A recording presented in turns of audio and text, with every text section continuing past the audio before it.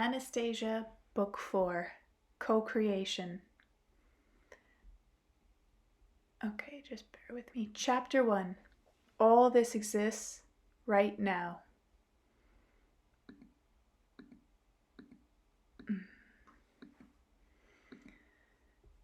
I shall tell you about co-creation, Vladimir, and then everyone will be able to provide an answer to his questions. Please listen carefully, Vladimir, and write about the Creator's great creation. Listen and try to understand with all your soul and aspirations of the divine dream of co-creation. After uttering these words, Anastasia fell into a silent distraction. She looked at me but said not a word. Her distraction was probably due to her feeling of noticing in my facial expression signs of incredulity in what she might have to say about co-creation and God. But really, how could I, or anyone else for that matter, not entertain at least some measure of incredulity? What could not this passionate recluse dream up next? She doesn't have any historical proof to offer. If anyone can talk convincingly about the past, then surely that would be the historians and archaeologists, and there's lots of talk about God in the Bible and in the books of other denominations, in all kinds of books. Only for some reason, when they talk to God, they can't seem to agree. Might not that be on account of the fact that nobody has any convincing proofs? There are proofs, Vladimir, Anastasia suddenly broke in confidently and excitedly in answer to my silent question. And where are they? All the proofs, all the truths in the universe are preserved forever in every human soul. Lies and falsehoods cannot survive for any length of time. They are exposed by the soul. This is why so many different kinds of religious treaties are thrown out at man. Lies constantly need new disguises to survive, and that is why mankind is constantly changing its social structures, trying to find in them the truth it has lost, yet only distancing itself from the truth even more. But who has proved and how that each one contains the truth within? In man's soul or in any other part, and if it is indeed there, then why does it stay hidden? On the contrary, not a single day goes by but in the sight of each one of us the truth strives to bring itself out. Life around us is eternal, and it is through the truth that eternal life comes about. Anastasia quickly pressed the palm of her hands to the ground, ran them over the grass, and then held them out to me. Look, Vladimir, perhaps these will dispel your doubts once and for all.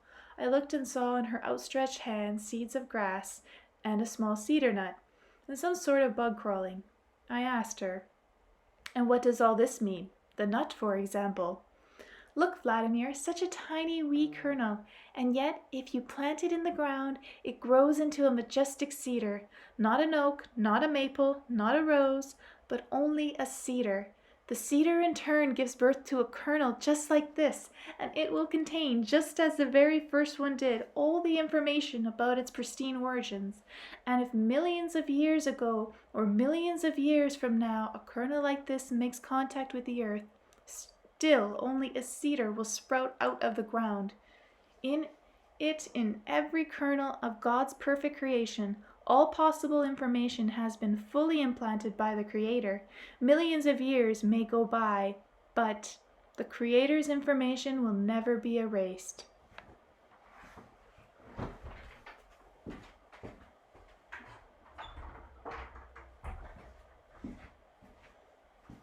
Sorry.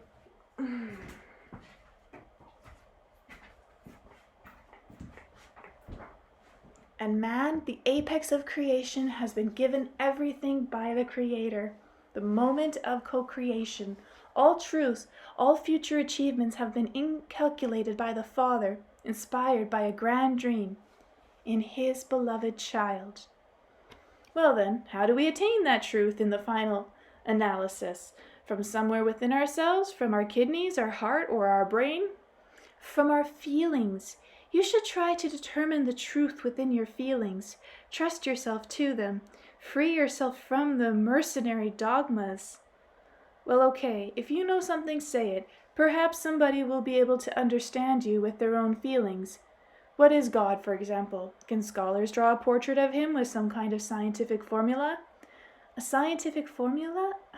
A formula would extend many times around the earth, and when it stopped, another would be given birth. God is no less in worth than that can be born in one's thought. He is the firmament and the empty space, and that which cannot be seen. There is no sense in trying to understand him with the mind, however keen. Take all the formulas on the earth and all the information in the universe as a whole, and squeeze them into the tiny kernel of your soul, and turn them into feelings, and let your feelings then unfold. But what am I supposed to feel? Talk in terms more simply, clearer, and more real.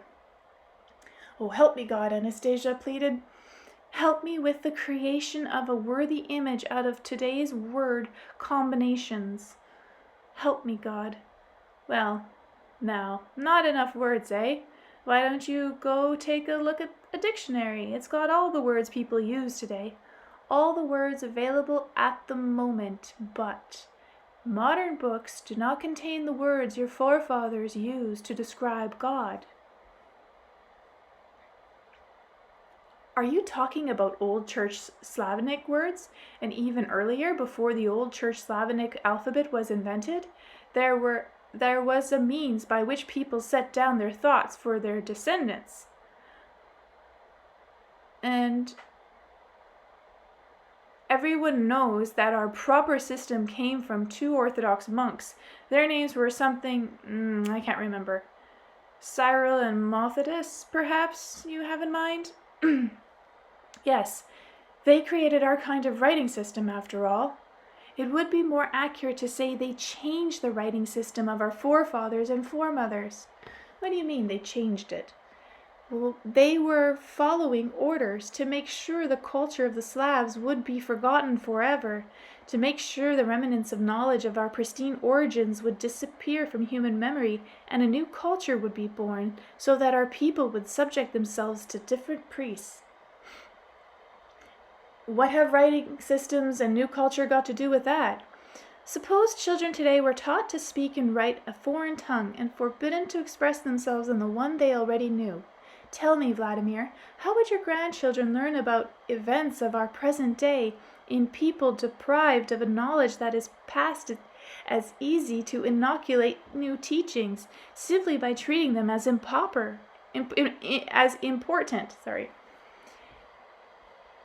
And they can tell them anything they like about their forebears. Once the language had gone, culture went along with it.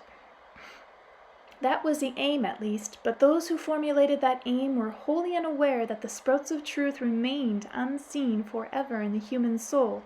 All it takes is to drink in a single drop of dew, so pure for the sprout to grow and mature. Look, Vladimir, please accept my words and try to feel what lies behind them.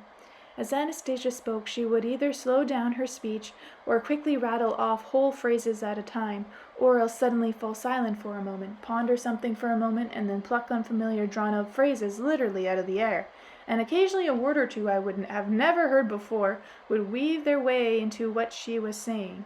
But each time she said an unclear or unknown word, she seemed to give a start and replace it with a correct or more understanding variant, and it always appeared as though she were trying to prove something whenever she talked of God. Everybody knows man is the image and likeness of God, but in that respect, where are God's characteristic traits within you? Have you ever thought of that? No, not really, I admitted. Never had any occasion to. Why don't you describe them yourself? When a man, exhausted after his daily cares, lies down to sleep, when he ceases to feel his weary body, his set of invisible energies and his second self leave the body to some degree, the astral body. And at that moment, earthly limitations do not exist for them. They know no time or space. In less than a second, your consciousness crosses all the distance in the universe, and your complex of feelings senses past and future events, analyses them, measure them against the present day, and dreams on. All this means that man feels the unfathomable divine universal creation, not only with his flesh. His God-given thought is at work creating afresh. Human thought alone is capable of creating other thoughts, or change what has been created. Sometimes a person will cry out on their sleep that they were scared by something. Their complex of feeling free from earthly cares is frightening by events of the past or the future. Sometimes a person creates in their sleep. Their creations strive, quickly or slowly, to embody themselves in earthly form, and how ugly a form they take or how harmoniously they shine forth depends partly on the degree to which inspiration plays a role in their creations, on the degree to which all aspects are taken into account in all their accuracy and detail at the moment of creation, on the degree to which inspiration empowers your divine self. In the whole universe, creation is something inherent in God alone and in God's Son, man. God's thought serves as a principle of all. His dreams, his transformed into living matter so that it may be seen, and human actions are preceded by the human dream. The opportunities of creation are equal for all the people of the earth. It is only that people use their opportunities in different ways. Here man is accorded full freedom, and freedom he has. Tell me, Vladimir, now, what kind of dreams do God's children have today?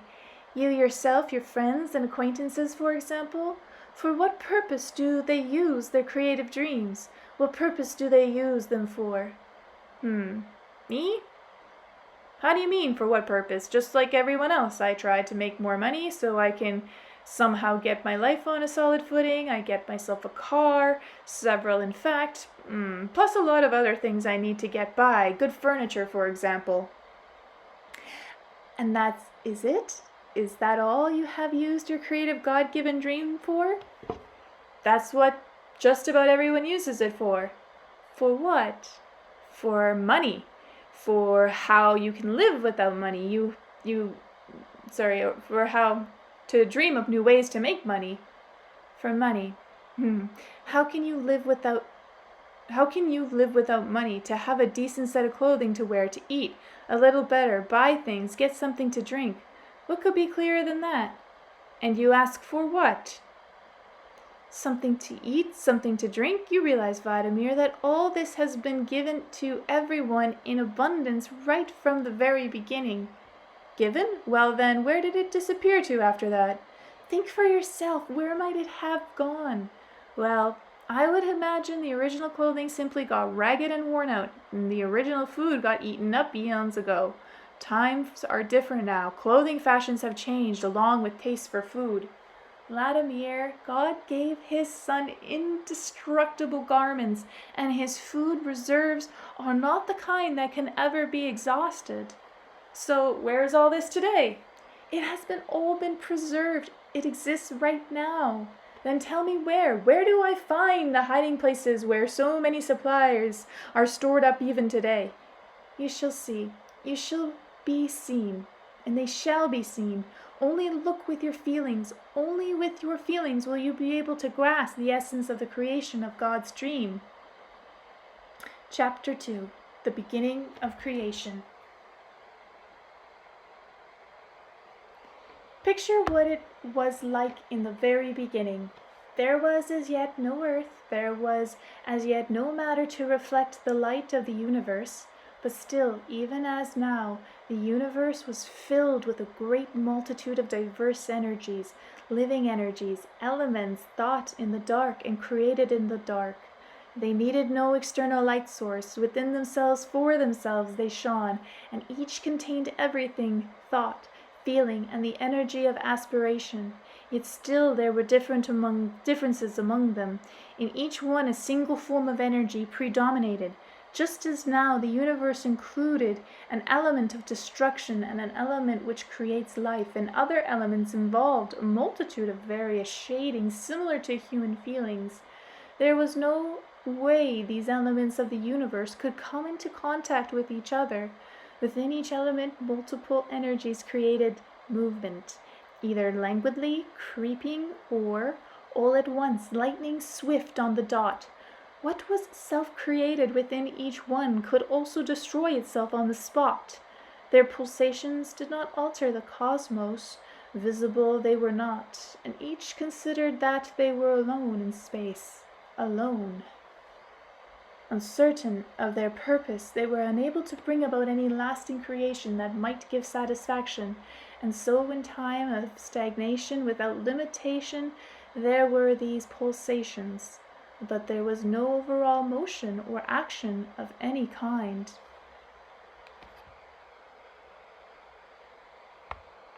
And all at once, as by an impulse, each element was touched by communication. All of them at once, throughout the unfathomable universe, throughout those complexes of living energy, one suddenly began illuminating the rest. Whether the complex was old or young could not be expressed in ordinary tongue. Whether it arose from the vacuum of space or from the sparkle of all the possibilities one could imagine is not important. Whatever its semblance, the resulting complex bore a most striking resemblance to man who is still living today. It was similar to his second self, not the material but the eternal sacred self. The living energy of its aspirations and dreams first began to lightly touch all elements of the universe, and he alone was so fervent in his devotion that he was able to bring all sensations and feelings into locomotion.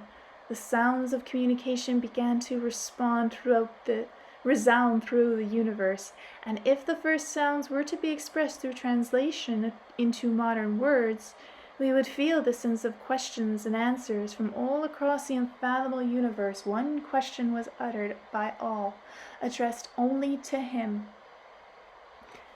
"What do you so fervently desire?" everyone inquired, and he confided in his dream, replied, "Conjoined creation and joy for all from its contemplation. And what may bring joy to everyone in the universe? Birth. The birth of what each one of us has been self-sufficient for as long as we can recall, a birth in which will be included particles of all. How is it possible to reunite in a single whole that which is all destructive and all constructive at the same time? Through opposing forms of energy, after first bringing them into line, balancing them one whose self you see, and to achieve this, who is strong would there be? Me. But there is the energy of doubt. Doubt will attempt to decoy and destroy you, and the diverse multitude of energies will tear you into tiny particles. No one can unite and hold opposites in a single whole. But there is also the energy of confidence. When confidence and doubt are equal, they will facilitate exactitude and beatitude for future co-creation. And how do you call yourself? I am God. I shall be able to deploy particles of all your diverse energies within myself. I shall stay great. I shall create to the whole universe. Creation shall birth forth joy. From all the quarters of the universe, all elements simultaneously release the multitude of their energies into him alone, and each endeavor to gain ascendancy over the rest, so that it alone might establish itself as supreme in its new home. Thus began the great struggle of all the forms of energy in the universe. There is no measure of time or space to describe the scale of that struggle. Calm would return only when in each one's consciousness one fact gleamed, that nothing could be higher or stronger than the one energy of the universe, the energy of the divine dream. God possessed the energy of the dream. He was able to take in and compile all within himself, bring all into balance, reconcile opposites, and begin to create. and to create still within himself. Indeed, in his creating of future creation still within himself, he cherished each detail with speed on a measureless scale, and worked out the interrelationships with everything else for each and every creation. He did it all alone, alone in the darkness of the unfathomable universe. Alone he set into motion the diverse energies of the whole universe. The uncertainty of the outcome frightened everyone and removed them a distance from the Creator. The Creator found himself standing in empty space, and that empty space was expanding. A deathly cold appeared. Dank fear and alienation held sway around while he alone beheld the awesome dawn of each new day. Heralding day, heard the singing of birds and breath the sweet fragrance of the blossoming of the ground. With his fervent dream, he alone unfolded his marvelous creation in their sheen. "Stop," they pleaded. "You are an empty space. You are going to explode. How do you contain the energy within yourself? Nobody is helping. You squeeze or contract, and now your only course is to explode. But if you have a movement, a moment remaining, stop. You must act to gently release your creative energies." And he replied, "My dreams I will not betray. My pact with them, for them I shall continue to contract and accelerate. My energies, my powers, my dreams, in them I see the ants hurrying and scurrying across the grass among the flowers, and the eagle in his bold ascent into the sky is teaching his young how to fly." With his own unfathomable energy, God accelerated in himself the motion of all the diverse energies of the universe as a whole. Inspiration squeezed them into a small kernel in his soul. And all at once he sensed a touch. Everywhere there, from all quarters in turn, he felt the burn of a new unfamiliar energy, and then it withdrew to warm him with his warmth from a distancing, filling all with some kind of new power, and all that was previously empty space suddenly began to radiate with grace, and the universe resounded with new sounds, when God inquired with tender ecstasy, "Who are you? What kind of energy are you?" And he heard the words of music in reply, "The energy of love and inspiration I am. A particle of you is within me. It alone is able to restrain and cage the energy of disdain, hatred, and rage. You are God. You are energy. The dream of your soul has been able to bring everything into harmony of the whole. And in my particle has been of assistance there. Then hear me out, O God, and to help me be prepared. What do you desire? Why have you touched me with all the power of your fire? And I have realized that I am love. I cannot remain simply a particle of. I desire to give my whole self to your soul. I know so as not to disrupt the harmony of good and evil. You will not admit me as a whole, but I shall fill with myself the empty space around you. I shall warm with my cheer all the room within and around you, and you shall not be touched by the cold of the universe and its gloom. It shall not even come near. What is going on here? What indeed? You have begun to shine even brighter. I am not doing this alone. This is the presence of your energy, your soul. It is only being reflected by me. Your reflected light comes back to your invisible inner self. Aflame your courage and aspiration, God inspired by love exclaimed. Everything is proceeding with acceleration. Everything is astir in me. Oh, how marvelous is inspiration here above and now. Let the dream of my creation come to fruition in the most radiant love. Chapter 3. The First Appearance of You. The earth, the core of the whole universe and the center of everything, appeared as the planet Earth loomed in sight. And all at once, along with it loomed the stars, the sun, the moon, the invisible creative light radiating from the earth, found its reflection in them. In the universe, a new plan of existence appeared for the first time, a material plan. And how did it did shine. Upon to the moment of the earth appeared, nobody and nothing possessed visible matter. While the earth came into contact with everything in the universe, it was an independent body too. It was a self-sufficient creation. Things that lived all around, things that grew in the ground, things that swam in the sea, and things that flew on high did not die or disappear somewhere. Even decomposition brought forth flies, and flies became food for other life, and everything fused together into a single magnificent life. In their excitement and astonishment, all the entities of the universe began looking to the earth. The earth came into contact with everything, but nobody was able to touch it. With God, a sense of inner inspiration surged apace, and in the light of love, which had filled the empty space, the divine being changed its design and took the form which in time became known as the human body. The divine thought worked with no sense of speed or time. Indeed, it worked infinitely faster than all the diverse energies of thought and created with inspiration. And again, Mother Creation, which was still invisible, still within itself, and all at once the illumination flared up, and the energy of love gave a quiver of agitation, as if set aflame with its newly felt heat. And in joyous elation, God exclaimed, "Look, O universe, look, behold my son, man. He stands upon the earth. He is material, and in him are particles of all the diverse energies of the universe. He dwells on all the planes of being. My image and likeness he is, and in him are particles of all your diverse energies. So love him. I urge you, love him. My son shall bring joy to all living on the earth. He is creation, he is birth. He is all of all. He will create a new creation and will transform into infinity his ever-repeating regeneration.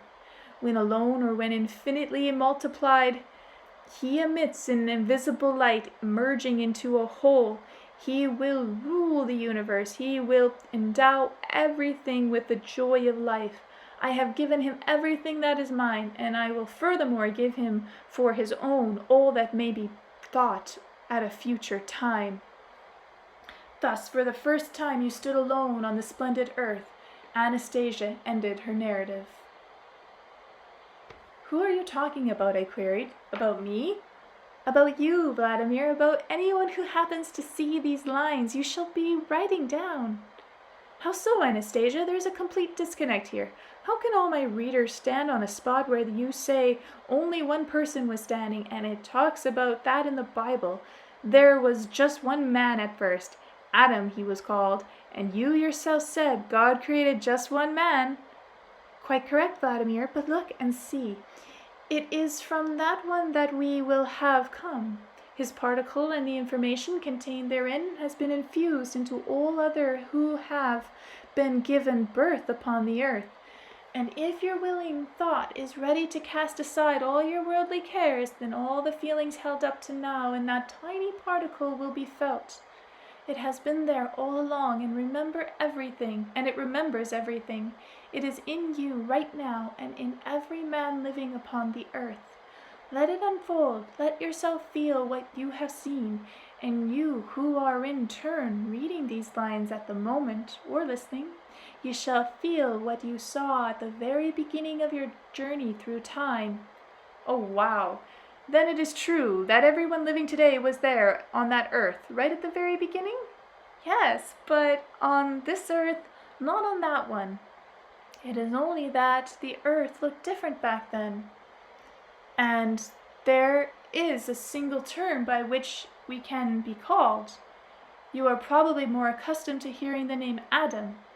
I shall use it, but picture it as referring to you, and let everyone picture themselves when they come across that name. I shall use some words to help in this." "Yes, please do.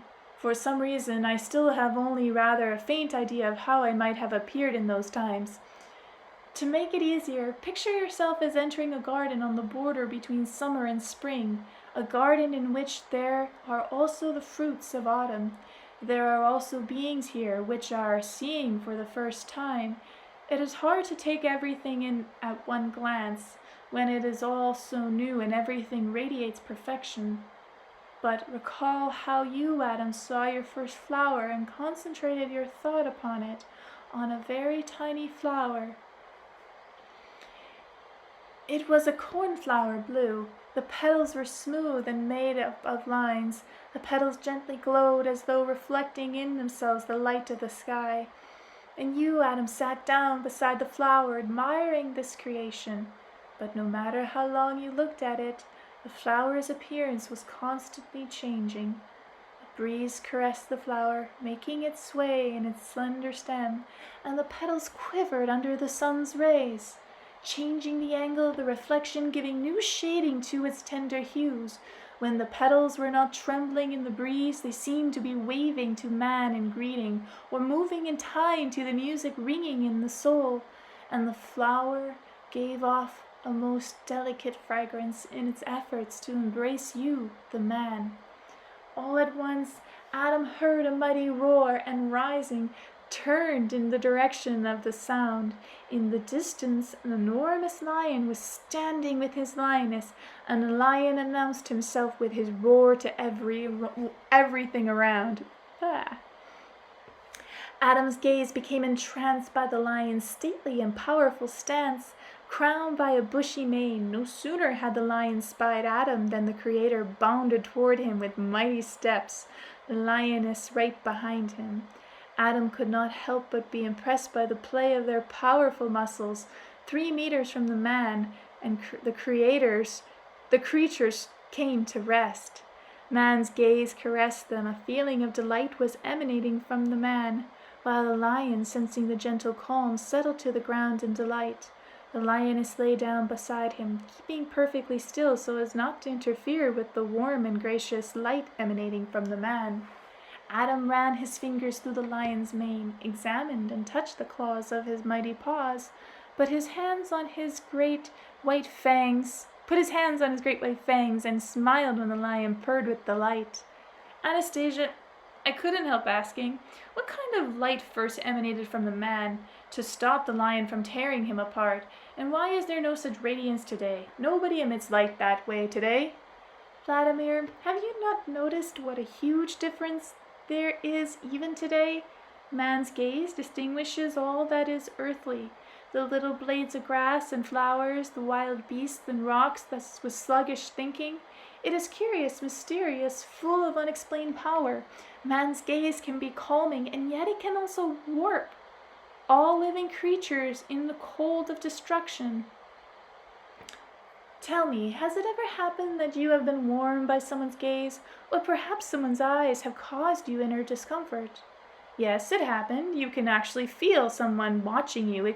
You can feel a pleasant gaze or one that is not so pleasant. There, you see? That means you too know that a calming gaze will create a sense of warmth within you, and that an opposite gaze will bring a feeling of cold and destruction. But man's gaze was many times stronger during those first days upon earth. The Creator saw to that all life aspire to be warmed by his gaze. And where has all the strength of man's gaze gone now?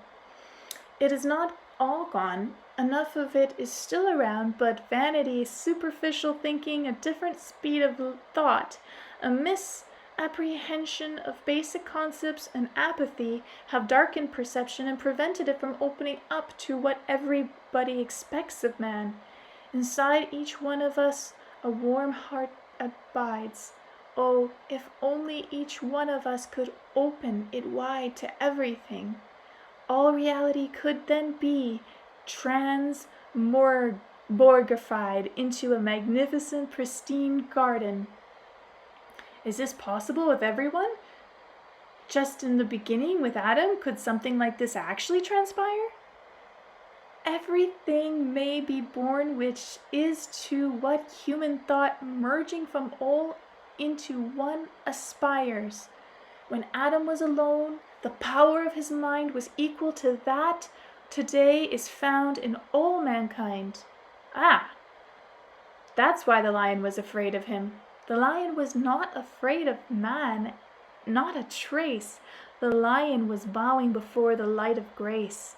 All life aspires to know this grace, which man alone is capable of creating.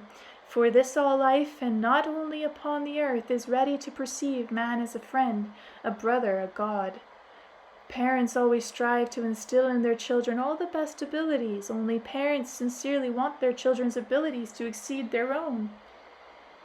The Creator has wholly given man, his son and creation, all to which he himself aspires in a burst of inspiration.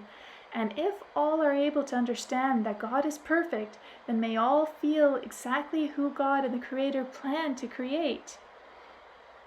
His child to be, his beloved son, or man, and how he feared no burden or responsibilities, and how he undertook never to abandon his creation, having uttered the words that have come down to us over millions of years. He is my son, this man, he is my image, my likeness. Does that mean that God wanted his son, his creation, in other words, to be stronger than himself? All parents' aspirations may be seen as a confirmation of this. Well then, Adam did justify God's hopes for him on his first day. What transpires after the meeting with the lion? What did he set about to do? Adam aspired to know all living things. He defined the name and the purpose. To define the name and the purpose or need for each living creature. Some of these were solved quickly, others he became involved with for quite a time indeed. For example, before the sun set on the first day, he was attempting to define the purpose of the brontosaurus, but here he did not succeed, and so the brontosaurus disappeared from the face of the earth for all time. Disappeared? Why? It disappeared because man did not define its purpose. That brontosaurus is the one that's several times bigger than an elephant. Yes, bigger than an elephant it was, and little wings it had, and little head on a long neck that could spew flames out of its jaws. Just like in a fairy tale, the folk tales from the robotic serpent, for example, which spewed fire too, but that's a fairy tale, not something real. Sometimes folk tales tell about the past reality metaphorically, but sometimes they can be quite accurate. Really? And just what about would such a monster be made of? How could fire come out of the jaws of a real living creature? Or is the fire to be taken metaphorically? Let's say, for instance, to portray a monster as breathing hatred. The huge brontosaurus was good, not evil. Its huge size served to compensate for its enormous weight. How can its huge size serve to lighten its weight? The more a hot air balloon is filled with whatever is lighter than air, the lighter it is. Well, what has that got to do with the brontosaurus? It's not a hot air balloon. The brontosaurus was indeed an enormous living hot air balloon. Its skeleton was constructed of a very lightweight material, while its insides contained little in the way of organs.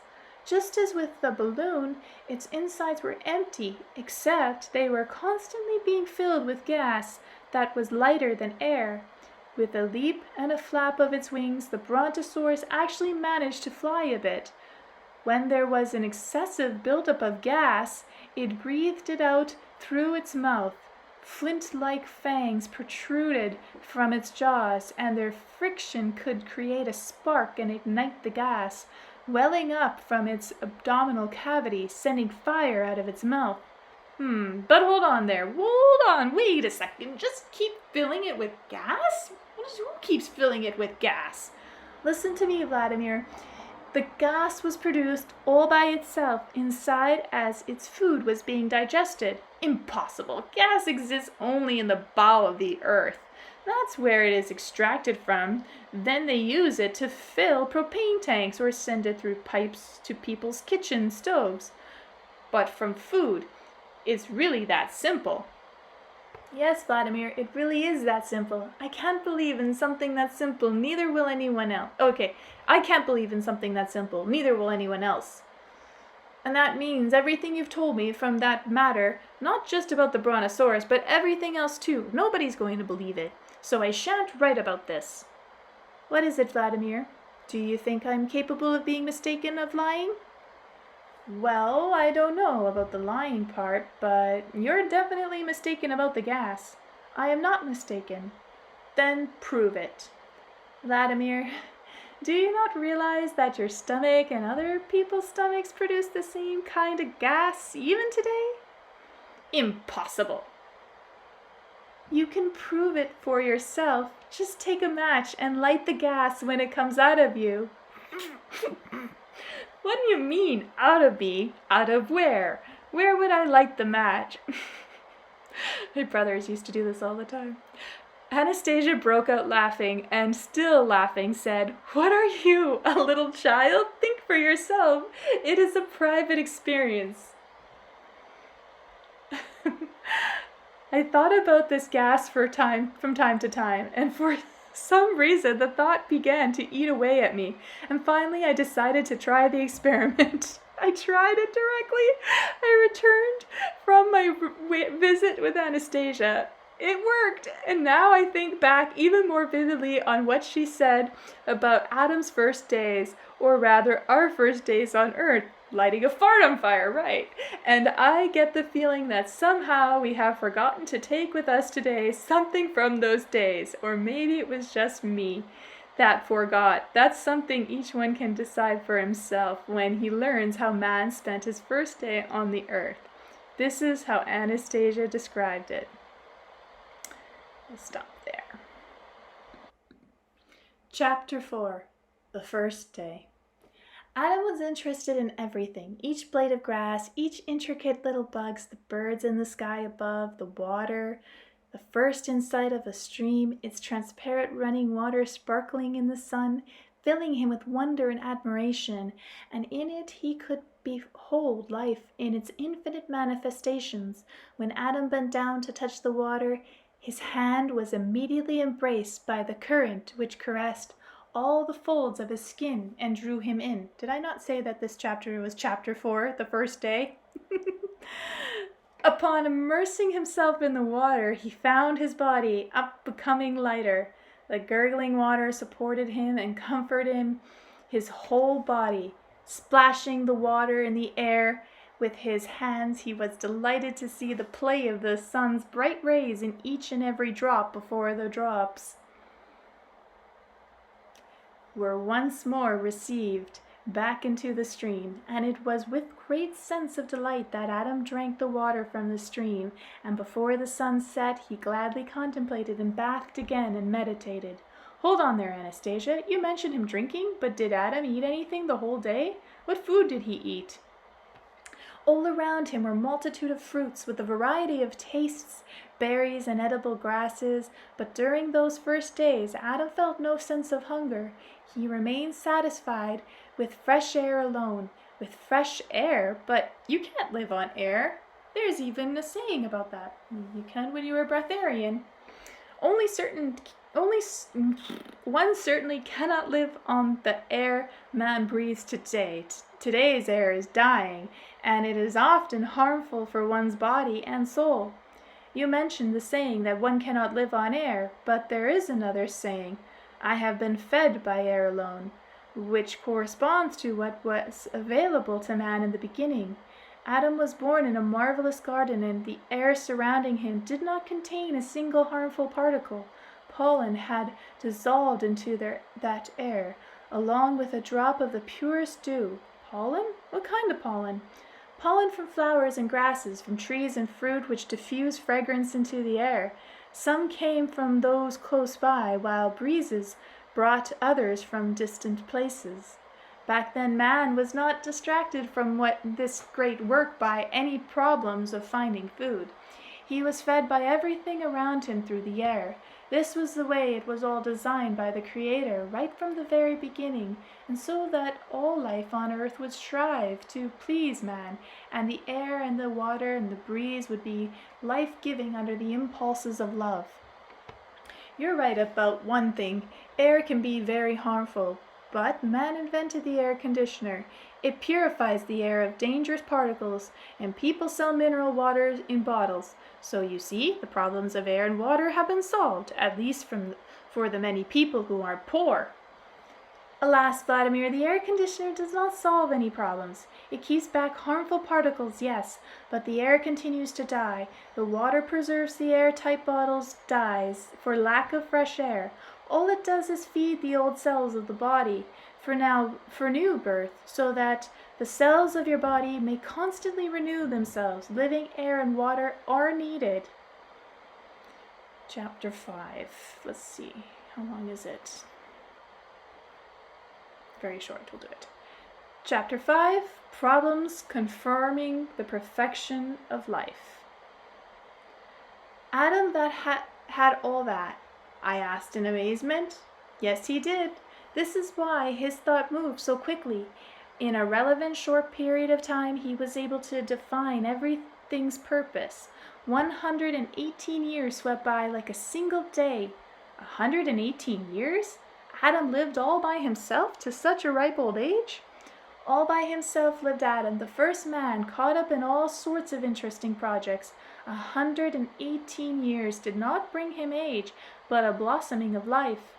Well, a person's pretty old at 118.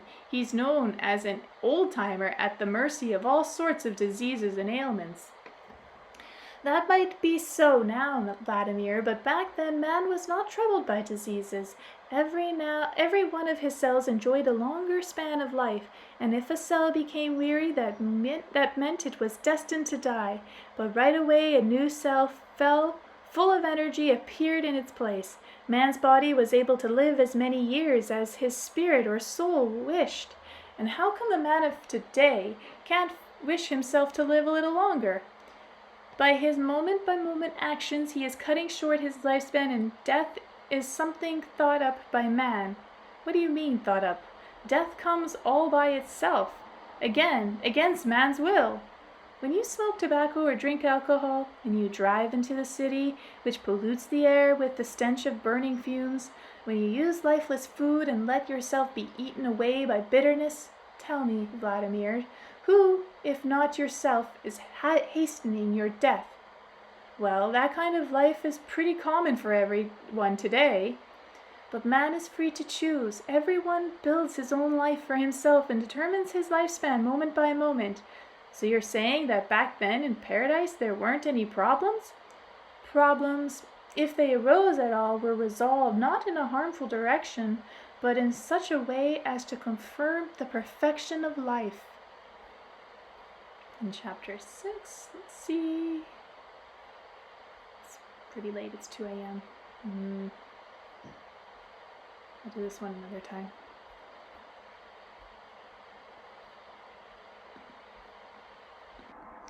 Chapter 6, First Encounter. One day when he was 118 years old, Adam did not become excited about the spring upon waking up with the dawn, and he did not rise, as he usually did, to greet the sun's brightening rays. Above him, astride a leafy branch, the nightingale trilled his song. But his singing only made Adam turn over on his other side. Before his eyes, spring filled space with a quiet tremolo. The gurgling stream called out to Adam in his bed, while swallows made sport overhead.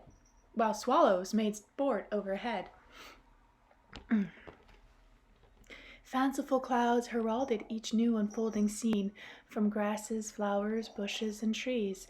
The gentleness, fragrance rushed to embrace the man.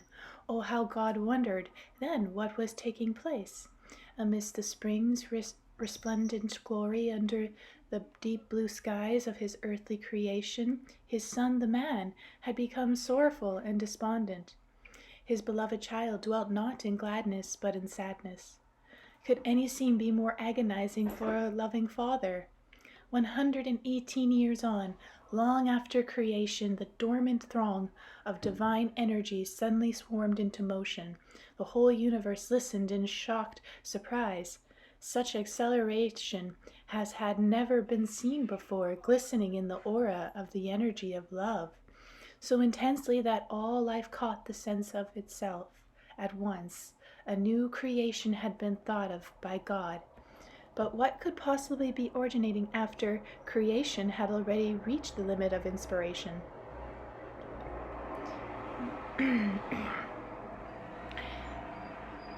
This was something that surpassed all comprehension, and still God's thoughts kept growing in acceleration, and the energy of love whispered in muted tones. Once more, you have set everything in inspired motion. Your universal energies are setting space on fire.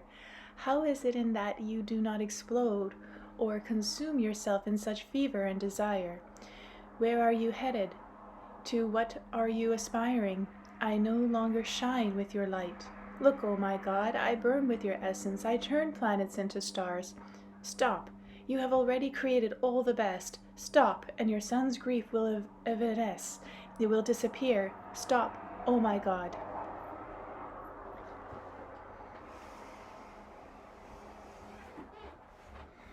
But God did not hear the plea of love, and paid no attention to the jeers of the elements of the universe. Like a young and enthusiastic sculptor, he continued accelerating all the diverse energies in motion, and all at once a dawn of never before imaginable beauty burst forth, delegating itself through the vast, unfathomable universe, and all creation gasped, and God himself whispered in exaltation, "Behold, O beloved, behold!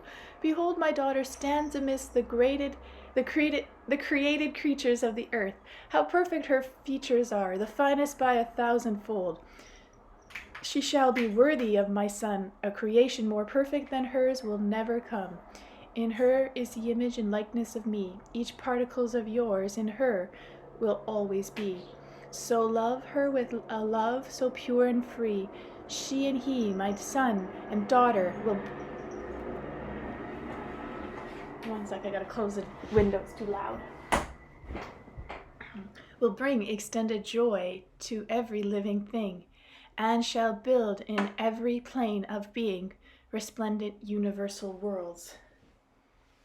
From the little hill overdrew washed grass on the festive day, and the sun's morning ray, and the maiden to Adam came, with a pace full of grace and a form so slender, the bends of her body smooth and tender. In the hues of her skin there shined the light of the dawn divine. Closer and closer she neared, and then she appeared. In front of Adam, reclining on the grass, the maiden arose. The breeze smoothed out her golden braids, her forehead to expose. The universe held its breath, completely awed. Oh, how beauteous is her face, thy creation, O God. Adam, reclining on the grass, glanced up at the maiden who had appeared beside him, gave a yawn, turned away, and closed his eyes. All the elements in the universe then heard. No, not words. They heard how listless Adam reacted in his thought to the new creation of God. Well, there it is. Yet another creation of some kind has come to mind. It is nothing new, you see, just another entity that looks something like me. Horses have joints in their knees, more supple and sturdy than these. The leopard has skin so much brighter and livelier to please. And what's more, she arrived without invitation on the very day I was going to offer the ants a new designation. And Eve, standing a while beside Adam, went over to the pool in the stream, sat down on the bank by the bushes, and caught a gleam of her reflection in the still cool water. And the elements of the universe began to intone their murmurs, and their thoughts merged into one. Two perfections have not managed to achieve an appreciation of each other. There is no perfection in God's creations. Only the energy of love alone, amidst the murmurings of the universe, tried to protect the Creator with itself. God was enveloped in its radiance. Everybody knew. Never had the energy of love involved itself in rationalization of unseen and unheard. It was ever wandering apace through the unfathomed reaches of space. But why is it now so totally and with no retention encircling God, again with its radiance, paying no attention to the intonings of the universe? Here it was warming and comforting through its radiance alone. You can rest, O great Creator, and impart your education into the heart of your Son. You will be able to adjust and correct any of your illusions and any of your illustrious creations. In reply, the universe heard words in which it recognized the wisdom and majesty of God. My Son is the image and likeness of me. He includes in himself particles of all the diverse energies of the universe. He is Alpha and Omega. He is creation. He is the realization of the future. Henceforth, and for all time still to come, neither I nor anyone shall be able to change his destiny without his will. All that he wills for himself will be allowed to him, whatever he conceives, provided it is not conceived in vanity, will turn into reality. My son did not bow before the sight of the maiden's fleshy perfection, much to the amazement of the whole universe. He was not amazed by her. Still not consciously aware, my son has sensed all through his feelings. In the first place, he sensed that in him something was amiss, and the new creation standing before him, the maiden, did not possess this. My son, through his feelings senses the whole universe. He knows everything the universe possesses. A question filled the whole universe. What can possibly be missing from one in whom all the diverse energies of yours and yours exist? And God answered them all, the energy of love, and the energy of love flashed with flame. But I am alone, and I am your very own. I shine by you alone. Yes, you are alone, my love, the divine words proclaimed in reply. Your shining light both shines and caresses, my love. You are inspiration. You are able to give everything an acceleration. You accentuate sensations, and you are the reconciliation of peace, my love. I beg of you, descend to the earth in your totality, leaving nothing in its former place. Surround and unfold these, my children, in yourself, the energy of boundless grace. This farewell dialogue of love and God heralded the beginning of all earthly love. My God, love called out to the Creator, when I leave, you will be alone, unseen forever, dwelling on all the planes of being. You will be invisible. May my son and my daughter henceforth shine through the inner, the outer, and the order. My God, around you will be empty space. There will never be a place where the life-giving warmth can penetrate to your soul. Without this warmth, your soul will become cold. Not for me alone, but for all life may this warmth emanate from the earth. My sons and daughters will multiply this radiated love, and the whole earth will grow with the warmth of love shining throughout space,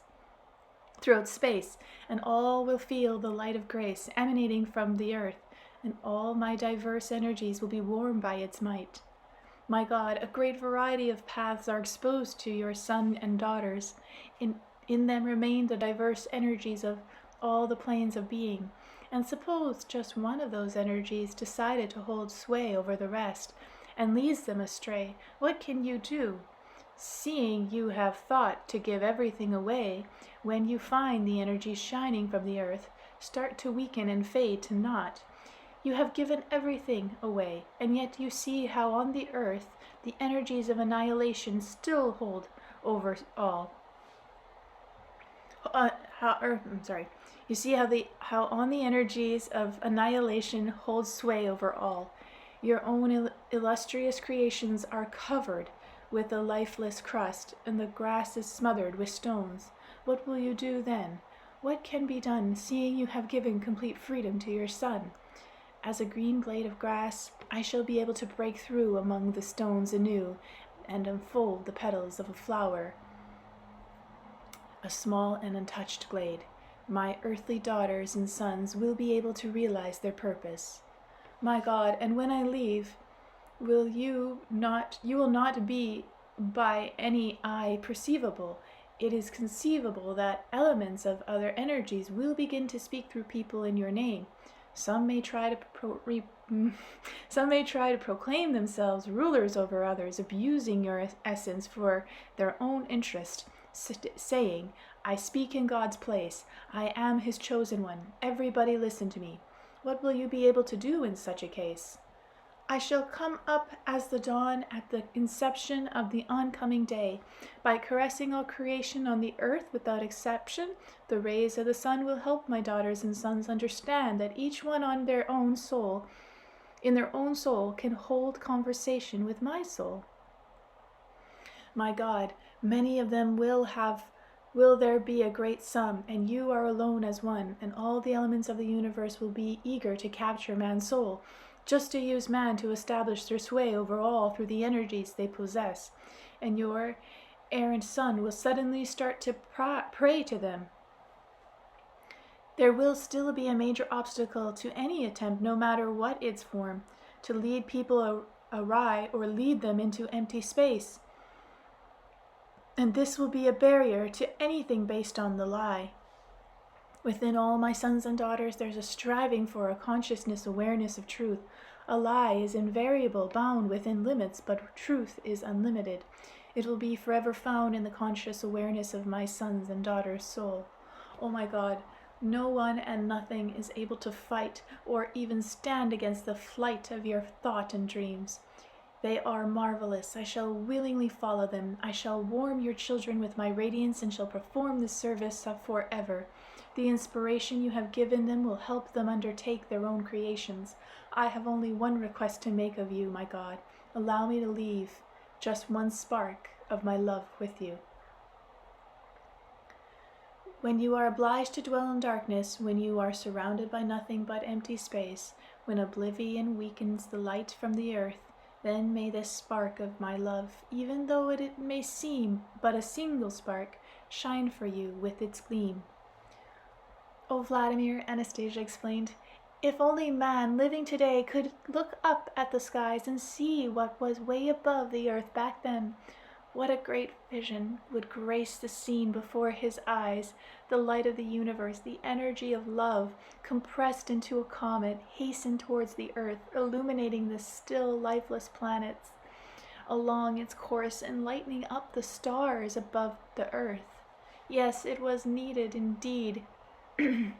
Heading towards the earth, closer, ever closer it came, and there it was, and all at once it came to rest over the earth itself.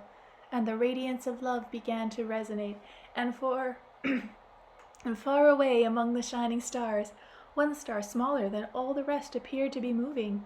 It was hastening to follow the radiance of love on its earthward path. And then love realized that here was its last little spark from God, and even it was on its way to the earth. My God whispered, the radiance of love, but why? I do not understand, but why? You have not left even a single spark for yourself. To the words of love out of the darkness of the universe, God, already perceivable by no one, gave reply. His divine words were heard across space.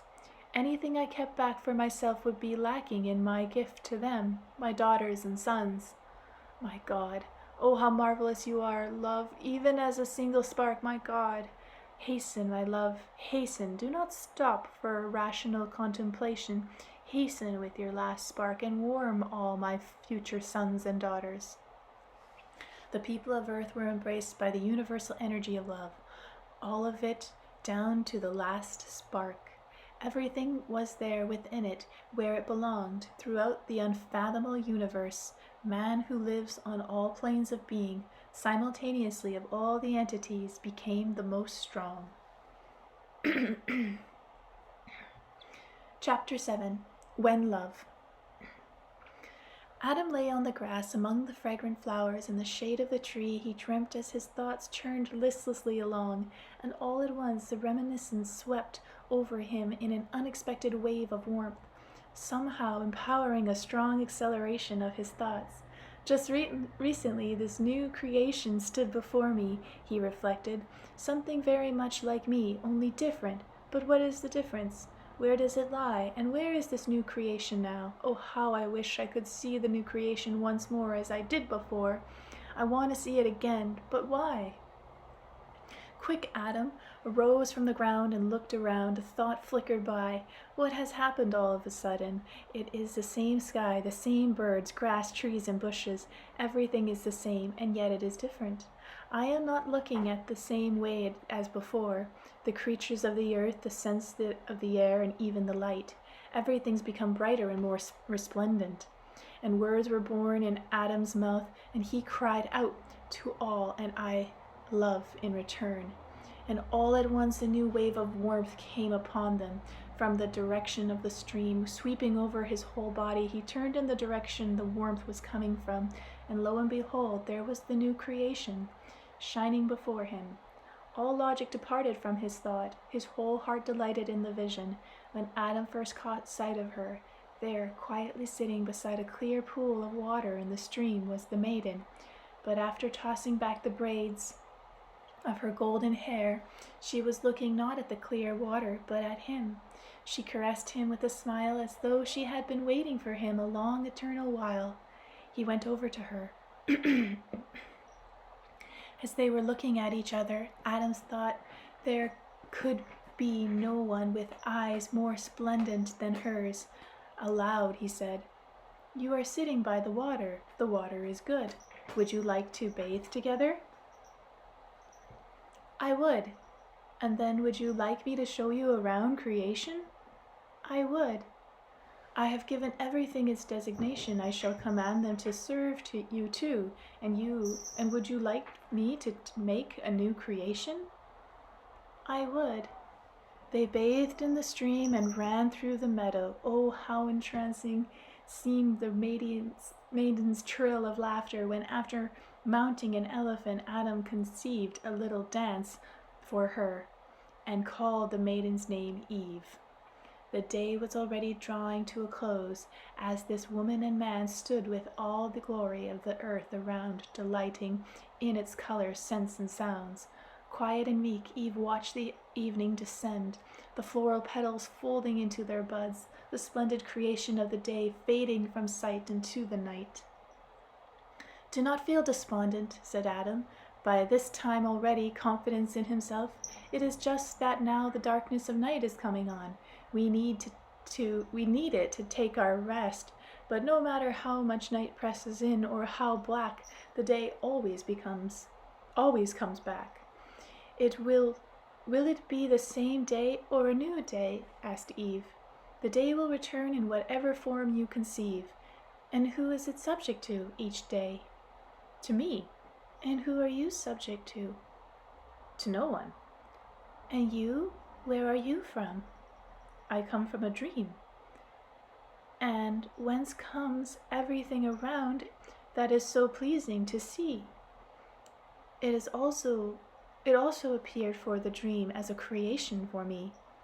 "And where is he whose dream is so bright and resplendent?" "Oh, he is often around, only he cannot be seen with ordinary sight. But all the same it is good to be with him. God, he calls himself my father and my friend.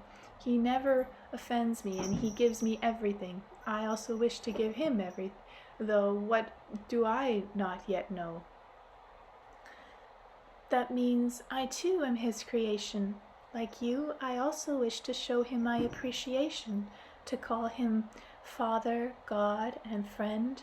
Perhaps we can decide together what actions on our part the Father intends." I've heard him say, what may bring joy to everyone's hearts." "To everyone's, including his?" "Yes, that would mean his too." "Tell me what he desires." "Conjoin creation and joy from his contemplation." "And what may bring joy to everyone on the earth?" "Birth?" "Birth. But everything is so beautifully born already. I often think before I go to sleep about an extraordinary and marvelous creation, but with the dawn of the day the dream goes away, and I see that nothing new has come to thought. Everything is so fraught with wonder and visible by the light of day. Let us then think together." "I too wanted before going to sleep to be close to you, to hear your breathing, to feel your warmth, to think together about creation." Before going to sleep, impelled by tender feelings for each other, the two embraced in dreams about a marvelous creation. Their aspirations connected and merged into one. Their two maternal bodies reflected the thoughts that had jointly come. Sorry, the cats are playing. They both have bells on. Chapter 8. Birth. The day returned and the night at once more came on. One morning, as day was dawning, just as Adam was watching the tiger cubs and reflecting on life, Eve quietly approached him, sat down beside him, took his hand, and placed it on her tummy. "Feel here. Inside me lives my creation." a new creation at the same time. Can you feel it, Adam? Is it pushing, this restless creation of mine? Yes, I can feel it. It seems to be reaching out to me. To you? Of course, it is mine, but it is yours too. I very much want to see our co-creation. And Eve gave birth, not in painful labor, but in great wonder. Forgetting everything around him, not conscious of himself, Adam watched and trembled in anticipation, and Eve bore a new and conjugal creation. A tiny wee lump, well wet, lay helplessly on the ground. Its legs were drawn up tight. Its eyelids remained closed. Adam watched, his eyes fixed on the little one, as it moved its tiny hand, opened its tiny lips, and took its first breath. Adam was afraid to blink, lest he miss the tiniest movement. What the heck did you guys find? What is it? Sorry. Adam was afraid to blink lest he miss the tiniest movement. Unfamiliar feelings had begun filling the space within and around him. Unable to restrain himself to the spot, he suddenly leapt up and began to run. With no particular destination in mind, Adam rushed headlong along the bank of the stream. To great exultation, he stopped. A wondrous, unfamiliar something kept growing and expanding in his chest and everything around. The sound of the wind not only rang through the trees and rustling leaves, it sang swiftly through the rifts of the bushes and setting astir the cluster of floral petals. The clouds not only swarmed through the sky, all the clouds performed dance to entrance the observer as they passed by. The water sparkled with a smile as it rushed into the mile of stream before it. Oh wow, the stream, reflecting the clouds, the stream made yet another bend as it gleamed before the eyes. And all along the birds kept twittering their joyful song in the skies, and among the herbs and cheerful chirping of crickets could be heard, and everything fused and blended together into a single resounding intonation of the tenderest sound of music known through all God's grand creation. After taking a little more air into his lungs, Adam suddenly cried out as loud as he could. It was not an ordinary cry, not that of an animal, but one that overflowed with the most tender sounds. A long, sublime hush slowly settled all around, and for the very first time the universe heard a man on the earth joyfully burst into song. A man was singing, and all the noises that had before sounded throughout the galaxy were now grounded. A man was singing, and hearing this happy song, the whole world of the universe concluded not in any of the galaxies could there be found a single string capable of producing a better sound than that of the singing of the human soul. But the song of rejoicing could not hush Adam's newfound abundance of feelings. Catching sight of the lion, he rushed towards it and wrestled it to the ground as though it were but a pussycat. He laughingly began to run his fingers a depth through its mane, then leapt up and gestured the creature to follow suit, ran off across the terrain. The lion barely managed to keep up with him, while the lioness and her cubs lagged way behind. Fastest of all ran Adam, his arms waving, summoning all the creatures to follow in his route. His creation, he recalled, would be able to bring joy and elation to all. And once again he seized the tiny lump in front of him, his own creation, such a wee little lump, alive, lapping by the she-wolf and caressed by the warm breeze. The baby's eyes had not yet shown a peep. He was asleep. At the sight of him, all creatures that had accompanied Adam on his run fell to the earth in delight. "Why, yes, it is true," Adam intoned with exultation. "Light like my own is emanating from my creation. Maybe it is even stronger than my light. If such an extraordinary thing is happening with me, all creatures have fallen down before it in delight. I desired, I carried through, I created a creation resplendent and alive. All of you come look at him." Adam cast his glance at all around and suddenly stopped, his gaze fixed. His eyes were fixed on Eve. She was sitting on the grass all alone, caressing her own lightly fixed gaze, the suddenly still and silent Adam. And with new might, love began shining within and around Adam in invisible delight. And then all at once, oh, how love universal quivered and shivered to see Adam run up to the resplendent maiden mother, fall on his knees before Eve, press his hands to her golden braids, her tender lips, and her milk-filled breasts. And restraining his exclamation to gentle purr, he tried to express his exultations in words. Eve, my wife, you are able to make dreams come true in life. Yes, I am woman, your wife. Let us turn into life everything you are able to think of. Yes, together, the two of us, together, now it is clear. Two together are we. We are as he. We are able to make dreams come true. Look at us, or our Father, do you hear us? But for the first time Adam could not hear no reply. Surprised, he leapt up and cried, Where are you, my Father? Look upon my creation. Perfect and fantastic are all your earthly creatures. Resplendent are all the clouds, the grass, the bushes, and the trees, but my new creation is even finer than the features of the flowers. Look at it. I have seen how my own creation has brought me joy far greater than anything you created through your dream.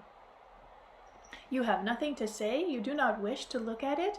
But it is by far and away the best part of all. My creation, more than any other, is dear to my heart. But what about you? Do you not wish even to look at it? Adam looked at his child on the spot directly above the tiny sleeping body. The air seemed bluer than usual. There was no breeze to ruffle even a hair. Only someone was invisibly bending the slender stem of a flower over the baby's lips. And 3 soft puffs of pollen tenderly touched his lips. The baby smacked his lips, sighed a deep and blissful sigh, moved one of his legs just a tiny bit, and then sat back to sleep. Adam guessed that while he had been celebrating, God had been cultivating, cherishing the little one, and so had not seen fit to speak. And Adam exclaimed, That means you yourself were helping. That means you were with me all along, and you acknowledged the creation. And he heard in reply the Father's quiet voice, Not so loud, Adam. You'll wake the child with your celebrations and rejoicings. That means you, my Father, love both me and my creation. Or did you love it more than me? If so, why? Explain to me. Is it not yours after all? Love, my son, has its continuation, and in your new creation will be found your continuation. That means I am standing here and I am in creation at the same time. And does that mean Eve is in it too? Yes, my son, your co-creation is in all respects like you, only not in the flesh. Within it your spirit and soul merge to give birth to a new creation, and your aspirations will continue and will intensify the joyous sensations multifold. So, you are saying there will be many of us. You shall fill the whole earth. You shall know everything through your feelings, and then in other galaxies your dreams will recreate the worlds anew to be even more resplendent. Where is the edge of the universe? What will I do when I come up to it? When I myself fill everything and have created everything I have conceived? My son, the universe itself is a thought from which was born a dream, which is partially visible as matter. When you approach the edge of all creation, your thought will reveal a new beginning and continuation. From obscuring will arise a new and resplendent birth of you, and it will reflect in itself your soul, your dreams, your whole aspirations, my son. You are infinite, you are eternal, within you are dreams of creation. Father, it is always so good when you speak. When you are with me, I want to embrace you, but you are invisible. Why? My son, when my dreams about you were drinking in the diverse energies of the universe, I did not have time to be thinking about myself. My dreams and thoughts created only you, and you did not make a visible image of me for me. But there are visible creations of mine. Feel them, but do not try to analyze them. Nobody in the whole universe will find that they can analyze them simply with their mind. Father, it feels good to me when you speak. You are with me. Everything is with me. If I should find myself in the other end of the universe, if doubts or crude obscurity should intrude upon my soul, tell me, how might I search you out? Where will you be at such a time? I shall be in you and with you. Everything is in you. My son, you are the master of all the diverse energies of the universe. I have counterbalanced all the opposite extremities of the universe in you, thereby making you a new creature. Do not allow any of these extremities to hold sway within you. Then shall I be in you always. In me? In you and with you. You and Eve are in your creation. In you there is a particle of me, and so I am your creation too. I am your son. What then will be the new creation in relation to you? Again, it'll be you. Whom will you love more? Me, as I am now, or the me which will be born again and again as before? Love is one and the same, but there is a greater hope in each new embodiment and dream. Father, how wise you are! I so very much want to embrace you. Look around you. The visible creations you see are my materialized thoughts and dreams. On the material plane of being, you will always be able to communicate with them. I have loved them just as I love you, Father, and I have loved Eve and my new creation too. Love is all around, and I want to be in it eternally. My son, you shall dwell eternally only in the space of love. Years passed, as it were, but time, after all, is a relative concept. Years passed, but why make a list? For a long time, death in himself was something man could not have even missed, which means that death back then could not even exist. Chapter 9. The Unsatisfying Apple. But Anastasia, I queried, if everything was so good in the beginning, then what happened afterward? Why are there wars on the earth today, and why are people starving? We have thievery, bandits, suicide, prisons, too many unhappy families, too many orphans. Where have all our loving Eves disappeared to? Where is God, who promised that we would all live eternally in love? And I just remembered what it says about this in the Bible. God expelled man from paradise for picking and tasting the fruit of the forbidden tree. And he even stationed a guard at the gates so as to stop the violators from getting back into paradise. Vladimir, God never expelled man from paradise. Yes, he did. I read about it. He even cursed the man over this. He told Eve she was a sinner and would bring forth children in sorrow, and Adam would have to earn his living by the sweat of his brow. And that's all come to pass with us today.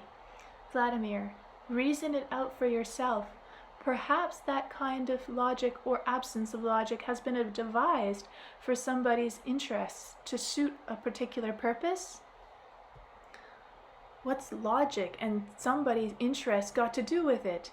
Please believe me, each one must learn to make sense of things to determine what is true with his own soul. Only after thinking it through, for yourself, you can realize that God did not expel man from paradise. God remains a loving Father right up to this very moment. He is a God of love. You must read about that too. I did indeed. So where is the logic then? You will agree that a loving parent would never expel his child from his home. Loving parents, even if it means suffering deprivation in themselves, will forgive their children any transgressions they have committed. And God is not indifferent to all sufferings of people, the sufferings of his children. Whether he is or not, I do not know, but one thing everybody knows is he doesn't do anything about them. Sorry, that's Vladimir talking. What are you saying, Vladimir? Of course, he will tolerate this distress too from his son, man, but how long can man go on without a full appreciation of his father? How long can he go on not seeing feeling his love? What are you so concerned about all of a sudden? Be more specific. What are these manifestations today of the divine love for us? Where do we look for them?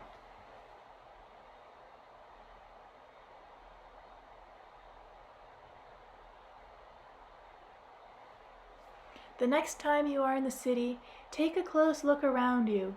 The living carpets of marvelous grass has been paved over with lifeless asphalt.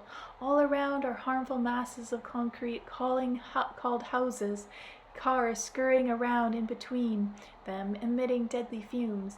But even amidst stone masses, finding even the tiniest of island grass and flowers still sprout forth, God's creation, and through the rustle of the leaves and the song of the birds, he is still calling out to his daughters and sons to reconsider everything that is happening and return to paradise.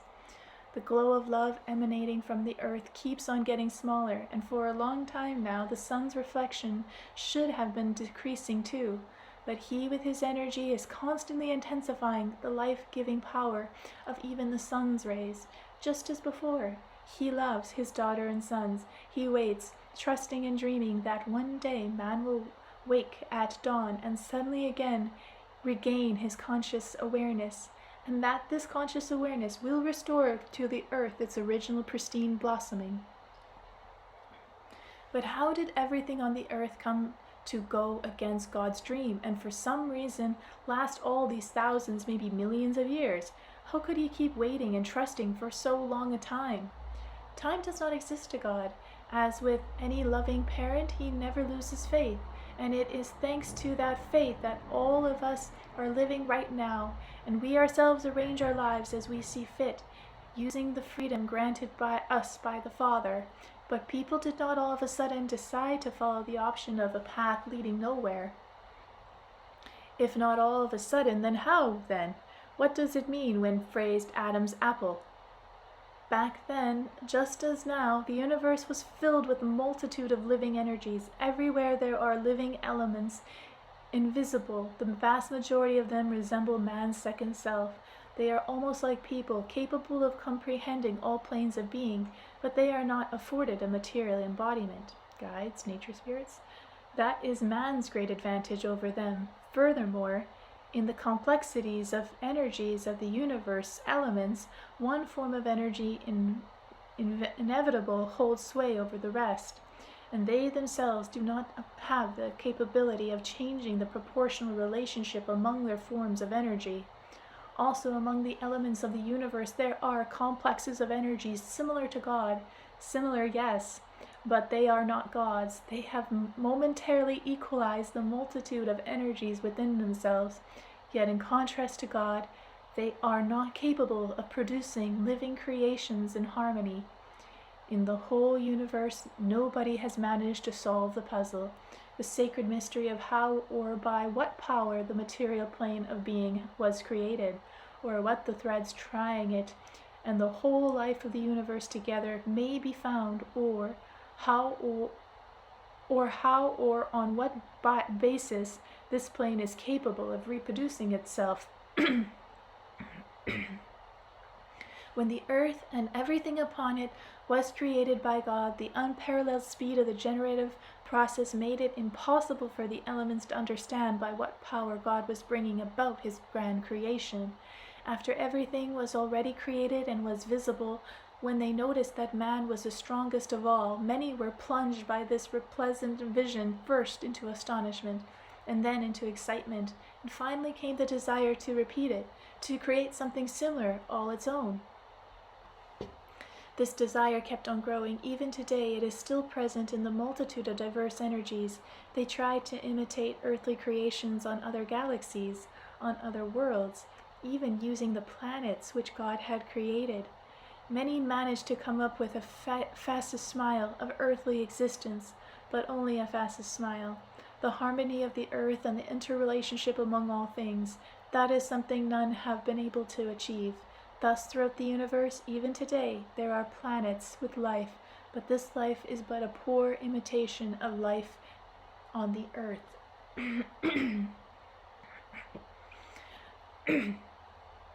When all these attempts not only to produce a better creation, but even to repeat the existing one failed, and God did not reveal his secret, then many of these elements began turning to man for help. It was clear to them that if man was God's creation, if man was God's beloved, then a loving parent could not possibly withhold anything from him. On the contrary, God must have offered great opportunities to man, his son, and the elements of the universe started to turn to man. In fact, they strive to do so even today. You know, there are people today who claim that someone invisible is communicating with them from the universe, calling itself mind and the power of God. Back then, too, right at the beginning, they appealed to man with requests and exhortations, demanding to know through hiding their true motivation under various guises.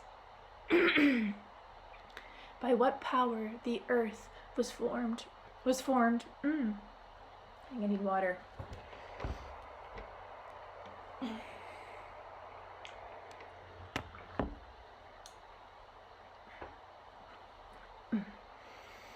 By what power the earth was formed, along with everything existed upon it, and how man was created to be so great. They wanted to know from what he was fashioned. But man gave an answer to no one of them. He did not know the answer to the question himself, nor does he know it today. But he became more and more interested in the question and began demanding answers from God. Not only did God decline to answer, he tried to inculcate a better understanding in man, asking him to erase the questions from his thinking. I ask you, my son, to create. You have been given the power to create in this space on earth, as well as on other worlds. What you think up in your dream will be turned into reality. You need not doubt. Only one thing do I ask of you. Do not try to figure out how, but what power it'll come about. What I don't understand, Anastasia, is why God would not want to divulge the specifics of his creation, even to man, his son. I can only guess no more, Anastasia replied. I'm not responding to this question even to his son. God might have been trying to protect him from disaster, even deflecting a universal war. I don't see any connection between a refusal to responding and universal war. If ever the secret of creation were to be revealed, then on other planets in the universe, other forms of life might arise, equal in power to those on the earth. Two powers might have the desire to test each other. It is possible that such a contest could take place peacefully. It is also possible it could turn out like the wars on the earth, and that could touch off a war throughout the universe. Indeed, I agreed. It would be better for the specifics of God's creation to remain a secret. Only one of the elements might happen to figure it out on its own without hints. I do not think any of them would ever figure it out. And why are you so confident of that? The nature of the secret is such that it is clear on its own, and at the same time it's not even there, and yet at the same time it is not alone. The term co-creation gives me confidence that I've added a second word to it. What word? The second word is inspiration. Well, what of it? What can those two words together signify? They? No, stop, don't say it. I remember you telling me that thoughts. That means words too. Don't simply disappear into nowhere. They circle around us in space, and anyone can catch them. Is that right? Right it is. And can the elements catch them too? True. Then don't say it. Why give them a hint? Not to worry, Vladimir. Suppose I give them a slight hint as to the secret. I can thereby show them the fruitlessness and senselessness of their constant attempts, that way they can understand and stop bothering man. Well, if that's the case, then tell them, what do co-creation and inspiration mean? Co-creation signifies that in his creating, God used particles of all the diverse energies of the universe. Diversity, University, Earth. And his own energy too, and even if all the elements got together to produce a duplicate of the Earth, they would still be missing one particular form of energy, the one that is inherent in God as an idea of his own, the one born in the divine dream alone. Inspiration signifies that creations were produced through an impulse of inspiration. Who among the great earthly artists and sculptors are creating their works in an impulse of inspiration will dare attempt to explain how they held their brush, what they were thinking, or where they were standing? These are not the kinds of things they paid attention to, absorbed as they were so completely in their work. Again, there is the energy of love which God sent to the earth. It is free, subject to no one, and preserving its loyalty to God. is in the service of man alone. How fascinating that all is, Anastasia. Do you think the elements will hear it and understand? They shall certainly hear and possibly understand as well. And will they hear what I say too? True? Then I shall sum it up for them. Hey, there, elements, is it clear to you now, eh? Don't you go bothering people anymore. They'll never guess the Creator's design. Well, Anastasia, what do you think? Did I do a good job of telling it to them? They're talking about Cabal and Greys. Your final words were quite accurate. You will never guess the Creator's design. Have they been trying to guess it for a long time? Right from the moment they first beheld the earth and its people right up to the present day. And what harm did they attempt to cause Adam, or us for that matter? In Adam and Eve they aroused feelings of pride and self-conceit, and they managed to persuade Adam through a false teaching, saying that to produce something more perfect, it was necessary to break the existing creation down and see what it consists of, how it worked. They often instructed him to find out how everything was constructed, and then he would be supreme over all. They hoped that when Adam began analyzing God's creation to make sense of their construction and purpose, he would comprehend with his mind the interrelationship among the creations of all different kinds. They would then be able to see the thoughts Adam produced, and from that they could deduce how they could create like God. At first, Adam paid no attention to their requests and suggestions, but then one day, Eve decided on her own to give Adam some advice. I have heard voices stating things will be even easier and more splendid for us once you ascertain how everything works within. Why should we stubbornly refuse to follow this recommendation? Would it not be better for us to give it a try, at least once? First Adam broke off a branch of the tree, and with its marvelous fruit, and then, now you can see for yourself how man's creative thought came to a stop, a standstill. Even today he keeps examining things in detail and breaking them apart, trying to analyze the structure of everything and produce his own primitive creations with his thought instantaneously at a standstill. Water.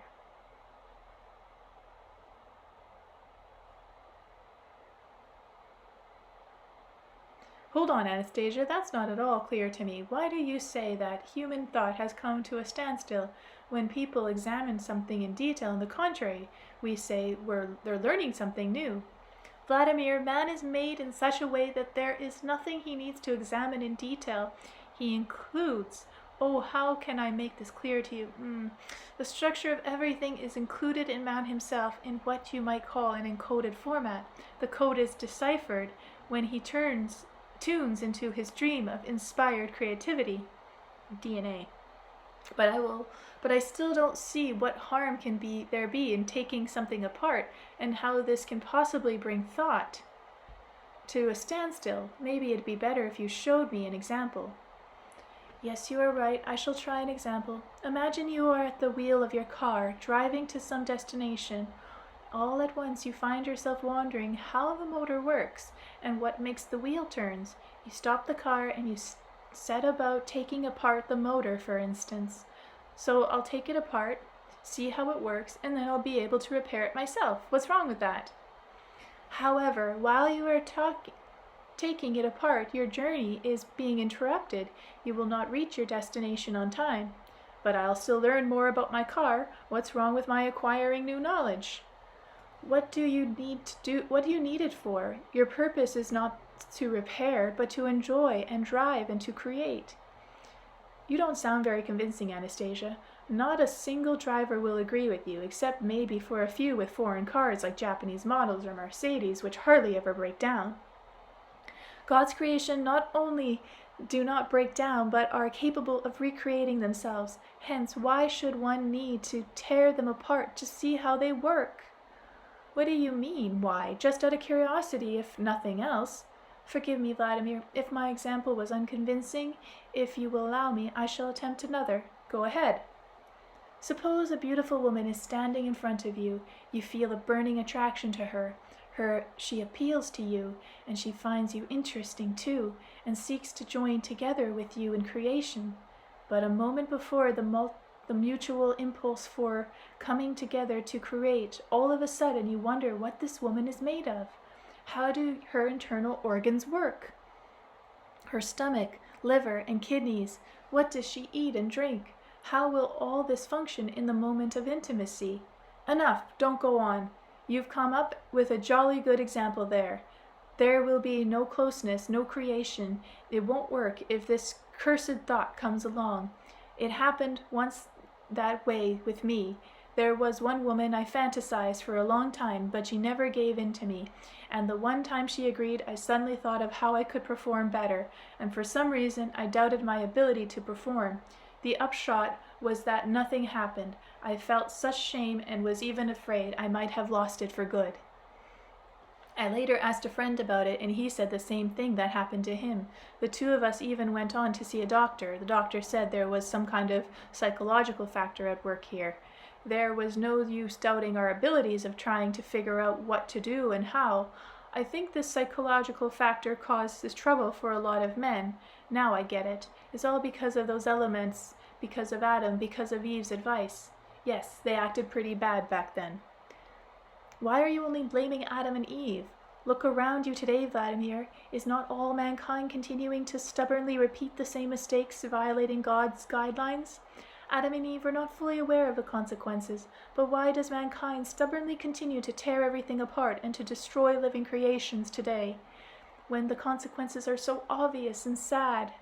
I don't know. Maybe everybody needs a good shake-up. Come on. We are so hung up on tearing apart one thing after another. I just had a thought.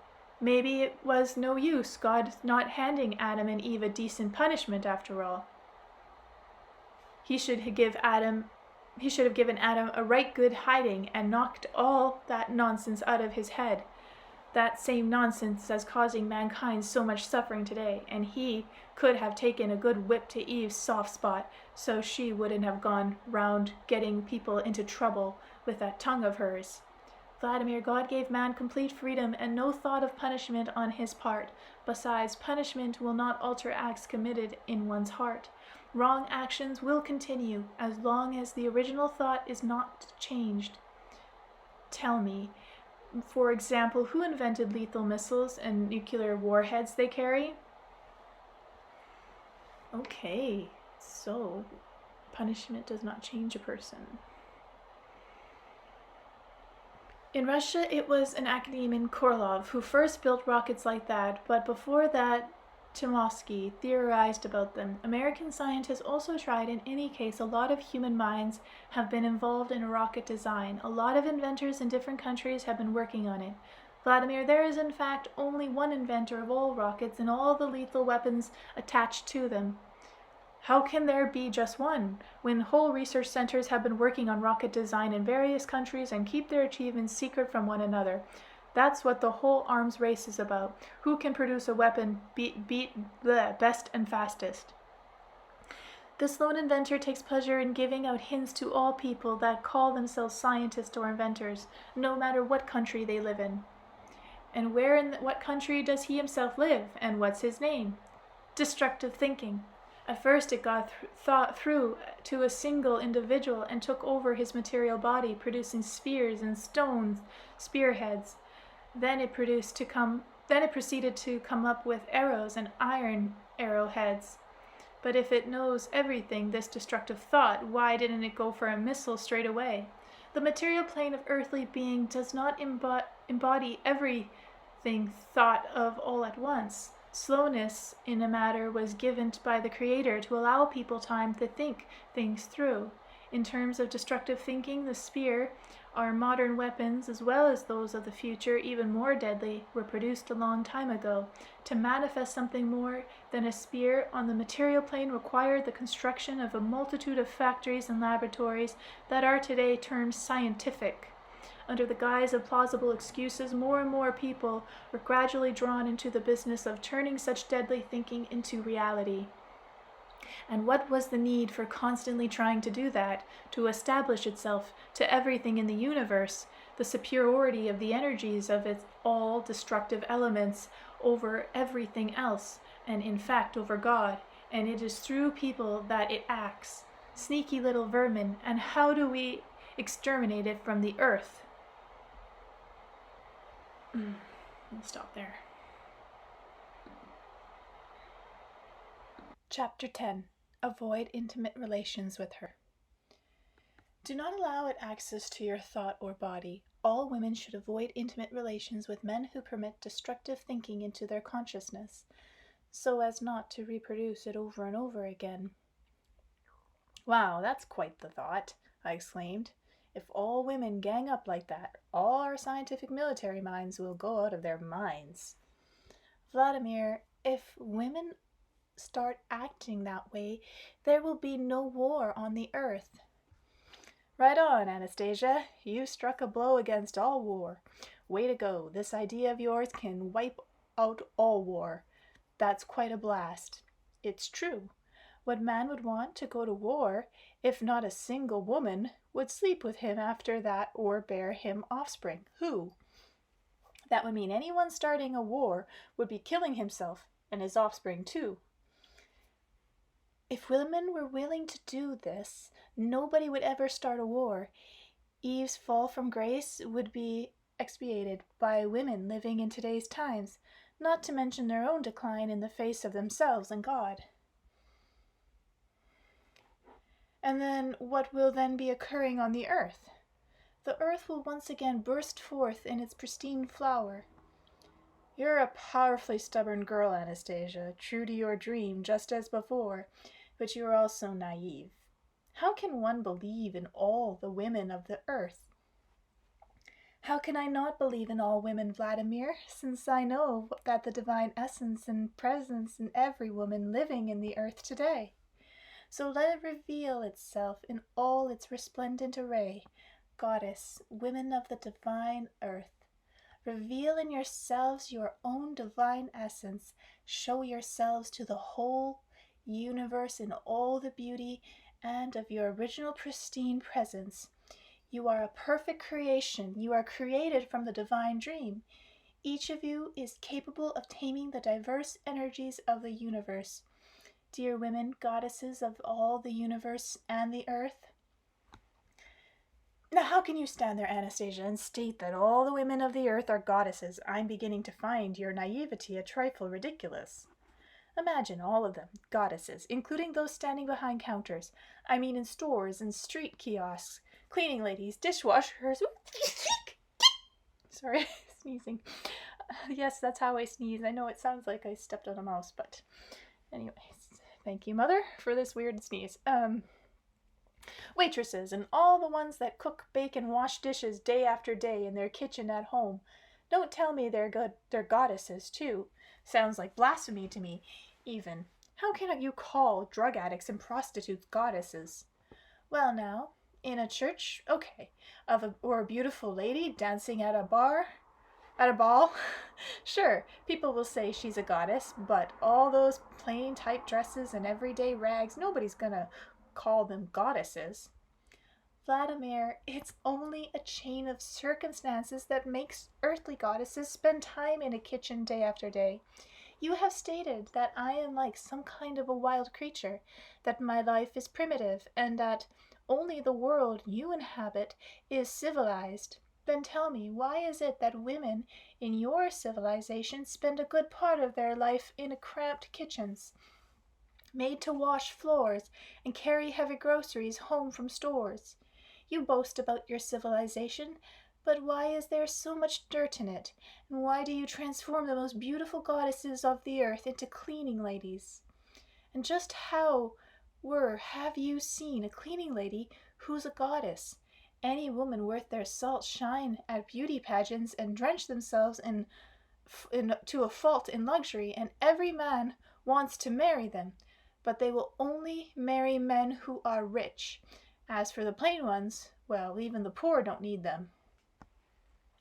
Every woman has her own beauty.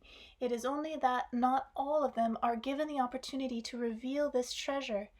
This great beauty is not something you can measure, like a person's waist, for example, the length of one's leg, the size of one's breast, the color of one's eyes. All that is completely irrelevant here. This beauty is interior to the woman, and it is found in both a young girl and a woman of senior years. Sure, in women of senior years, you're going to tell me about old ladies next. You think they're beautiful goddesses too? They are. They too are beautiful in their own way, and in spite of the endless humilities they face in everyday life, the multitude of blows dealt them by fate, any woman labeled a senior can still wake up in the morning with the sun, walk across the dew, smile at the sunrise with a ray of conscious awareness, and then what? And then suddenly make someone love her. She will be loved herself, and she will impart to him the warmth of her love. To what him? To the one, her only one, who sees in her the goddess within. It doesn't happen like that. It does. Go ask some seniors. You will be surprised at how many of them have passionate romances. And are you sure that women are capable of changing the world? Capable they are, capable beyond the shadow of a doubt. Vladimir, once they change their priorities of love, they, God's perfect creation, will restore the earth its resplendent, pristine worth. They will transform the whole earth into the blossoming garden of the divine dream. They are God's creation, the beautiful goddess of the divine earth. Chapter 11, 3 Prayers. There you go, talking about God, Anastasia. But how do you pray? Or do you pray at all? Many people have requested in their letters that I ask you about this. Vladimir, how do you understand the word pray? What do you mean, how? Isn't it obvious? To pray, that's, well, to pray. Are you trying to tell me that you don't understand the meaning of the word? One and the same word can mean different things to different people, depending on how they perceive it. To be able to express myself more understandably, I asked you, what does prayer mean to you? I never really thought about what it means. Somehow, Anyway, there's one principal prayer I learn by heart, and sometimes I say it, just, to be on the safe side. Apparently there must be some meaning in it if so many people say it. What are you telling me? You memorized a prayer, and you never wanted to find out its meaning? It's not that I didn't want to, it's just I never really thought about its meaning. I thought, well, everybody knows what it means, so why bother thinking prayer? Well, that's just like having a conversation with God. But if this principal prayer signifies a conversation with God, then tell me, how can you talk with God, your Father, without any meaning? Oh, sorry, that was Anastasia. I don't know how. Maybe I'll just do it again. But if this principal prayer signifies a conversation with God, then tell me, how can you talk with God, your Father, without any meaning? I don't know how. Well, what's all the big fuss anyway about this meaning? No doubt the people who wrote the prayer knew what it meant. But would you not like to talk with your Father on your own? Of course, everybody would like to talk with their Father on their own. But how can you talk on your own by repeating someone else's words, especially without even thinking about what lies behind them? At first I felt a little irritated at Anastasia picking this regarding the meaning of the prayer I had learned, but then I got interested myself in determining what it meant. For the thought was coming to me all by itself. How did this happen? I had learnt a prayer which I repeated on a number of occasions, but never really thought about what was in the prayer. I thought how interesting it would be to find this out, since I had memorized it, and I said aloud to Anastasia, well, okay, I'll give a thought to the meaning at some point, but she persisted. Why at some point? Could you not say your prayer right here and now? Why not? Of course I can. Then, Vladimir, say your prayer, the one you term of all your prayers, the principal one, the one through which you have tried to talk with the Father. As a matter of fact, it's the only one I know, and I only learned it because it seems everybody else considered it the most important one. All right, say your prayer, and I shall keep track of your thought. Okay, listen. I say the Lord's Prayer to Anastasia, which you may remember goes like this. Our Father which art in heaven, hallowed be thy name. Thy kingdom come, thy will be done, in earth as it is in heaven. Give us this day our daily bread, and forgive us our debts as we forgive our debtors. and lead us not into temptation, but deliver us from evil. For thine is the kingdom, and the power, and the glory, of the Father, and the Son, and the Holy Ghost, always now, and forever. Amen. Oh, that's a Catholic prayer. I stopped speaking and looked at Anastasia, but she was sitting there just as silently, her eyes lowered, not looking at me. She just sat there without a word, with a sad expression on her face, until I couldn't take it any longer and asked her, "Why aren't you saying anything, Anastasia?" Without raising her head, she inquired, "What words are you expecting to hear from me, Vladimir?" "What do you mean, what words? I said the prayer without even a single flaw. Did you like it? You could at least say so if you did or not, but you are not saying a word." "When you were saying the prayer, Vladimir, I tried to follow your thought, your feelings, the meaning of your appeal to God. I understood the meaning of the words of the prayer, but you did not understand all the words in it. Your newly budded thoughts was disintegrated, getting away from you. And there were absolutely no feelings. You were unable to grasp the meaning of many of the words, and you were not addressing yourself to anyone. You were simply muttering. But I just said it in the way everybody does. I was in church, and they use even more incomprehensible words. I heard how other people say it. They rattle it off at top speed, and that's it. But I said it to you slowly and distinctly, so you'd understand. But before you said it was a prayer addressing to God. Yes, I did say that. But God is our Father. He is a person. He is a living entity. The Father is capable of feeling and understanding when normal communication is initiated. But you... What about me? I'm telling you, that's the way they all say it when they address God. Imagine your daughter Paulina is standing before you, and all at once she starts talking in a monotone and slips into her sentence words she does not even understand herself. Would you as a father be pleased by her talking to you in such a way? I could picture the situation quite clearly, and I began to feel downright uncomfortable at the prospect. Here was my daughter standing in front of me, muttering something like a half-crazed person, not knowing what she even wanted. So I came to a decision. No, I had to make a conscious sense of my prayer. I can't just rattle off meaningless words, otherwise I would appear to God like some half-crazed idiot. If someone wants to mutter it, they can go ahead. As for me, I shall definitely make the effort to understand this whole prayer. I have only to find some place to look up the meaning of unfamiliar words, and why do they speak in some unknown language in church. Aloud I said to Anastasia, "You know, it's probably not a full and accurate translation. That's why my thought got lost, as you say." "Vladimir, the meaning can be understood even from this translation. Of course it contains words that are not used any longer in everyday speech. But the sense is clear when you ponder it and decide what is the most important thing for you, and for what is the most pleasing for the Father.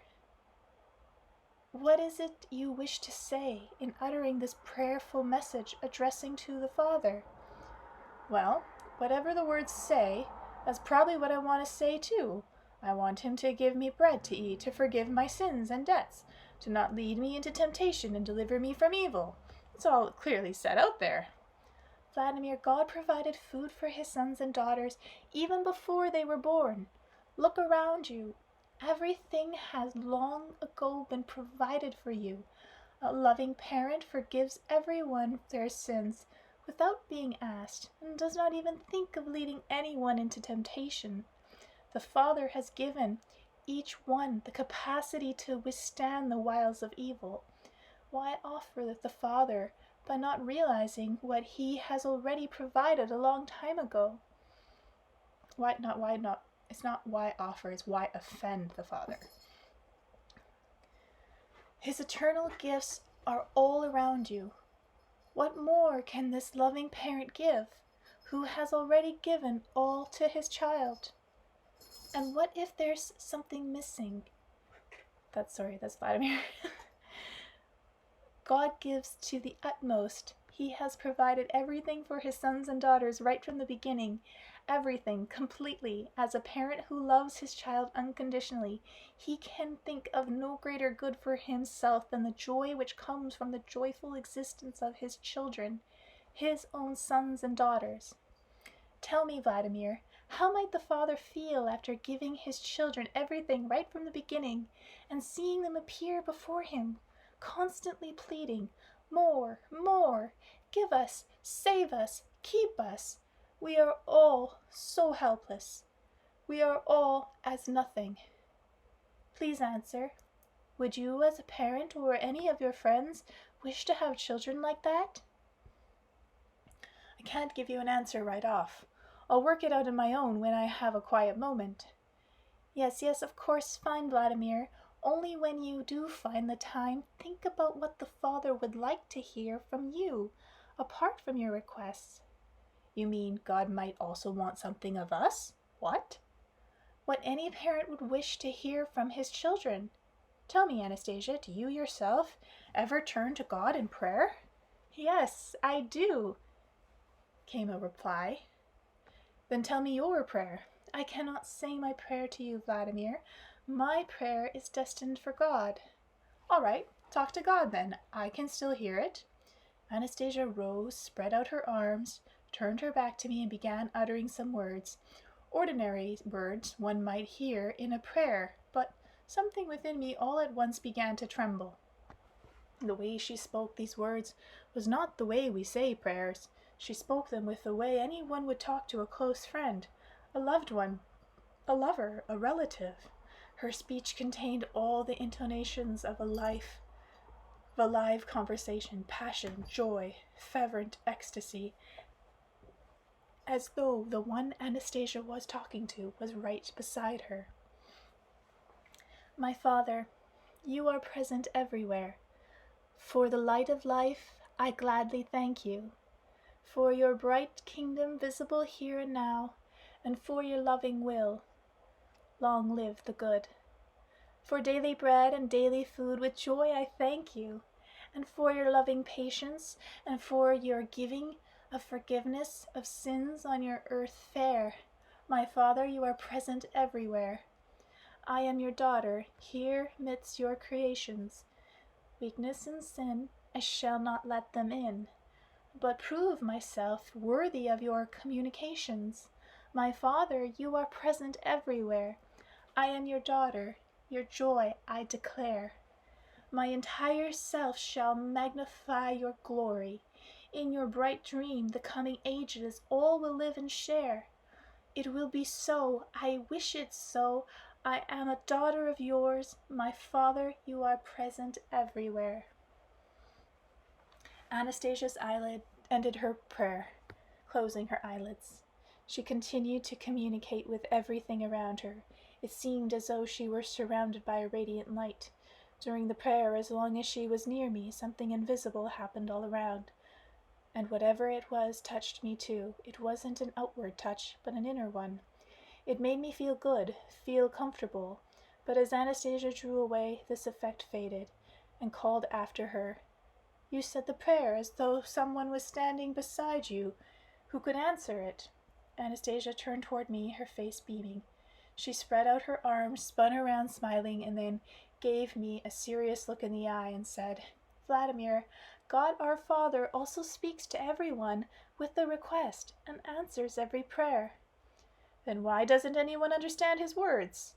"Words. The people of the earth have so many words with different meanings. There are so many diverse languages and dialects, and yet there is one language for all divine callings.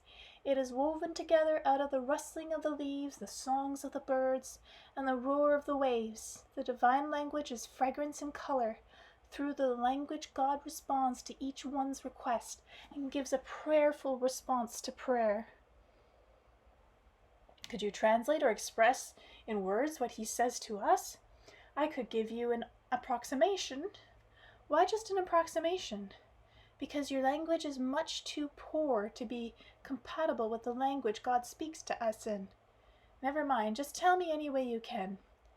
Anastasia looked at me, stretched out her arms out in front of her, and her voice came forth in chest tones. My son, my own dear son, how long I have been waiting. I am still waiting. A minute holds 100 years. A moment lasts millennia. I am waiting. I have given you all. The earth is all yours. You are free in everything. You shall choose your own path. All that I ask, my son, my own dear son, is that you be happy. You do not see me. You do not hear me. In your mind are doubts and sorrows, and you are turning away. Where to? You are yearning for something. What for? And you are bowing to someone. I stretch out my hands to you, my son, my own dear son. Be happy, I ask you. Again, you are going away, but your road leads to nowhere. On this road, the earth will explode. You are free in everything, and the world is exploding and tearing your destiny apart.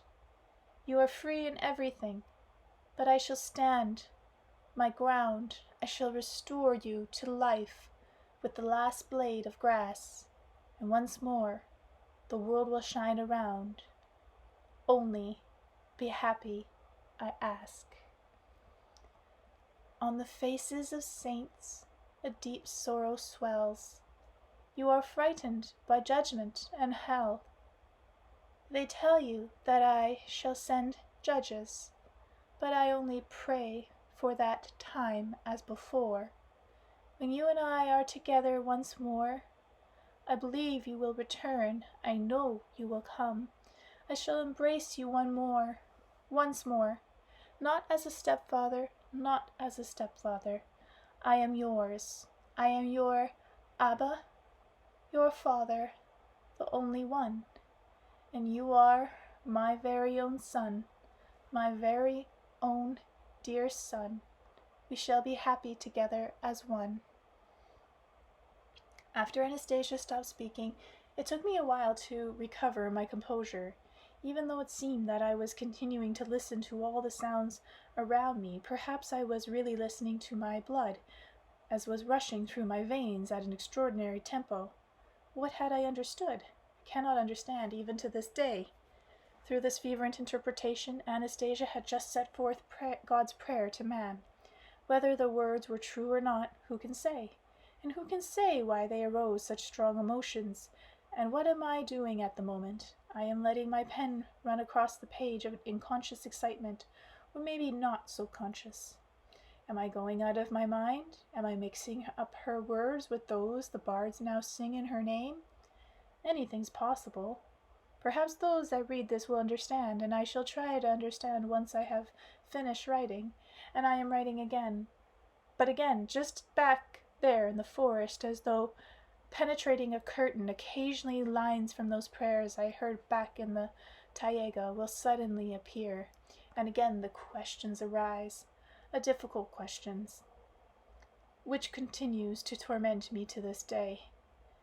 Through scene from our lives and pondering, a question I'm afraid to try to answer even to myself, but it is not one I can keep back any longer, just within myself. Perhaps someone will come up with a convincing answer. Prayer. The prayer of Anastasia. Just words. The words of a taiga recluse, an uneducated recluse, with her own unique way of thinking and her own unique lifestyle. Just words.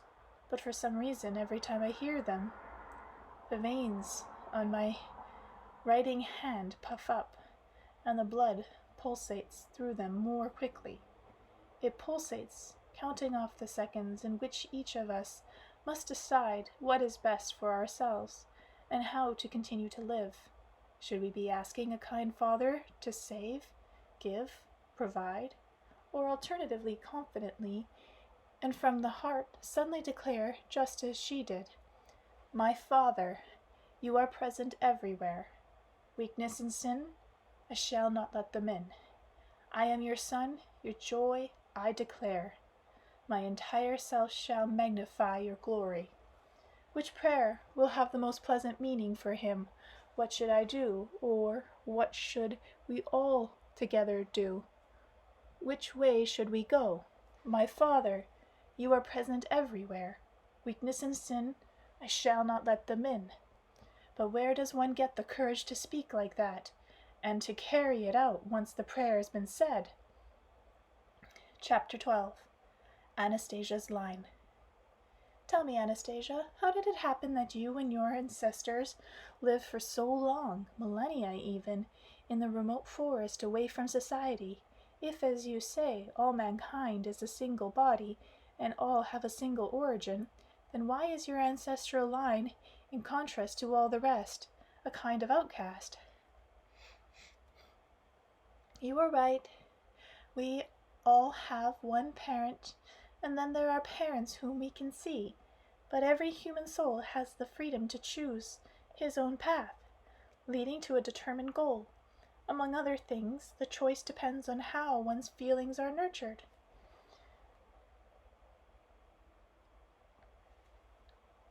And then who that has nurtured your distant forebears in such a way that your line is so distinctive even today, in your lifestyle, let's say, or the way you understand things? It happened in time long ago. I know I said long ago, but it seems as though it happened only yesterday. Perhaps I can best put it this way. A time came when mankind aspired not to co-creation, but to analyzing God's creation, back when spears were already flying and hides of faithful creatures were already considered worthy features on people's bodies, when everyone's consciousness was being altered and being directed along the path leading to today, when human thought faltered, aspiring not to creation, but to the accumulation of knowledge. All at once, people began analyzing the process by which men and women were able to experience tremendous satisfaction by merging their bodies together. Then, for the first time, men began possessing the women, and women submitted to the men, not for the sake of co-creation, but so that both of them could experience a satisfying sensation. It seemed to them, as it seems to people living today, that such a sensation comes afresh each time there is a merging of a male and female element, their visible bodies, their flesh. In fact, the satisfaction from the merging of mere flesh bodies is fleeting and incomplete. In the intercourse of carnal desire, there is no participation by the higher planes of the human self. Man aspired to feel a sense of fulfillment by changing bodies and methods of coming together, but even today, he has not achieved anything fully. The sad consequence of these carnal pleasures has been their children. The children were deprived of conscious aspirations towards the goal of realization of the divine dream, and women began experiencing pain in childbirth, and the rising generations was doomed to live in torment, and the absence of the three planes of being meant they were afforded no opportunity of attaining happiness in any way. And so we have come down to the present day. One of the first women to experience pain in childbirth saw that her newborn baby girl had injured her little leg during the birth and was so frail that she wasn't even able to utter a cry. The women also saw that the man who had enjoyed sexual pleasures with her remained indifferent to the child, and was already seeking to pleasure himself with another woman. And so the woman who had chanced to become mother became annoyed at God, and she grabbed her newborn baby girl and ran with it with all her might away, far away from everyone else, right into the middle of the woods, an isolated place where no one lived, stopped to catch her breath in her despair. Wiping tears from her cheeks, she kept railing at God with words of frustrated anger.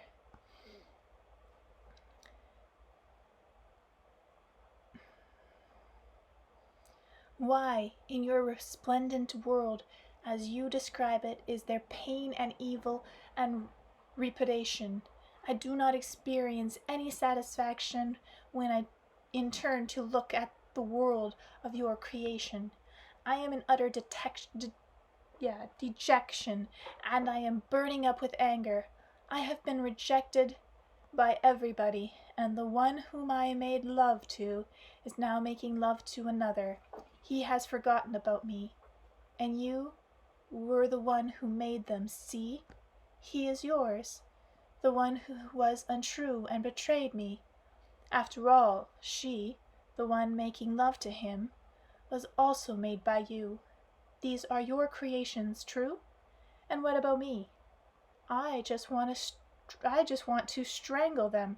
I am burning up with annoyance at them. Your world has become forlorn and joyless for me. What kind of fate did you select for me? And why did I bear this deformed, half-dead child? I do not want anyone to see it. There is no joy for me in contemplating it. The woman didn't just put the child down. She callously tossed the barely living lump, her own daughter, onto the ground. In her despair and anger, she again cried out to God, "Let no one ever lay eyes on my daughter. But you look and see the torments taking place among your creations. Her life is not to be. I shall not be able to feed the child that I have borne. My ill temper has burnt the milk in my breast, and I am going away. But you look and see how many imperfections there are in the world you have created. Let your birth die in your sight. Let it die among the creations of the earth." At that, the mother ran from her own daughter, angry and forlorn. The newborn baby was left all alone, a barely breathing, helpless little lump lying on the wooden ground. My distant foremother was in that baby girl, Vladimir. God could feel the anger and despair coming from the earth. He felt distress and compassionate care for that tearful, depressed woman. But the invisible Father who loved her could not alter her destiny. The woman running in despair was wearing a crown of God-bestowed freedom. Every man fashions the destiny of his own soul. The material plane of being is just subject to no one. It is under the complete control of man himself. God is a person. He is the Father of all. But he does not exist in the flesh. Not in the flesh. But in him there is a complex of all the diverse energies of the universe, a whole complex of feelings belonging to man. He can rejoice, and he can feel distress. He can grieve over one of his sons or daughters who choose a path leading to suffering. He glows with a fatherly tenderness to all in each day. For all without exception, he caresses the whole earth with a sun ray of love. Day after day, he never loses hope that the daughters and sons of his conception will follow the divine path. Not under orders, not through fear. They will use their freedom of choice to determine their own path to conjoint creation, regeneration, and joy from its contemplation. Our Father has faith and waits, and he sustains life with his self. Our Father includes the whole complex of human feelings. Could anybody imagine how our Father, God, felt when his newborn child lay quietly dying there, alone in his forest, wild, among his own creations? The baby girl did not cry. She did not even make a sound. The little heartbeat was slowing down. Just occasionally her tiny lips searched around for some life-giving nipple. She felt thirsty. God does not have hands of flesh. Even though he is all-seeing, he still could not clasp the baby girl to his breast. Having given everything to man, what more could he possibly give? And so, he who is capable of filling the whole universe with the energy of his dream compressed himself into a lump of energy over that forest, a wee tiny lump capable of dispersing all the vast worlds of the universe at a single burst. He concentrated the energy of his love right over that forest, the love he expressed toward all his creations. Through them he embodied himself in his acts upon the earth, and they and a little drop of rain touched the lips of the baby girl lying there on the ground, lips which were already turning blue, and at once a small breeze blew, from the trees fell pollen dust, and the baby girl breathed it in. And the day went by, and the night came on, and the baby girl was still alive. All the beasts and creatures of the wild, embraced by a divine delight, recognized the baby girl as their own child. And years passed. The little girl grew and became a young woman. I can call her Lilith. As she strode over the ground, all bright in the sun's early rays, all other life around called out her name in gladness and praise. Lilith's smile illuminated and caressed the world God had created around her. Lilith accepted everything around her as we would accept our mother or dad. As she grew up, she would venture more and more often towards the edge of the forest.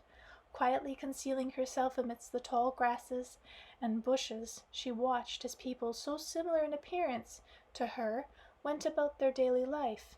But what a strange life it was! They were distancing themselves more and more from God's creations, building houses to live in, cutting down everything around, and for some reason clothing themselves in animal hides. And they took great pride in killing God's creatures, and boasted about who could most quickly kill their prize. And they kept on producing something out of dead matter. Back then, Lilith did not yet realize that people who created dead things out of living things considered themselves thereby to be very wise. She aspired to tell these people about things that could bring joy to everyone. She very much desired a conjoint creation and the joy that comes from its contemplation. She felt an ever-growing need within her to bring about the birth of a new living divine creation. More and more frequently she rested upon one man in particular, her gaze. He was rather a plain sort of in comparison to his fellows. He did not distinguish himself at spear throwing, and considered himself a less than successful hunter. He was pensive and often sang quietly to himself. He would often go off on his own and dream about something all alone. One day, Lilith went out to meet these people. She had collected living gifts from the forest and carried them in a withy basket out to a crowd of people. Men standing around a baby elephant they had slain and arguing arcanely about something, and he was there among them, her chosen one. At the sight of her, all voices suddenly became mute. Now Lilith was a woman of exceptional beauty. She had not taken steps to veil her exposed slender figure, unaware of the hold carnal desires had already secured for themselves over male human beings. They carelessly thrust themselves at her en masse. Putting her gifts down on the ground, she noticed the fire of fleshy lust and desire burning in their eyes, and he, her chosen one, ran after all the rest. Even from a distance, Lilith still felt how forcefully the wave of aggression touched the delicate string of her soul. Taking a step back, she suddenly turned and ran from the whole approaching horde of warriors. Seething with lust, they kept up their chase for a long time. She ran without any difficulty in breathing, and did not tire out, while those in pursuit were dripping with sweat. But they were not to lay a hand on Lilith. Those who thirsted to capture this beauty were unaware of the truth that to know beauty, one must include such beauty within oneself. And the warriors, tired of the chase, losing sight of Lilith, they started wandering back the way they came, and went astray. Eventually they found their way. All but one, the weary from running, he sat down on a fallen tree and began to sing. Lilith quietly concealed herself and recognized the singer as the one her heart felt a yen for, who had also given chase after her with the other men in the crowd.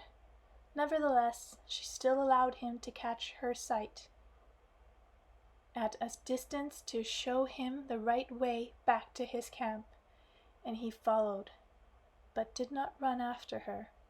Upon arriving at the edge of the forest and seeing his camp and the campfire burning there, he forgot everything and started running toward it, and Lilith watched as her chosen one ran off. Her heart would beat in an unfamiliar way,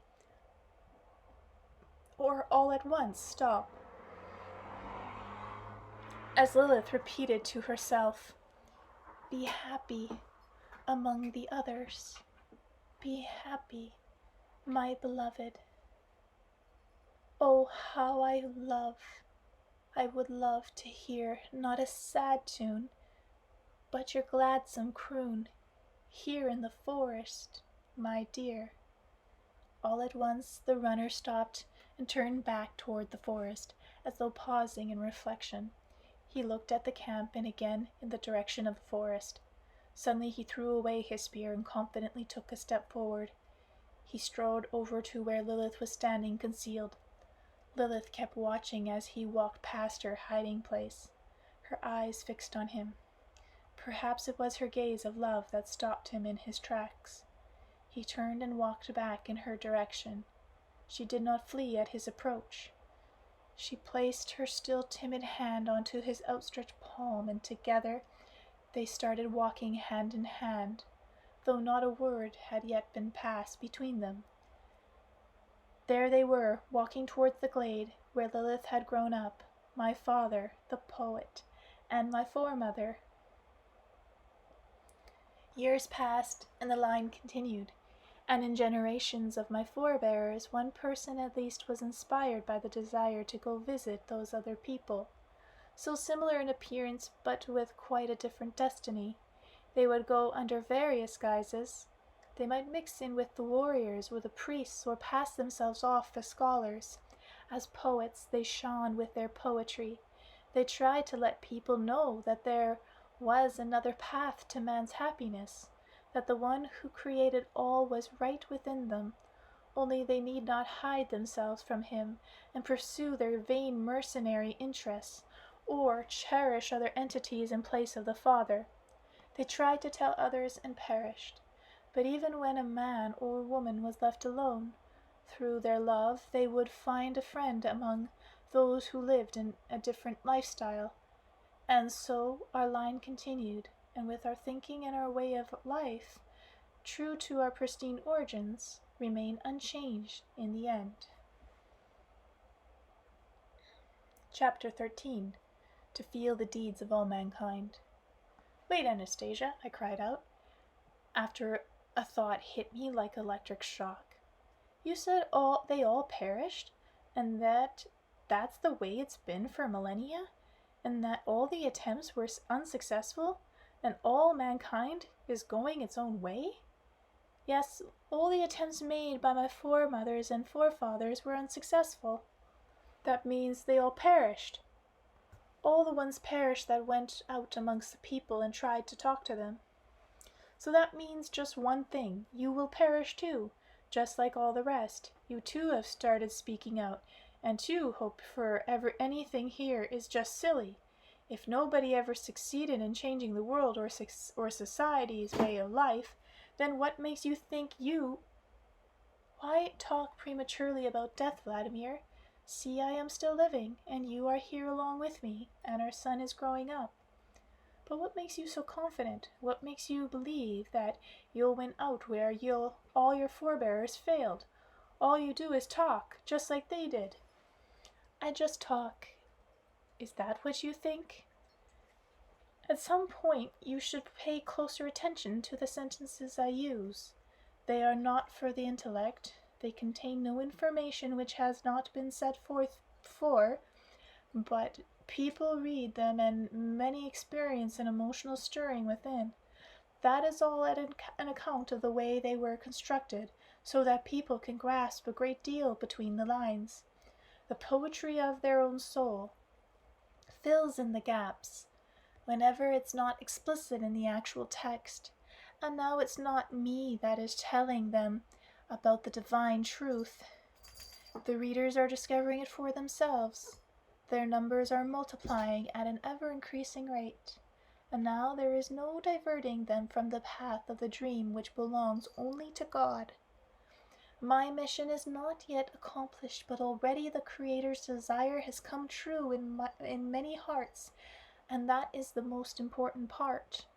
When the heart aspires to something in a dream, invariably, believe me, it must all come true in life.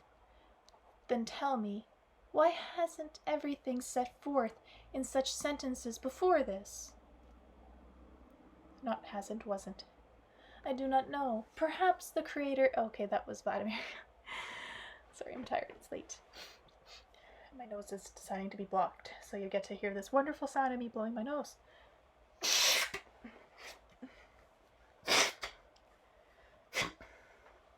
Sorry. We're getting close, aren't we? All these intimate moments we're sharing. Oh, my voice and my nose. I'm just going to keep going, but I'm going to have a drink. It's allergies. I do not know. Perhaps the Creator has shone forth with some kind of new energy. An energy that tells us anew about something we see around us every day. Something we see but do not pay sufficient heed or to reflect upon. And my feelings do not deceive me. I have the clear feeling that He is accelerating all His diverse energies once more. A new dawn is coming for all the earth. His earthly daughters and sons will experience life as it was created by the energy of the divine dream, and both you and I will play a part. But most important are those who have become the first ones to feel those thoughts between the lines, the thoughts that the energy of the Creators implemented in people, like the music of the soul.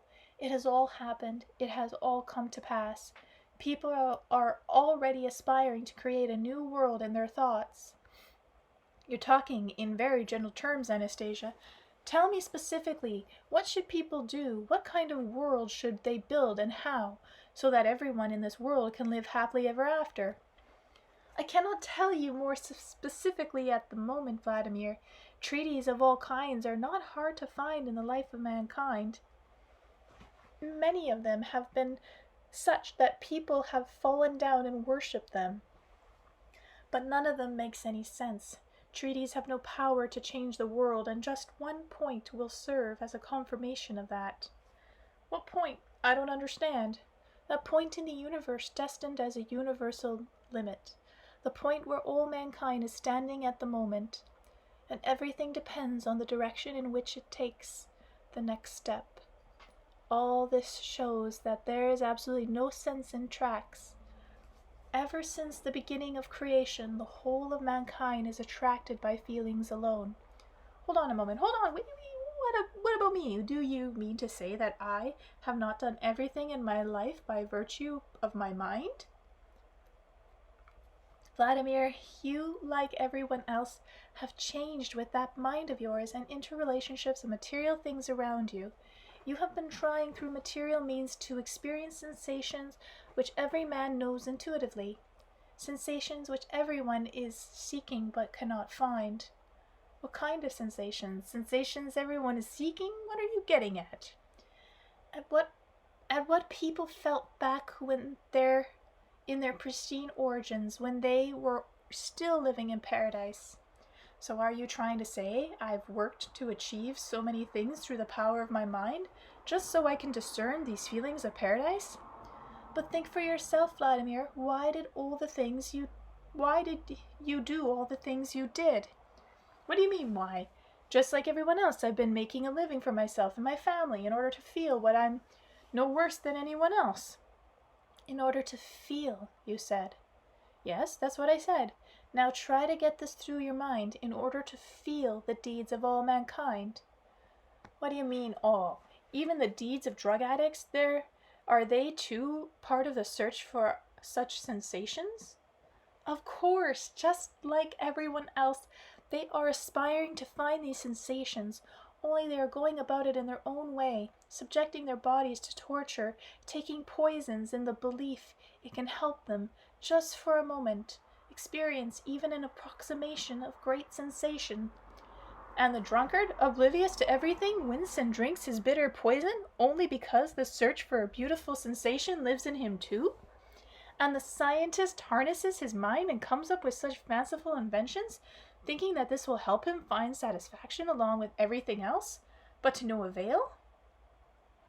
Over the whole course of its history, Vladimir, human thought, though, has gone and invented a tremendous number of senseless things. Just think of the multitude of objects surrounding you right where you live, and each of those objects is considered to be the achievement of scientific thought. Think of the labors of the multitude of people behind its production. Only please tell me, Vladimir, which of these objects has made you happy and satisfied with life? Which?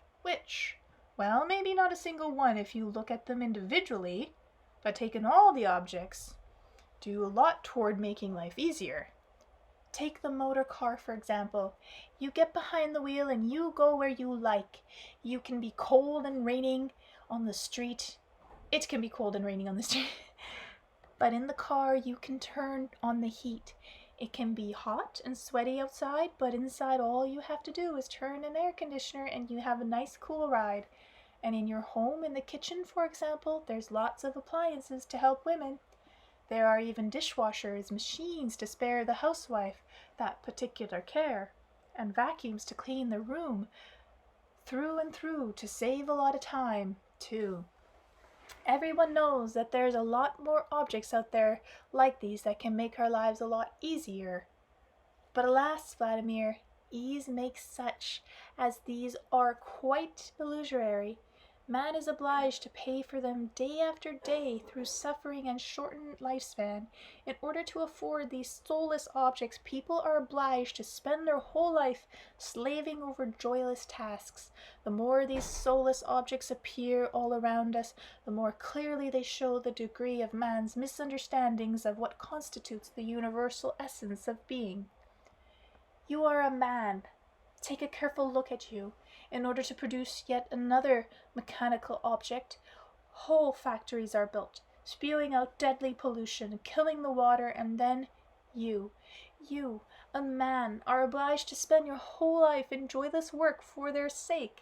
They do not serve you, but you them inventing, repairing, and bowing down to the things you make.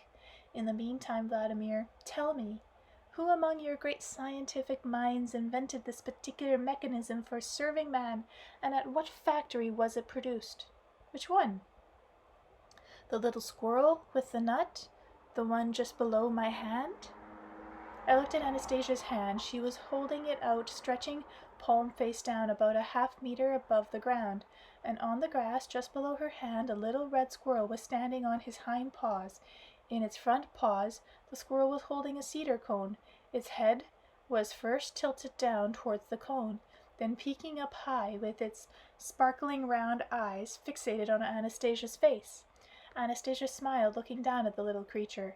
Without a stir, she held her hand, balanced in the same position as before, and all at once the squirrel put the cone down on the ground, started working on it in some way, using the claws on its front paws to take off the scale and put a tiny nut out of it. And once more the little creature stood up on its hind paws, raising its head, and seemed to be holding the nut out for Anastasia, as though asking her to receive it from its paws. But Anastasia continued to sit on the grass as before without a stir. Then the squirrel lowered its head and quickly bit into the nutshell, and after peeling off the shell, placed the kernel of the nut on a broad leaf. Then it began pulling more and more nuts out of the cedar cone, each time biting into the shell and laying the kernel on the leaf. Anastasia then put her hand down on the grass, palm upturned, whereupon the squirrel hastily transferred all the shell kernels from the leaf onto her hand. With her other hand, Anastasia gently stroked the furry little creature, which had become stock still. Then it came even closer to Anastasia and stood apparently trembling with joy before her, and looked her in the eye. "Thank you," Anastasia said aloud to the squirrel. "Today, my beauty, you are better than ever before. Go on, go about your business, my busy little one. Find your chosen one, my beauty, one who is worthy." And she motioned with her hand toward a nearby cedar tree with huge spreading boughs, whereupon the squirrel began skipping about, twice executing a circle around Anastasia before bounding off in the direction indicated by her arm. With a flying leap onto the trunk, she finally disappeared into the cedar's leafy branches.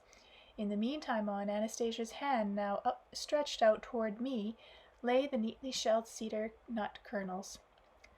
"Well, now, that's quite a mechanism," I thought to myself. "It collects the product, delivers it, even separates it from the shell. This little creature doesn't require any maintenance or repair, and doesn't consume any electrical energy." After trying the nuts, I asked, "What about the great military leaders, Alexander the Great, Julius Caesar, the ones who started wars, Hitler too? Don't tell me they are searching for a feeling of their pristine origins." "Of course they are. They wanted to feel that they were rulers of the whole earth. Subconsciously, they felt that this kind of sensation was related to the one everybody is intuitively searching for. But they were mistaken. Mistaken, you say? What makes you think that? After all, nobody has yet been able to take control of the world." "Hoo-hoo. Sure trying." "But they did take control of cities and whole countries. They would fight and win battles over cities, but the satisfaction they derived from their victory was fleeting indeed, and they kept on warring, aspiring to even greater conquests.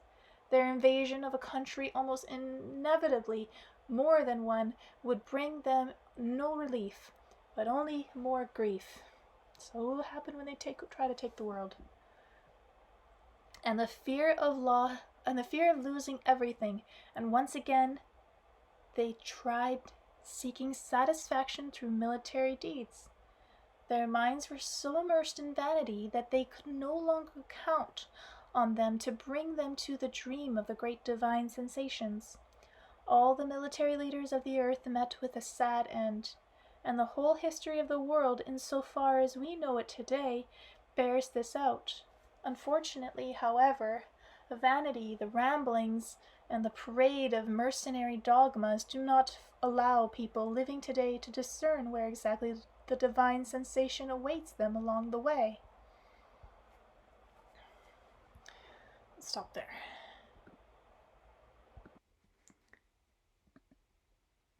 Chapter 14. Dining in the Taiga. Each time I visited Anastasia in the Taiga, I would invariably take long things to eat. I would take preserves, hermetically sealed biscuits in a plastic wrap, and a sliced fish fillet in a vacuum pack. And each time when I got ready for the trip back, I would find my reserve supplies unused. And each time she would slip some treats into my backpack. These generally consisted of nuts, fresh berries, wrapped in leaves, and dried mushrooms. Russians are accustomed to eating mushrooms, well boiled, fried, marinated, or salted. Anastasia eats them in their dried natural state, without any processing. At first I was afraid to even try them. Then I tried them, and they were okay. Once a piece of mushroom is softened from the saliva in the mouth, you can suck on it like candy or swallow it. Later I even got so I actually liked it. One time I was traveling from Moscow to Gelsenik by car for a readers' conference. The whole trip I lived on mushrooms Anastasia had given me. A friend of mine, the director of the Moscow Anastasia Center, was at the wheel, and he ate some of the mushrooms too, and during my talk at the conference I invited the audience to try them. And people didn't shy away. They kept taking one piece each until my supply ran out, and ate it on the spot, and nothing bad happened to any of them. In fact, I don't remember any occasion during my visits with Anastasia where we actually sat down for the specific purpose of eating. Whatever Anastasia offered me, I would just try on the spot, and I never felt any real sensation of hunger. But this once, at the time I was probably too engrossed in pondering the meaning of Anastasia's prayer to notice how she managed to spread such a huge table, if indeed one can call it that. There on the grass, on a variety of leaves, both large and small, lay a host of delicacies. They filled an area larger than a square meter in size, and everything was beautifully laid out with tasteful decor. Cranberries, huckleberries, cloudberries, never heard of that, raspberries, black and red currants, dried strawberries, dried mushrooms, some kind of yellowish paste, 3 small cucumbers, and 2 medium-sized red tomatoes. These lay among a multitude of clumps of herbs decorated with floral petals. Some sort of white liquid, looking not unlike milk, stood in a little hollowed-out wooden bowl. I couldn't tell what the scones were made of. Scones. There was honey in the comb, too, strewn with multicolored grains of pollen dust. Seat yourself down, Vladimir. Try this God-given daily bread, Anastasia invited with that sly smile of hers. Wow, I couldn't restrain myself from exclaiming, "That's really something, and you've laid it all out so beautifully. I just like a good mistress of a feast." Anastasia bubbled with childlike joy at my praise. Then she burst out in laughter, her eyes still fixed on the table she had laid out. All at once she threw up her hands in the air and exclaimed, "Oh, you see here, I'm supposed to be a good feasting mistress, and yet I have gone and forgotten my spice. You like a lot of hot spices, do you not? You like them, yes?" "I do." "And here this good feast mistress has gone and forgotten them. Give me just a moment. I shall correct my mistake." And she took a look around her, ran off a little ways and tore off a part of the herb, then did the same in another place. Then she reached into the bushes and tore off something else, and presently laid her find down amongst the cucumbers and tomatoes, a little bouquet-like clump of various herbs.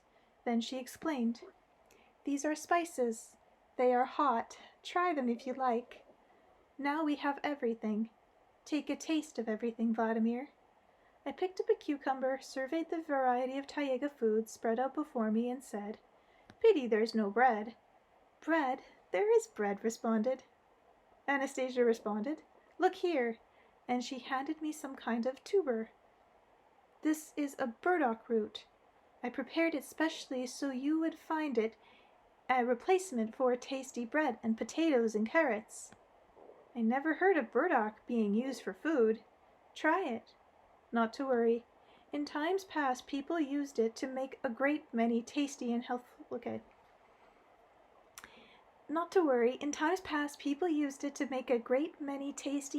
dishes. Try just a small bite first. I have been keeping it in milk so to soften it." I was about to ask where she got the milk, but once I took a bite of the cucumber I couldn't say another word until I had finished it off. And without bread yet, I took the bread replacement tuber from Anastasia, but I could only hold it in my hand without trying it until I had finished eating the cucumber. You see, this ordinary-looking cucumber was utterly different in taste from any I had ever eaten before. This Taiga cucumber had a pleasant, unique fragrance. You are no doubt aware that cucumbers grown in hothouses taste quite different from those raised in garden beds in the open air. The ones growing in the open have significantly superior taste and fragrance, but Anastasia's cucumber surpassed all the open-air cucumbers I had tasted before, and possibly by an even greater margin of difference. I quickly picked up a tomato, tried it, and polished it off on the spot. Its taste too was extraordinarily delicious. Like the cucumber, it was far tastier than any other tomato I had ever eaten. Neither of them required any salt, sour cream, or salad oil. They were delicious and of themselves, just like a raspberry or an apple or an orange. Nobody would ever think of either sweetening or salting an apple or a pear. Where did you get these vegetables, Anastasia? Did you run down to the village? What kind are they? I grew them myself. You liked them, did you not? She asked. Like them? I've never had any like this before. That means you've got a garden plot or a hothouse? What kind of tools do you use to dig your beds? Where do you get fertilizer at the village? The only thing I got at the village was some seeds from a woman I know there. I prepared a spot to plant them among the herbs, and they grew. The tomatoes I planted in the autumn, then hid them under the snow, and come springtime they began growing. The cucumbers I planted in the spring, and those little ones, managed to ripen. But what makes them so delicious? Is it some new variety? Oh, just an ordinary variety. They are different from those grown in a typical garden plot only because they were provided with everything they needed during their growth period.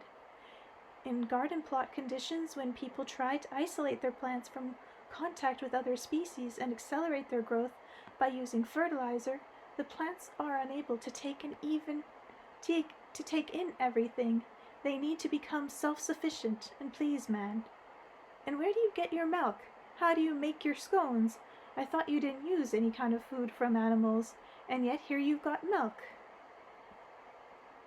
That milk is not from animals, Vladimir. The milk you see before you is from a cedar. How do you mean from a cedar? Can a tree really give milk? It can, only not all trees by any means, but cedars, for example, can. Try it. There is so much included in this drink, the cedar milk, before you can nourish more than just your body. Do not drink it all at once. Try 1 or 2 sips. Otherwise it will fill you up so much that you will not want anything else. I took 3 sips. The milk was thick, with a pleasant, slightly sweet taste to it. I also felt a warmth from it, but not the same as from a warmed cow's milk. This tender, inexplicable warmth ran through my whole insides, and I think changed my mood at the same time. This cedar milk is delicious, Anastasia, delicious indeed. But how does one milk a cedar to get this liquid? There is no milking involved. You must keep grinding the milk kernels of the nut with a special kind in a wooden mortar. Calmly, thoughtfully, and with good attitude, and you keep adding water, little by little, living spring water, and you end up with milk. Are you saying people have never known about this before? Many people know about it in times past, though even today people in the little Taiga village sometimes drink cedar milk. People in cities prefer a different kind of diet altogether, one less healthful but more suitable for the purpose of conserving, transporting, and cooking. What you say is quite correct. When you live in a city, you have to do everything quickly, but this milk. Wow! What kind of tree is this cedar? The cedar all by itself can give us nuts and oil and flour for scones and milk? And there are a lot of other unusual things that the cedar can supply. What unusual things, for example? You can make superb perfume from its ether oil, self-sufficient, healthful perfume. Nothing artificial can come even close to its fragrance. The ethers of the cedar represent the spirit of the universe. They can cure the body. The ethers of the cedar can protect man from harmful influences. Can you tell me how to extract perfume like that from the cedar? I can, of course, but now, Vladimir, you should have a little more to eat. I reached out my hand to take another tomato, but Anastasia stopped me. Wait, Vladimir, not that. How do you mean? I prepared a variety of things for you so that you could first take a taste of everything, so that it might cure you. What might cure me? Your own body. Once you try a bit of everything, the body itself selects what it needs. You will feel like eating more of what you have chosen. Your body itself will determine what it needs. Wow, I thought, for the first time she's gone against her own principles. So what happened was that twice before Anastasia had cured me of some internal ailments, What kind of ailments exactly, I don't know. But I used to get bad pains in my stomach, or my liver, or my kidney, or maybe all of them at once. The pains were bad, and painkillers didn't always help. But I knew that when I came to see Anastasia, she would cure me, something she does very quickly. But on the third occasion she refused to treat me. She didn't even comply. She didn't even completely remove the pain with her gaze, saying that if I wasn't going to change my lifestyle or eliminate what was causing me to be ill, there was no point in treating me. Since in that case the treatment would only harm me, I got really angry at her and never asked her for a treatment again. After returning home, I did find myself cutting back a little on the amount of smoking and drinking I indulged in. I even fasted for several days, and I felt better. And then the thought came, why don't I have to go to a doctor or some other healer every time we feel ill? We can take hold of our own selves when we feel pain pressing down upon us. Of course it would be best for it not to press down at all. I wasn't able to cure myself completely, but I decided not to ask Anastasia for help. However, she agreed to treat me all on her own. But you did say you wouldn't give me any more treatment, or even take away the pain. I shall not take away your pain any longer. Pain is a conversation between God and man. But I can now, since I am just offering you food, that does not go against nature. Does it go against them? Who's them? The ones who thought up the regime that is so harmful to man. What harmful regime?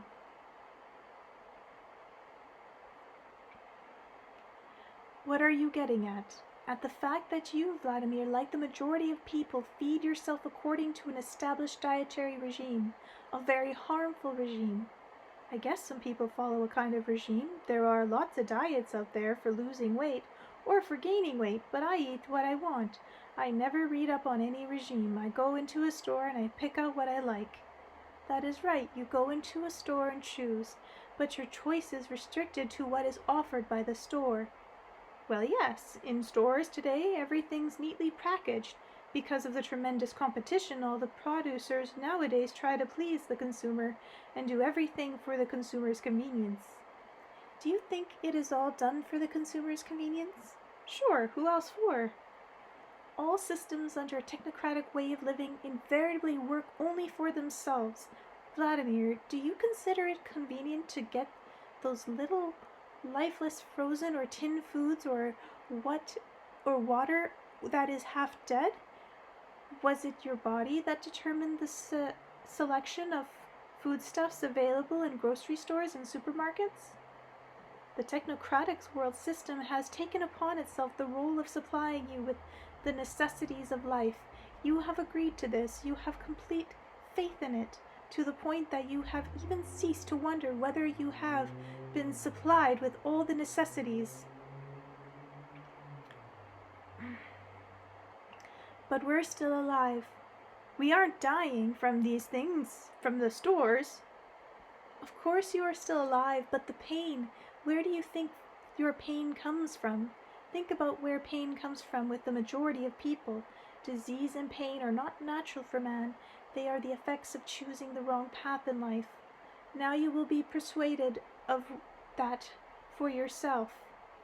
Here before you lies just a small sampling of what the divine nature has created for man. Just try a little bit of each thing, and then take what you like with you. 3 days is sufficient for these little herbs, which you yourself will select to overcome your pains. I began trying a little of everything. While Anastasia was still speaking, some of the clumps of herbs were tasteless, while others I felt like eating more of. Before my departure, Anastasia put the things I had taken a liking to into my backpack. I ate them over a 3-day period, and the pain completely disappeared. Chapter 15. They're capable of changing the world. Why is it, Anastasia, that every time you speak of your forebears, you always talk about mothers, about women? As for men, your forefathers, I hardly hear anything. Is it as though the fathers in your line were all insignificant? Or maybe your genetic code or your ray doesn't allow you to feel your male ancestors? Isn't that a bit insulting towards your forefathers? I can feel and see the deeds of my forefathers just as I can my foremothers when I want to, but I am far from being able to understand all their deeds or to determine the significance for their present day, for me and everyone else. Tell me at least about one of your forefathers whose deeds you don't fully comprehend. As a woman, you find it harder to understand men. It'll be easier for me, seeing I'm a man. If I understand, then I can help you understand too. Yes, of course, I shall tell you about my forefather, who was able not only to discern, but also to produce living substance of a power greater than all the weapons known, either today or in the future. Nothing manufactured could ever withstand them. They are capable of changing the earthly world, of destroying galaxies, or even creating whole new worlds. A whole new world. Sorry, I couldn't resist. You must be joking. And where is this gadget today?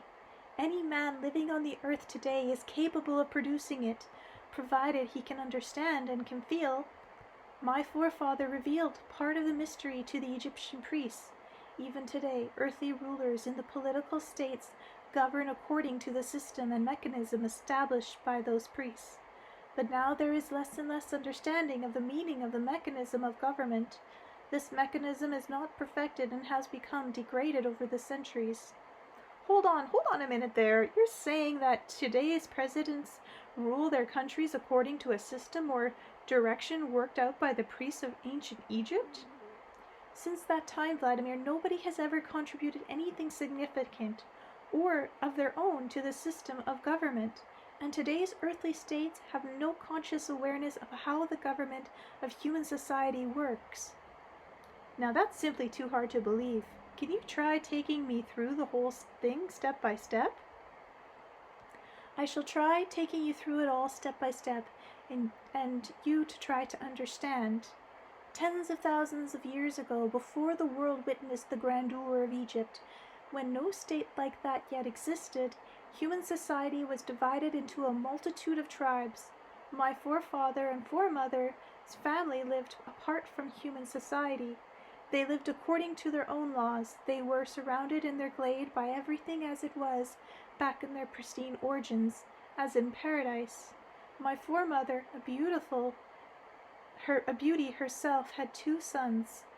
One of them was the orb of day, which, as it rose into the sky, awakened everything to life. The other was her chosen one. She was always up first. She bathed in the stream and warmed herself in the rising sun.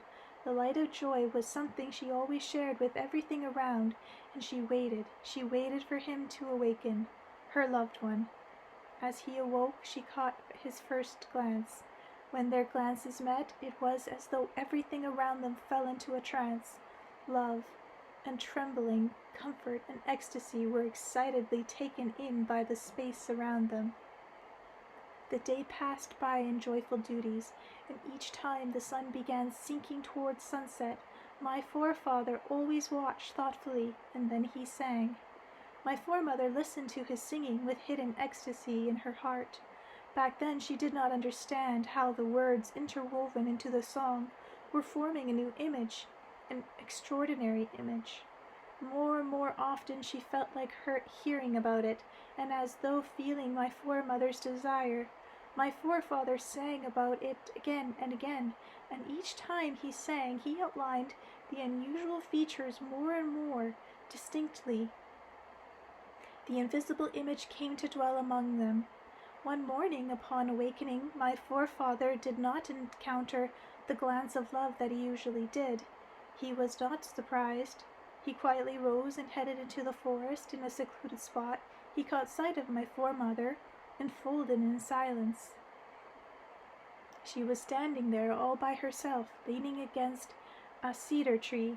Enfolded in silence, she felt my foremother put his hands on her shoulders. She kept her moist eyes lowered instead of raising them to look at him. He lightly touched a tear running down her cheek and said tenderly to her, "I know. You are thinking about it, my beloved. You are thinking about it, and you are not to blame for that." The image I created is invisible. It is invisible. But you love it more than you love me. You are not to blame for that. My beloved, I'm going away. I'm going now, out among the people. I have been able to discern how splendid images are created. I shall tell the people about that.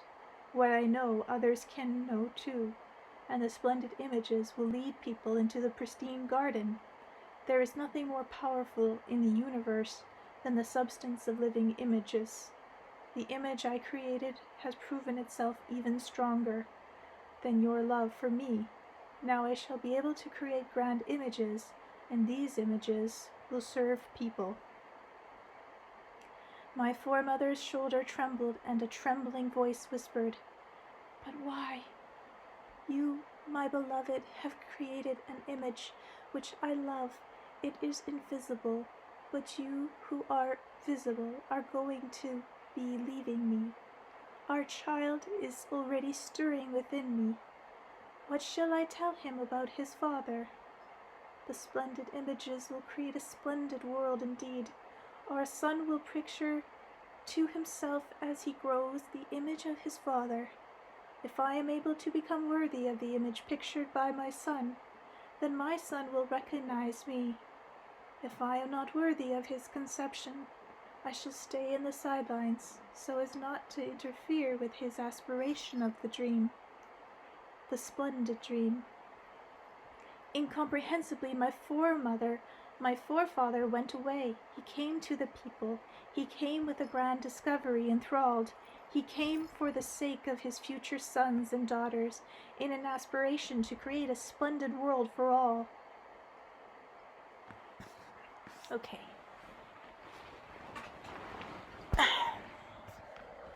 Chapter 16. An Extraordinary Power.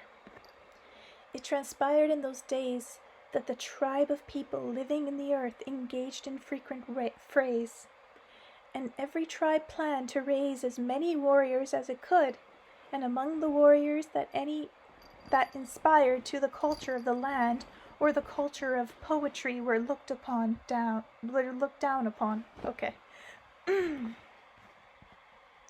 And each tribe had its priests who essayed to make the people afraid, but none of them had any clear goal. They simply found solace in other fears, and each one flattered his own pride by telling himself he was receiving from God more of something than his fellows. My forefather managed to assemble a group of poets and priests from a number of different tribes. There were 19 in all, 11 poets singing, 7 priests, and my forefather.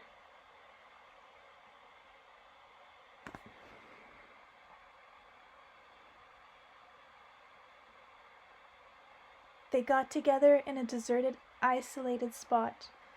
The singers sat there with meek faces to one side, while the priests took their place with a show of pride. My forefather addressed them as follows. Oh, sorry, guys. The tribe can be made to cease their enmity and war, and all the people will then come to live in a single state. They will have a single just ruler, and every family will be saved from the horrors of war. People will start to offer each other help, and the brotherhood of people will find their way to the garden of their pristine origins. At first the priest simply laughed at my forefather, telling him he was daft. Who will voluntarily surrender his power and authority to another? If all tribes are to come together, one of them must become the strongest and overcome the others. And here you conceive of there being no more war. Your words are too naive to ponder. Why have you gathered us together, you slow-witted wanderer? And the priest began to leave, but my forefather stopped them by saying, "You are wise men, and your wisdom is needed to make laws for human society. I can give each one of you such power that no weapon made by human hand can withstand it. If you cherish it and use it for good, trust it. It will help everyone reach their goal, come to the truth, to a bright sunrise that is blissful and grand. But if its possessors lust in his soul to fight others with an evil intent, he himself will perish. This reference to extraordinary power arrested those priests in their tracks, whereupon the high priest proposed to my forefather, "If you know of such an extraordinary power, tell us about it, and if this power actually works and is capable of creating whole states, you will stay and live with us in that state. Together we shall create laws for human society." This was precisely why I came to see you, to tell you about this extraordinary power. My forefather replied to all, "But first I would ask you to nominate a ruler from among all those known to you. A ruler who is kind, whose mind is free from greed, who lives with his family in love, and is at war, as to war, has not a single thought thereof." The high priest mentioned to my forefather in reply that there was indeed a ruler who studiously avoided all the contentions, but his tribe was small in terms of numbers, and since there was no tendency to glorify its warriors, this was something few among them aspired to become, and so to avoid conflict they were often required to change their base and move on, abandon a place that was more suitable for living and settle in a less favorable space. This ruler's name was Egypt. "Then Egypt shall this state be called," my forefather said. "I shall now sing you 3 songs. You, my dear poets, singers, shall sing these songs to people in all the different tribes, and you, my dear priests, shall settle yourselves among the people of Egypt. Families from all over will be drawn to you, and you shall greet them with good laws." Whereupon my forefather sang 3 songs to those gathered. In the first song he formed the image of a just ruler, called him Egypt. The second song conveyed the image of a happy people living together in harmony. In the third song was the image of a loving family with happy children, father and mother, residing in this extraordinary state. The songs were made up of ordinary words already familiar to everyone, but the words were combined in such a way as to cause their listeners to hang on each new combination with bated breath. And then there was the captivating melody in the resonant voice of my forefather. It beckoned and called, fascinated, and created living images. At that time, there was still no outright Egyptian state. Its temples had not yet been built, but my forefather could tell that it would all come about as a result of the calling of man's thoughts and dreaming, melding into one, and my forefather was enthralled in his song, inspired by the extraordinary power with which our grand Creator has endued us all. He sang as one who possessed this power, a power that distinguishes man from everything else, that gives man dominion over all, that allows man to be recognized not only as the Son of God, but as a creator too. Now, fervent with inspiration of their own, the poet-singers sang these 3 songs among the various tribes. The people were fascinated by the splendid image created, and came from all over to dwell with the tribe of Egypt. Just 5 years later, out of this very small tribe, the state of Egypt was born.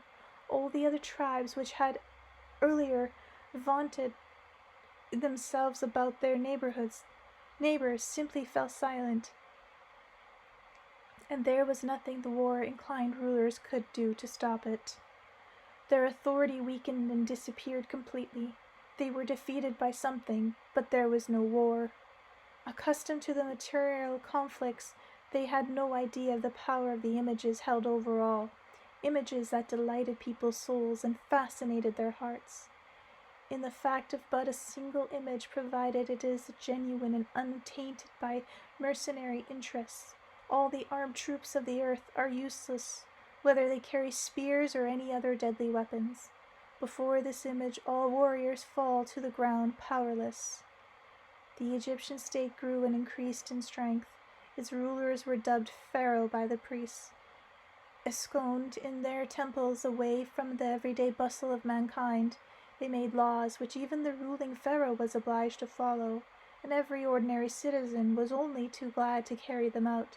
and each one aspired to live his life in a conformity with the image. My forefather lived among the high priests in the main temple, and for 19 years the priests paid heed to him. They aspired to study the supreme science of all sciences, to learn how to create grand images. My forefather was inspired by the best of intentions and sincerely endeavored to explain everything to them. Whether they understood it fully or only a part of it was no longer clear, and it does not really matter all that much. Then one day after 19 years, the high priest called a meeting of his inner circle of priests. They filed into the main temple with solemn dignity, a temple which even the pharaoh was not allowed to enter. The high priest took his place at the throne, while all the rest sat at his feet. My father smiled as he sat there among those priests. He was immersed deeply in thought, composing yet another song, either creating or a new image, or perhaps reinventing an old one. Or rejuvenating, it was not reinventing. The high priest addressed the gatherers as follows. We have learned a grand science indeed, one that follows us to rule all the world, but in order to perpetuate our reign we must ensure that not one grain of it goes beyond these walls. Now we must create our own tongue and communicate exclusively in it amongst ourselves, lest any of us let something slip, even by chance. Over the ages, we shall circulate among the people a multitude of treaties, at which everyone may marvel and think that it has all been set forth, and we shall set forth a multitude of marvelous science and various discoveries in such a way that both the rulers and the common people will move further and further away from what is important, and so that wise men in the centuries to come may amaze others with their sagacious treaties and science. Moving further and further away from what is important themselves, they will lead others in the same direction. So be it. They all agreed with the high priest, with the exception of my forefather, who alone remained silent. And the high priest continued, There is one question requiring our urgent attention. Over the past 19 years, we have learned how images are created. Any one of us is now capable of creating an image that can change the world, destroy or strengthen a state, and yet the secret of the power itself has never been revealed. Can any of you tell me why the images each of us creates vary in power? And in terms of time, why does it take us so long? The priests were silent. None of them knew the answer. The high priest went on, even so slightly, raising his voice, and his scepter trembled ever so slightly in his hand as he told those assembled. In the meantime, there is in our midst one who is capable of creating images very rapidly, and the power of these images remain unsurpassed. For 19 years now he has been teaching us, but there remains much that he has yet to tell. Now we must realize that we are not all equal among ourselves. It matters not who holds what rank among us, but everyone should know that there is one among us who holds the power to control in concealment unseen in his sway. With power of the images he is capable of creating, he can elevate or slay. One among us is capable of deciding the fate of nation-states. I, as high priest, am empowered to alter the balance of power. The doors of the temple wherein we sit are closed. A loyal guard stands outside the door and will open it to no one except on my command. The high priest rose from his throne and with heavy steps striking his scepter against the stone slabs of the floor, headed towards my forefather. In the middle of the hall he suddenly halted and addressed my forefather. Now you shall choose one or two of the paths. Here is the first. You shall now reveal before us all what you have concealed, the secret behind the power of your images. You shall tell us how and by what means they were created, and then you shall be proclaimed a priest second only to me. Upon my departure, you shall become first. All living people will bow before you. But if you do not reveal your secret to us, a second path will be yours. It leads only to that door. Whereupon the high priest pointed to the door leading out to the temple hall into the tower, in which there were no windows nor supplementary exterior doors. This high tower with smooth walls did have an exterior platform up above, from where on an appointed day once a year my forefather or some other priest would sing to an assembled crowd. Still pointing to the tower door, the high priest added, "You shall go in through that door and never come out of it. I shall command the door to be walled up, leaving only a small opening through which you will receive a daily minimum of food. When the time comes for people to gather by the tower, you shall go out to greet them from the platform up above. You shall go out, only you shall not sing nor create any images. You shall go out so that the crowd will see you and not become concerned or spread rumors surrounding your disappearance. You shall be allowed to greet the people with words only. If you should dare to sing a song or create images, even a single song, you shall be deprived of food and water for 3 days long. For 2 songs you shall not receive food or water 6 days long, which means you will be decreeing your own death. Now decide and tell us clearly which of these 2 paths you have chosen." My forefather now calmly rose from his place. His face betrayed neither fear nor rebuke. Only a sense of sorrow lay gently on his furrowed brow. As he made his way past the priests, sitting in his row, he looked each one of them in the eye, and in each pair of eyes he beheld the thirst for knowledge. But not only the thirst, but knowledge, greed itself glared at him from each pair of eyes. Then my forefather went up close to the high priest and stared him in the eye. The gray-haired high priest in turn did not take his eyes off of my forefather's eyes, which likewise burned with greed. Striking his scepter against the stone floor, he sternly repeated to my forefather's face, saliva foaming in his mouth, "Hurry up and decide which of the 2 paths is your choice." My forefather's voice betrayed no fear as he calmly replied, "Perhaps it is the will of fate, but I choose a path and a half." "How can you choose a path and a half?" exclaimed the high priest. "Do you aim to make fun of me and of all those who are currently in the great temple?" My forefather went over to the tower door, then turned and replied to all, "Believe me, I would not even think of making fun of you or offending you. At your will I shall enter into the tower for good, but before I go I shall reveal to you the secret as best I can, and I know that it is not my reply that will bring me the second path. That is how it turns out that my choice is a path and a half. So tell us, do not halt or waste time." The voice of the priest, leaping up from the seats, ranged even stronger through the vaulted arches of the great hall. "Where is the answer to the secret? Keep it from us no longer," they begged. "It is an egg," my father calmly replied. But she actually meant forefather. "In an egg? What egg? What are you talking about? Out with it." The assembled priests kept plying my forefather with questions, and he responded, "A hen's egg a hen's egg shall bring forth a hen's chicken. A duck's egg shall bring forth a duckling. An eagle's egg shall bring an eagle into the world. Whatever you feel yourselves to be, that is what you will bring forth." "I feel I am creator," the high priest all at once professed. "Tell us how to create the image that is stronger than all the rest."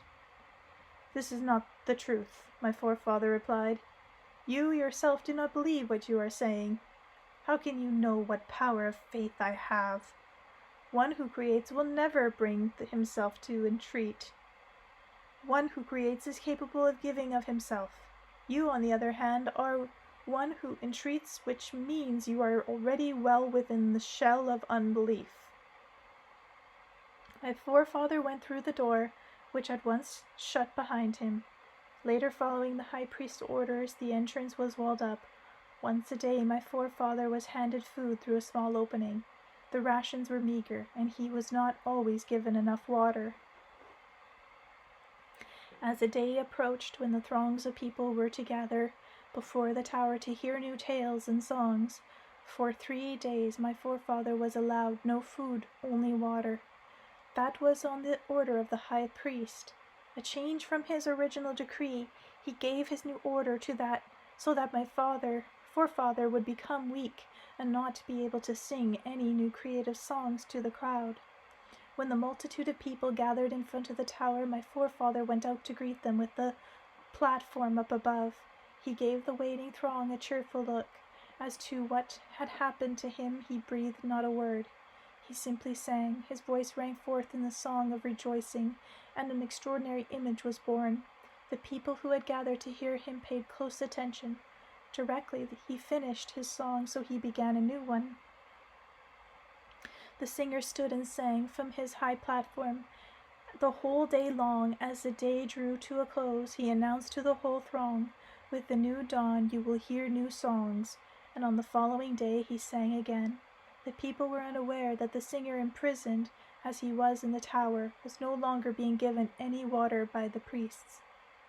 Listening to Anastasia's account of her distant forefather, I wanted to hear at least one of the songs he sang, and I asked, "Anastasia, if you can reproduce it in such detail like all the scenes from the life of your forebears, couldn't you sing a song too? The song your forefathers sang to the people from the tower?" I can hear all these songs myself, but a full and accurate translation of them is impossible. Many of the words simply do not exist in today's language, and many of the words used back then have a different meaning now.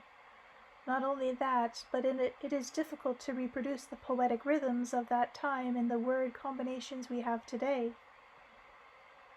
Pity, I very much wanted to hear those songs. You shall hear them, Vladimir. They will rise Chapter again. 17. What do you mean When they'll rise fathers again? will understand. You just said a translation On is the third impossible. day, my forefather A full and once more accurate climbed up translation, to yes, the platform is with the impossible, dawn. but it is He stood possible there to create new smiling, songs in the looking same at the spirit throng of people. and with the same He meaning. was looking for some Bards specific are creating them right now for someone using specific words in the crowd. familiar to everyone today. The final In song turn, my forefathers singing sang waved back at then. him in greeting and raised You have their already instruments, heard. and their strings Heard? vibrated under the Where did I singer's hear it? inspired When? hands. A bard My from forefather Yugoslavia kept sent smiling it to at you. them while, at the He same sent me a time, he lot of scanned the songs. crowd. Yes, he did, even but more one of them carefully. is very similar to my forefather wanted to forefather's see his son. final song. To see the son But how could have to that his happened? loved one 19 Times years have earlier their in the own forest. continuity, Vladimir. Suddenly, out of the crowd, So what kind of he song heard is a it? resounding What young words does voice. it contain? "Tell me, You O will great understand poet, in the just a master of the moment. song. I shall explain You are everything standing in up order. there high above everyone. I am down here. But why do you seem so close to me, as though you were my father?" And their dialogue was heard by all around. "Why, young man, do you not know your own father?" inquired the singer from the platform up above. "I am 19 years old, and I have not seen my father even once. I live with my mother alone in the forest. My father left us before I was born. First tell me, young man, how do you see the world around you?" "The world is splendid with its rosy dawn and the setting sun, drawing the day to a close. Marvelous and multifaceted it is, but people are carelessly perverting the beauty of the earth and causing each other to suffer." From the high tower came the voice in reply. "Perhaps your father left you because he was ashamed before you, ashamed of the world into which he brought you. Your father left aiming to make the world a more splendid place for you. And so did my father believe that he would be able to make over the world all by himself. The day will come when all fathers will understand that they are the ones given the responsibility for the world in which their children live. The day will come when every father will face the fact that before bringing his beloved child into the world, he must act to make the world a happier place. And you as well must give thought to the world in which your own offspring will live. Tell me, young man, how soon is your chosen girl to give birth to the one which she has conceived?" "In the forest where I live, I have no chosen girl. The world there is splendid. I have a host of friends, but I still have not yet met a girl who is willing to go with me into my world, a world I cannot leave." "Well then, Even if you have not seen your chosen girl so fine, you still have a space of time to make the world into at least a little more joyful place for your future girl or boy. I shall devote myself to that, just like my father. You are no longer a growing lad. You have flowing within you the blood of a fine young man, a future poet and master of the song. Sing the throng about your splendid world. Come on, you, and together, come you and I together shall join in song. We shall sing along together of the splendid world of the future. Who can sing when your own voice is so resounding, O poet and master of the song? I tell you, young man, you shall be able to sing that way as well. I shall sing the first line, the second is your verse. Only sing out boldly, as I have told you, my poet. My father sang from the high tower over the heads of the assembled throngs of the voice soared forth with rejoicing, and out came the line. I arise, and the dawn smiles befriending. And from the throng standing below, all at once a pure and resonant voice, not yet self-confident, carried on. I walk miles, and the birds sing above. And after each line of the fathers came that of the son, and sometimes their voices blended as one, and a resonant song of joy resounded all around. And this day will have never an ending, because ever more deeply I love. At that point the young man found his confidence, and with rank ecstasy sang on. Along the sun's roads with light footsteps stealing I enter my father's own ground. My eyes see the path, but my feet have no feeling. My happiness now knows no bounds. I remember my seeing this all once before time, the flowers, the trees, and the sky. Back then I could see only pain and misfortune, but now you are everything nigh. It's all still the same, the brighter stars and the birdies, but I look at them differently now. I have no more sorrow, I feel no more hurting. I love all you people, oh wow. The voice from the tower grew fainter and fainter, and before long it could not be heard at all. The singer in the tower momentarily lost his balance, but quickly regained it, and smiled at the people once more, and right up to the end he noticed how his son's voice was ever stronger than before, the voice of his son, now master of the song, standing below in the throng. When the song was ended, my forefather, from his position on the tower platform, waved farewell to the throng, to conceal himself from human eyes. He descended 5 steps on the staircase inside the tower from the platform doorway. He was becoming weaker and losing consciousness, but he perked up his hearing to the limit. From the wind he could just catch the words fervently whispered to the young singer by a young and beautiful girl. Allow me, young man, allow me. I shall follow you. I shall go with you into your splendid world. There on the stone steps of the walled-up tower, my forefather was fast losing consciousness.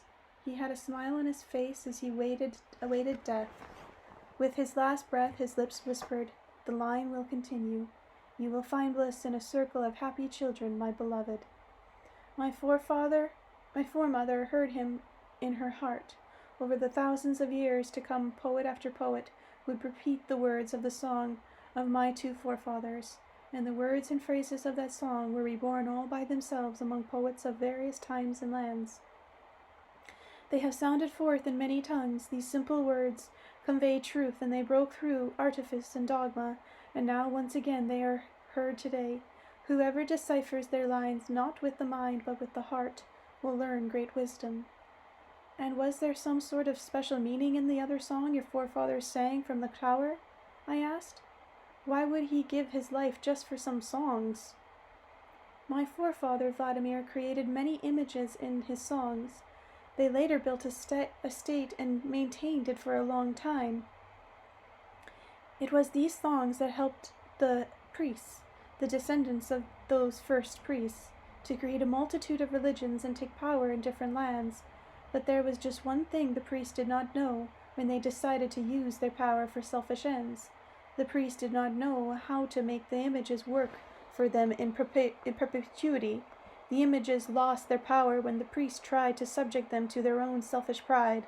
The ones. Hold on there, Anastasia. There's something I fail to understand about the images. Forgive me, Vladimir, for my lack of clarity. Now I shall try to let go, pull myself to all together, and tell you all in its proper order. About the most important of all sciences, the science of imagery, it is called. All our ancient and modern sciences are derived from it.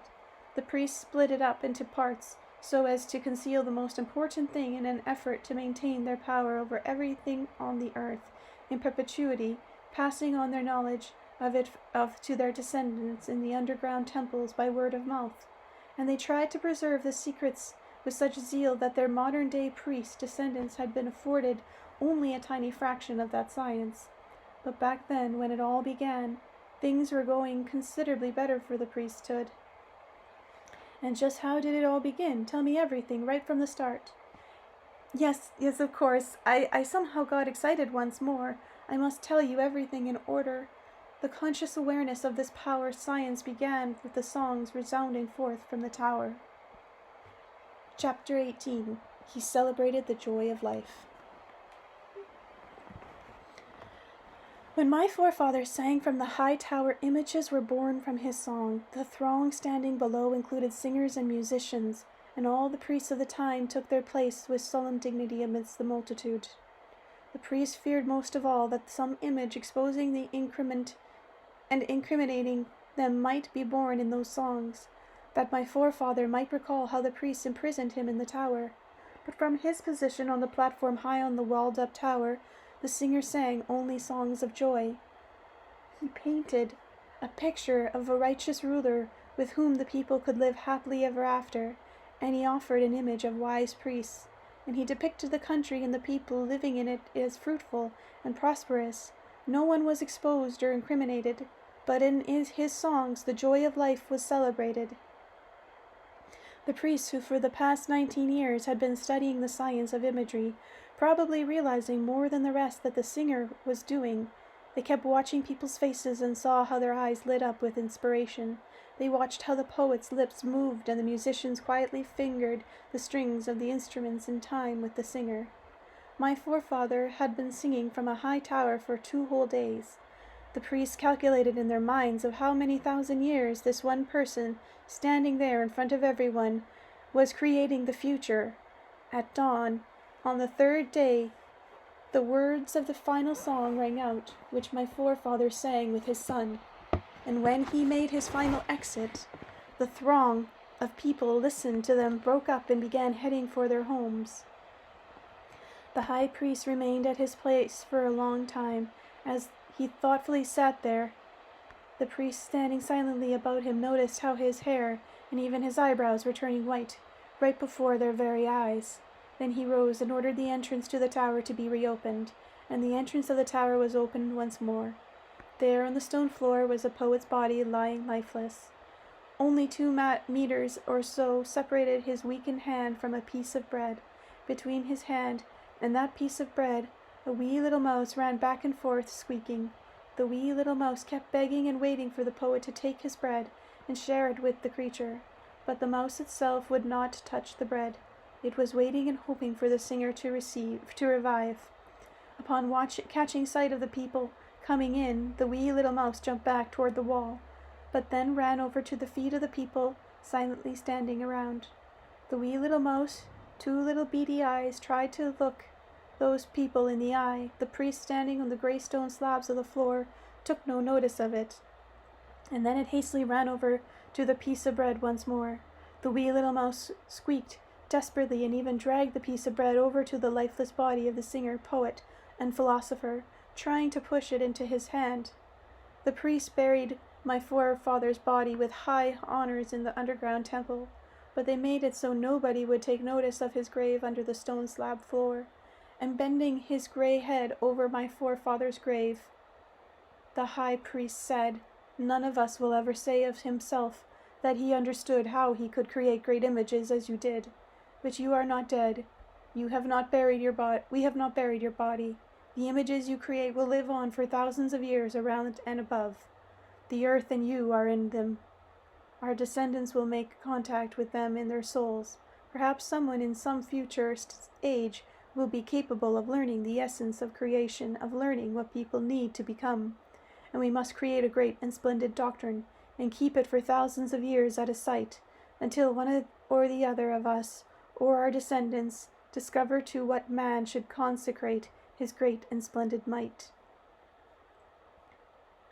Chapter 19. A Secret Science. The priests created a secret science.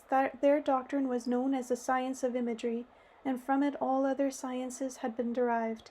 To keep the secret, the high priest divided up the whole science of imagery, and caused the other priests to think in different directions. Hence astronomy and mathematics and physics came along quite a bit later, as well as a multitude of other sciences, including the occult sciences. They were all developed for the simple purpose of drawing people's attention to individual sectors, thereby ensuring that nobody would ever be able to break through to the core of the teaching. But what kind of core are you talking about? What kind of science is it? And what does it consist of, this science of imagery that you speak of? It is a science that allows man to accelerate his thought and think in terms of images, to grasp the whole of the universe at once and penetrate a microcosm, to create invisible yet still living substance images and use them to control a large community of people. Through the help of this science, a multitude of religions came about. One who had even the slightest knowledge of it possessed incredible power and was able to conquer countries and topple kings from their thrones. And does that mean that a single individual could take over a country? Yes, that's right, and the procedure involved is very simple. Sorry guys, I'm losing my Anastasia voice. I'll keep going. Is even one fact like this known in today's history? It is. Tell me about it. I don't remember anything like that myself. Why waste time in telling about it? If you go back and read about Rama or Krishna or Moses, you will see their creations, the creations of priests who had learned a part of the secret science of imagery. Well, all right then, I shall read about their deeds, but how shall I arrive at the essence of this science? Try telling me yourself about its essence. What did they learn about it, and how? They learned to think in terms of images, as I told you. Yes, you told me, only it's still not clear to me what connection mathematics, say, or physics has with this science. One who masters this science does not need to write out formulas or outline or create a variety of models. He is able to penetrate matter mentally right down to the nucleus and split an atom. But this is just a simple exercise to learn how to control people's destinies and those of the populations of various countries. Wow, I've never read anything like that. But what about the Bible? There is an example of the Old Testament when the priests were competing amongst themselves to see who could create the strongest images. Moses the priest against the Pharaoh's high priest. Moses cast his rod down on the sight of everyone and turned it into a serpent, and the priests of the Pharaoh's court did the same thing. Then the serpent created by Moses swallowed up the other serpents. You mean to say all that actually happened? Yes. I thought somebody just made it up, or it was a kind of metaphor. Nothing is made up, Vladimir. It all happened just the way the competition is described in the Old Testament. But what made them compete in front of each other that way? It was to show who could create the strongest image capable of conquering other images, and Moses proved to everyone that he was the strongest. After that, it was senseless to fight against him. Instead of fighting, they were obliged to carry out his requests. But the Pharaoh did not listen. He tried to stop the Israelites from following Moses' leadership and image he created. But the warriors were not strong enough to stop the people of Israel, a people in which a more powerful image resided. Then you can read about how the people of Israel many times conquered other tribes and took their cities, about how the people created their own religions and nation-state. The glory of the pharaohs lost its shine, but at the time, when the priests of Egypt still excelled in their creation of grand images, when they were able to determine what consequences in image they created would provoke among the people. Egypt flourished under the control of the priests. Of all the known states formed after the last global disaster, Egypt flourished the longest. No, wait a moment, Anastasia. Everybody knows that Egypt was ruled by the pharaohs. Their pyramid tombs have lasted right to the present day. Outwardly, the executive power in the country did rest with the pharaohs, but their chief task was to exemplify the image of the wise ruler. The important decisions were not taken by the pharaoh. Whenever the pharaohs tried to seize full power for themselves, the state would start deteriorating at once. Each pharaoh was first and foremost appointed to the throne by the priests. The pharaoh himself studied with the priests from very early childhood and endeavored to master the science of images. Only by learning its fundamentals could he hope to be appointed a pharaoh. The power structure prevalent at that time in Egypt can today be described as follows. At the very top were the secret priests, then the priests who looked after the education and judicial matters. Control of the state formerly rested in the hands of council of representatives of all the priests' ranks, while the pharaohs ruled according to their laws and did as he was told by them. The community leaders had a good deal of executive power. They were considered more or less independent. In fact, things were pretty much the same as they are today. Many nation-states have a president and a government as their executive authority. Parliaments like the priests of old make the laws. The only difference is that today there is no provision in any country for the president to be instructed as the pharaoh was instructed by the priests. The same applies to those who hold public office today on council, dumas, or congress. It's not really a matter by what term today legislator priests are called. What matter is that they too have nowhere to turn to learn how to become lawmakers before they actually take on the job. How can our lawmakers learn wisdom when the science of imagery is kept secret? That is why we have chaos in many nation-states. What are you trying to say, Anastasia? If we modeled our government on the power of structure that was in place in ancient Egypt, everything would have turned out for the better. The actual power structure can bring about very little in the way of change. It is much more important what stands behind it, and when it comes to the Egyptian power structures, Egypt was not ruled by it, nor by the pharaohs, nor even by the priests. Then by whom? In ancient Egypt, everything was ruled by images. Both the priests and the pharaohs subjected themselves to them. From the ancient science of imagery, a secret council composed of just a few priests took the image of the pharaohs as just ruler. They took the image just as it appeared at that time. This secret council spent a good deal of time discussing the proper conduct for a pharaoh, its outward trappings and lifestyle. Then they taught one of the selected priests how to exemplify this image. They tried first to select a candidate from the ranks of royalty, but if no one of royal blood was found suitable in appearance or character, they could choose any priest and pass him off as a pharaoh.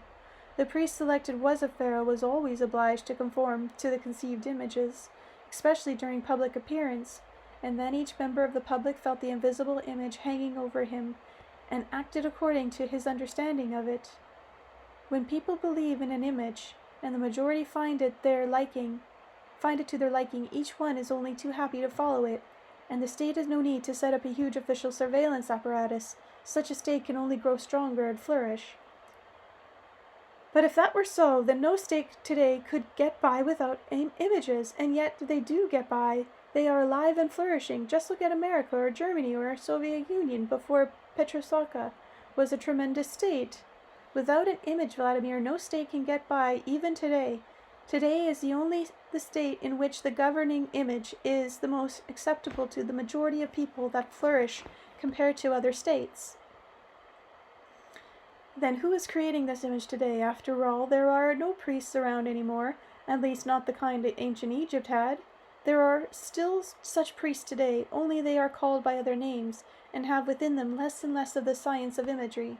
Today's priests are not able to make impartial and long-term calculations, not able to set a goal and create a worthy image capable of drawing the whole country to that goal. What are you talking about, Anastasia? What kind of priests are images? Were they in our Soviet Union? Everything back then was controlled by Bolsheviks. First Lenin, then Stalin was in charge. Then came other first secretaries. They had the Politburo. Religion was pretty much eliminated back then. They even destroyed the temples, and here you go carrying on about priests. Vladimir, take a closer look. What was there before the state which came to be known as the Soviet Union emerged? What do you mean, what was there? Everybody knows it was the Tsar regime. Then along came the revolution, and we went down the path of socialism, at the same time trying to build communism. But before the revolution actually took place, the image of the new and the just system of governance with a bright outlook was already circulating among the people, and the old system was being exposed.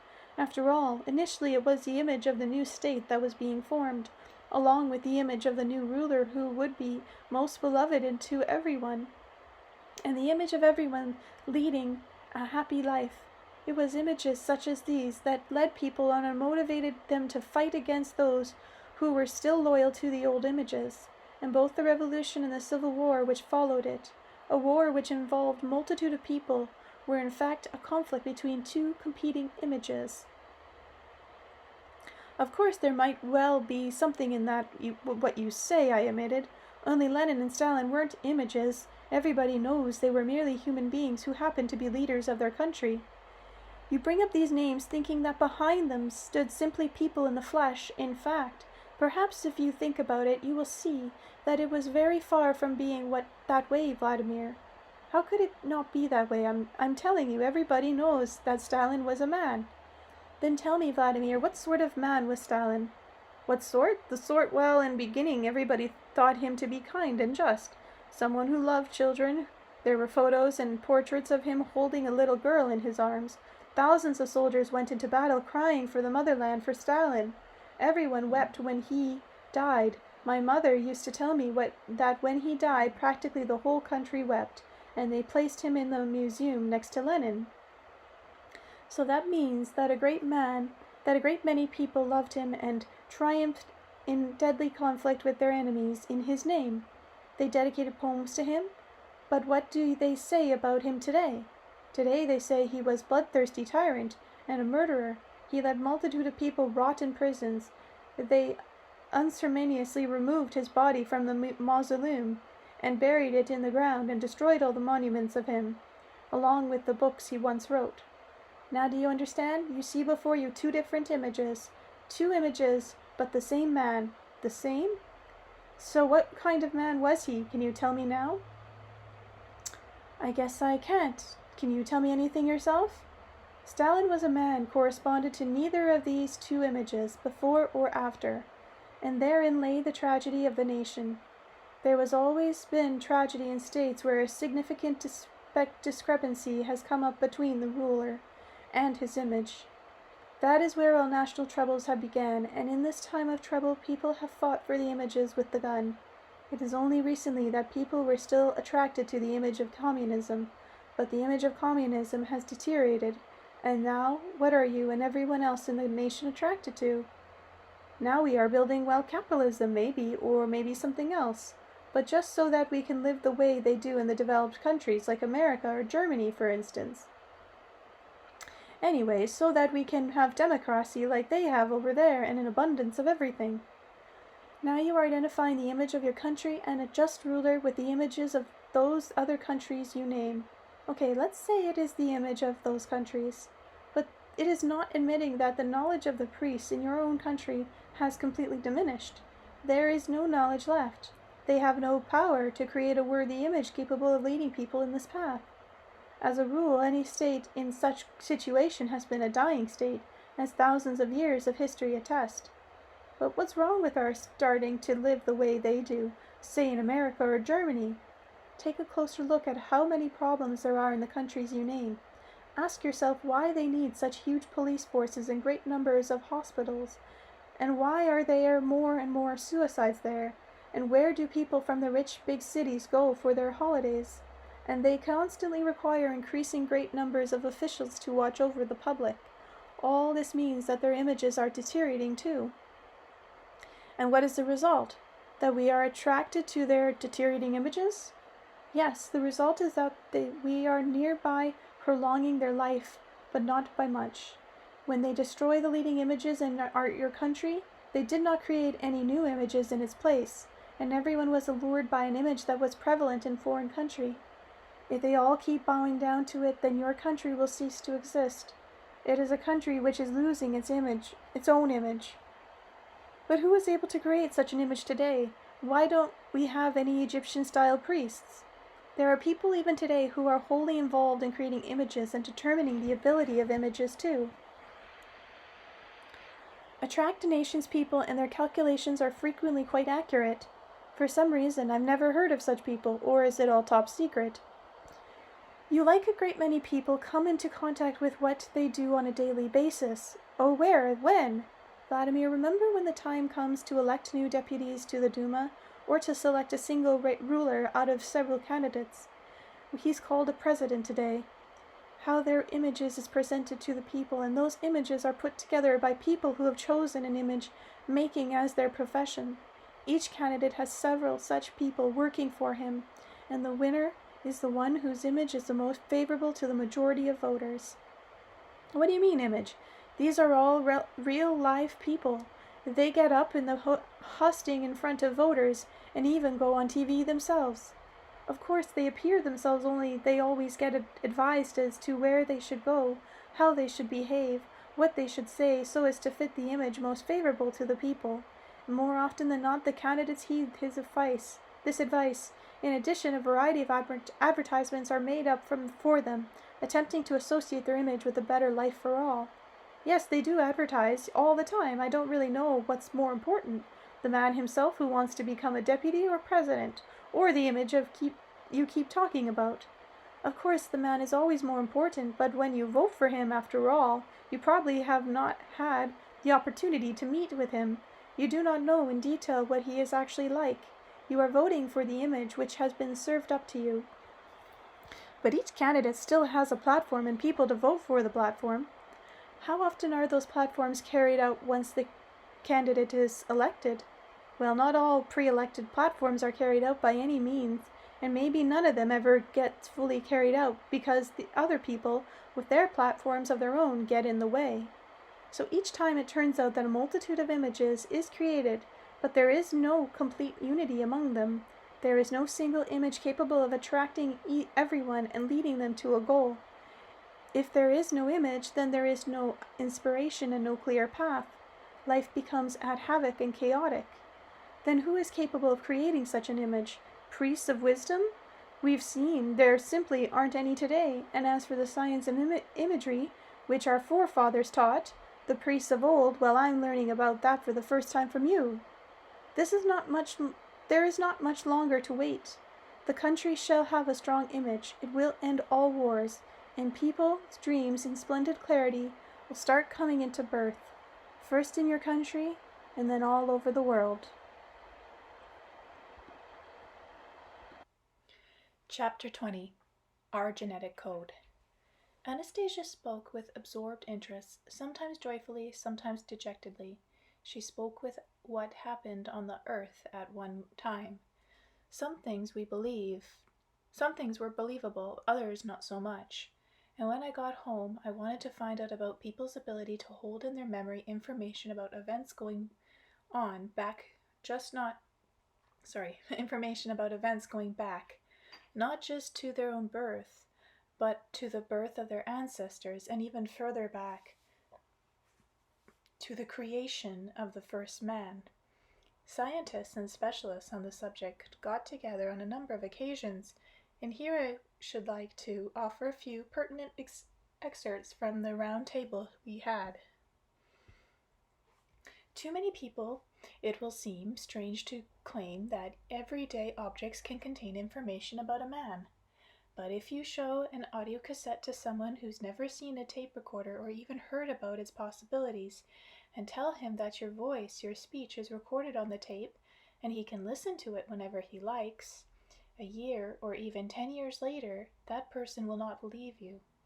He'll think you're some kind of a trickster. Yet for us, the fact of the recording and reproduction of sound is a common occurrence, and by the same token, something that seems quite extraordinary to us might be extremely simple and natural to someone else.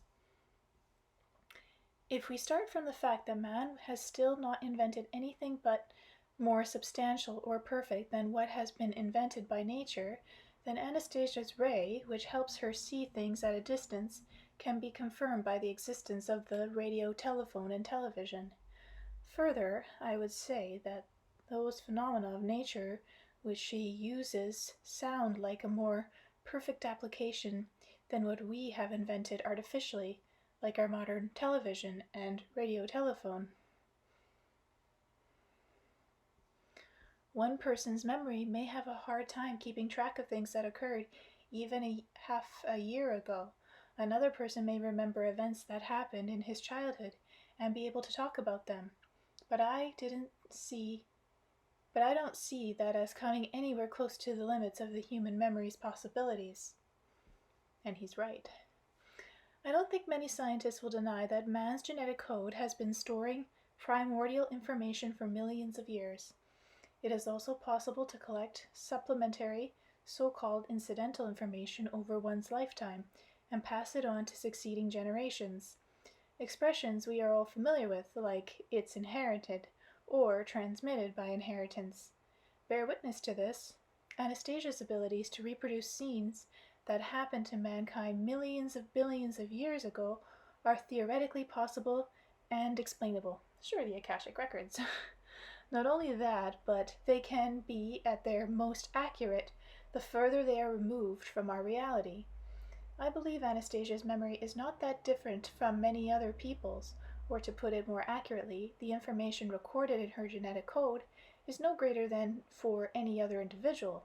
The only difference is that she has the ability to retrieve and reproduce it fully, while we can do so only in a part.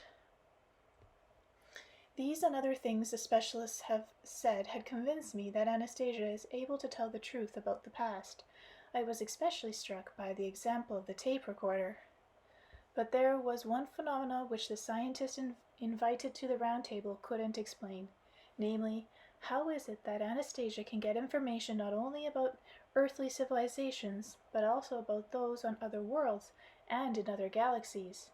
Besides, she can not only talk about them, but it seems she can also influence them.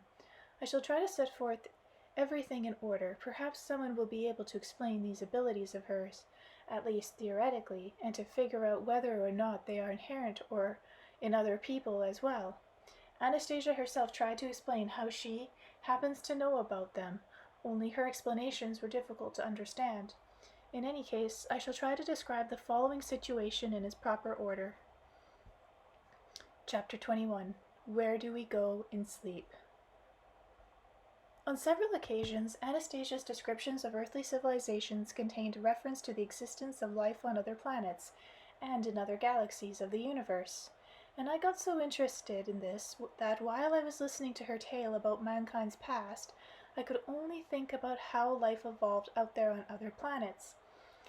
Anastasia no doubt saw my interest in her story waning and stopped talking. I was quiet, too, thinking about how I could get her to tell in more specific detail about life in extraterrestrial civilizations. I could have asked her directly, of course, but she tends to get somehow distracted whenever she can't explain why she knows something others don't. And it seems to me that her desire not to stand out from other people on account of her abilities discourages her from talking about everything. I've begun noticing, for example, that she's rather shy about her inability to explain how certain phenomena work. This is in fact what happened when I asked her directly.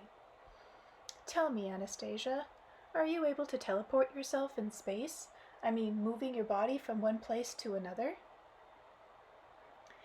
Why are you asking me about that, Vladimir?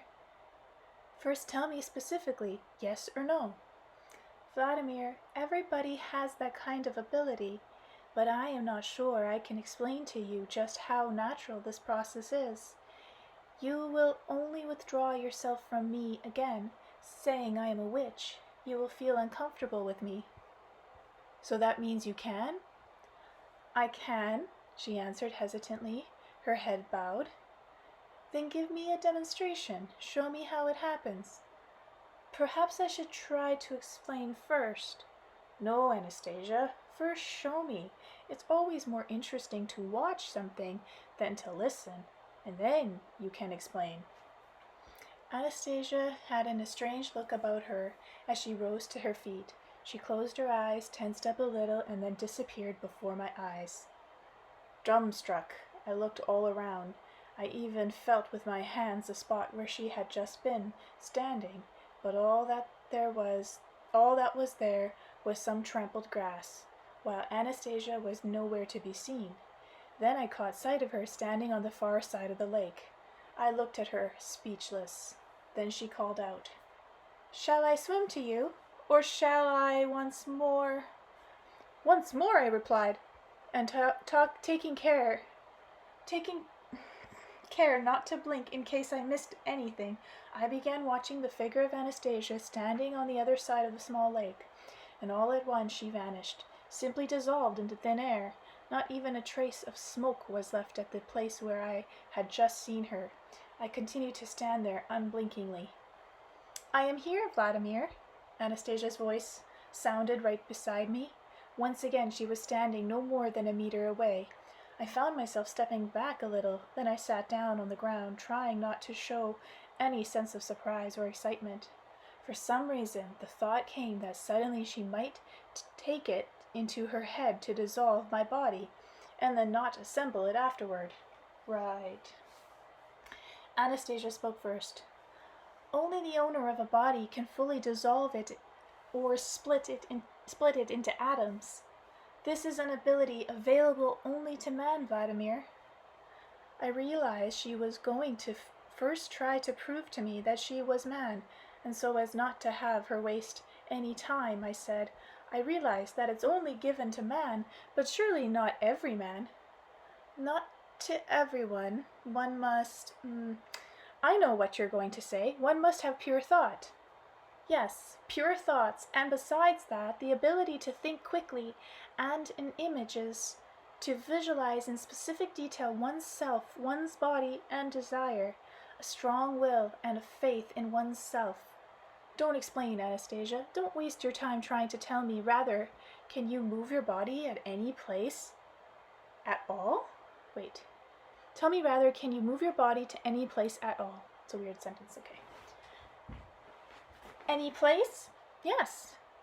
Though I rarely do that. Any place can be very dangerous. Besides, there is no need to. Why move one's body?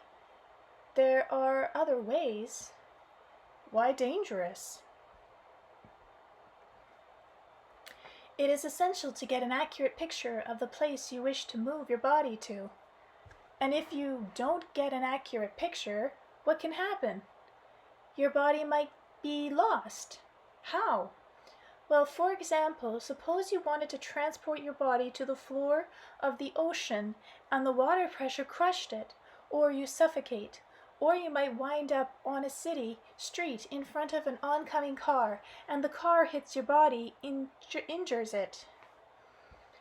"And can man also transport his body to another planet?" "Distance plays absolutely no role here. It will move itself to whatever place your thought dictates. After all, your thoughts goes to the destination first. It is also what assembles and puts together again the body that was earlier dissolved in space." "If I wanted to dissolve my body, what should I be thinking about?" "You have to visualize all of its matter right down to the tiniest atom, right to the nucleus, and see how the particles create an outwardly chaotic movement in the nucleus, and then mentally dissolve them in space. Then assemble them in their former sequence in their outwardly chaotic movement in the nucleus, reproducing it accurately. It is all very simple, just the way children play with blocks." "But might it turn out that on another planet there would be a suitable atmosphere to breathe?" "That is what I'm saying. It is dangerous to transport one's body without thinking it through carefully. There are a lot of things to take into account ahead of time. So that means it won't work out to go to another planet." "It can. It is possible to take some of the surroundings atmosphere along too, and the body will live in that for a time. But generally, it is better not to transport one's body without a particular need for it. In most cases, it is sufficient to watch from a distance with one's ray, or transport only one's second non-material self, the astral or dream body." Incredible! It's hard to believe that every man was once capable of doing something like that.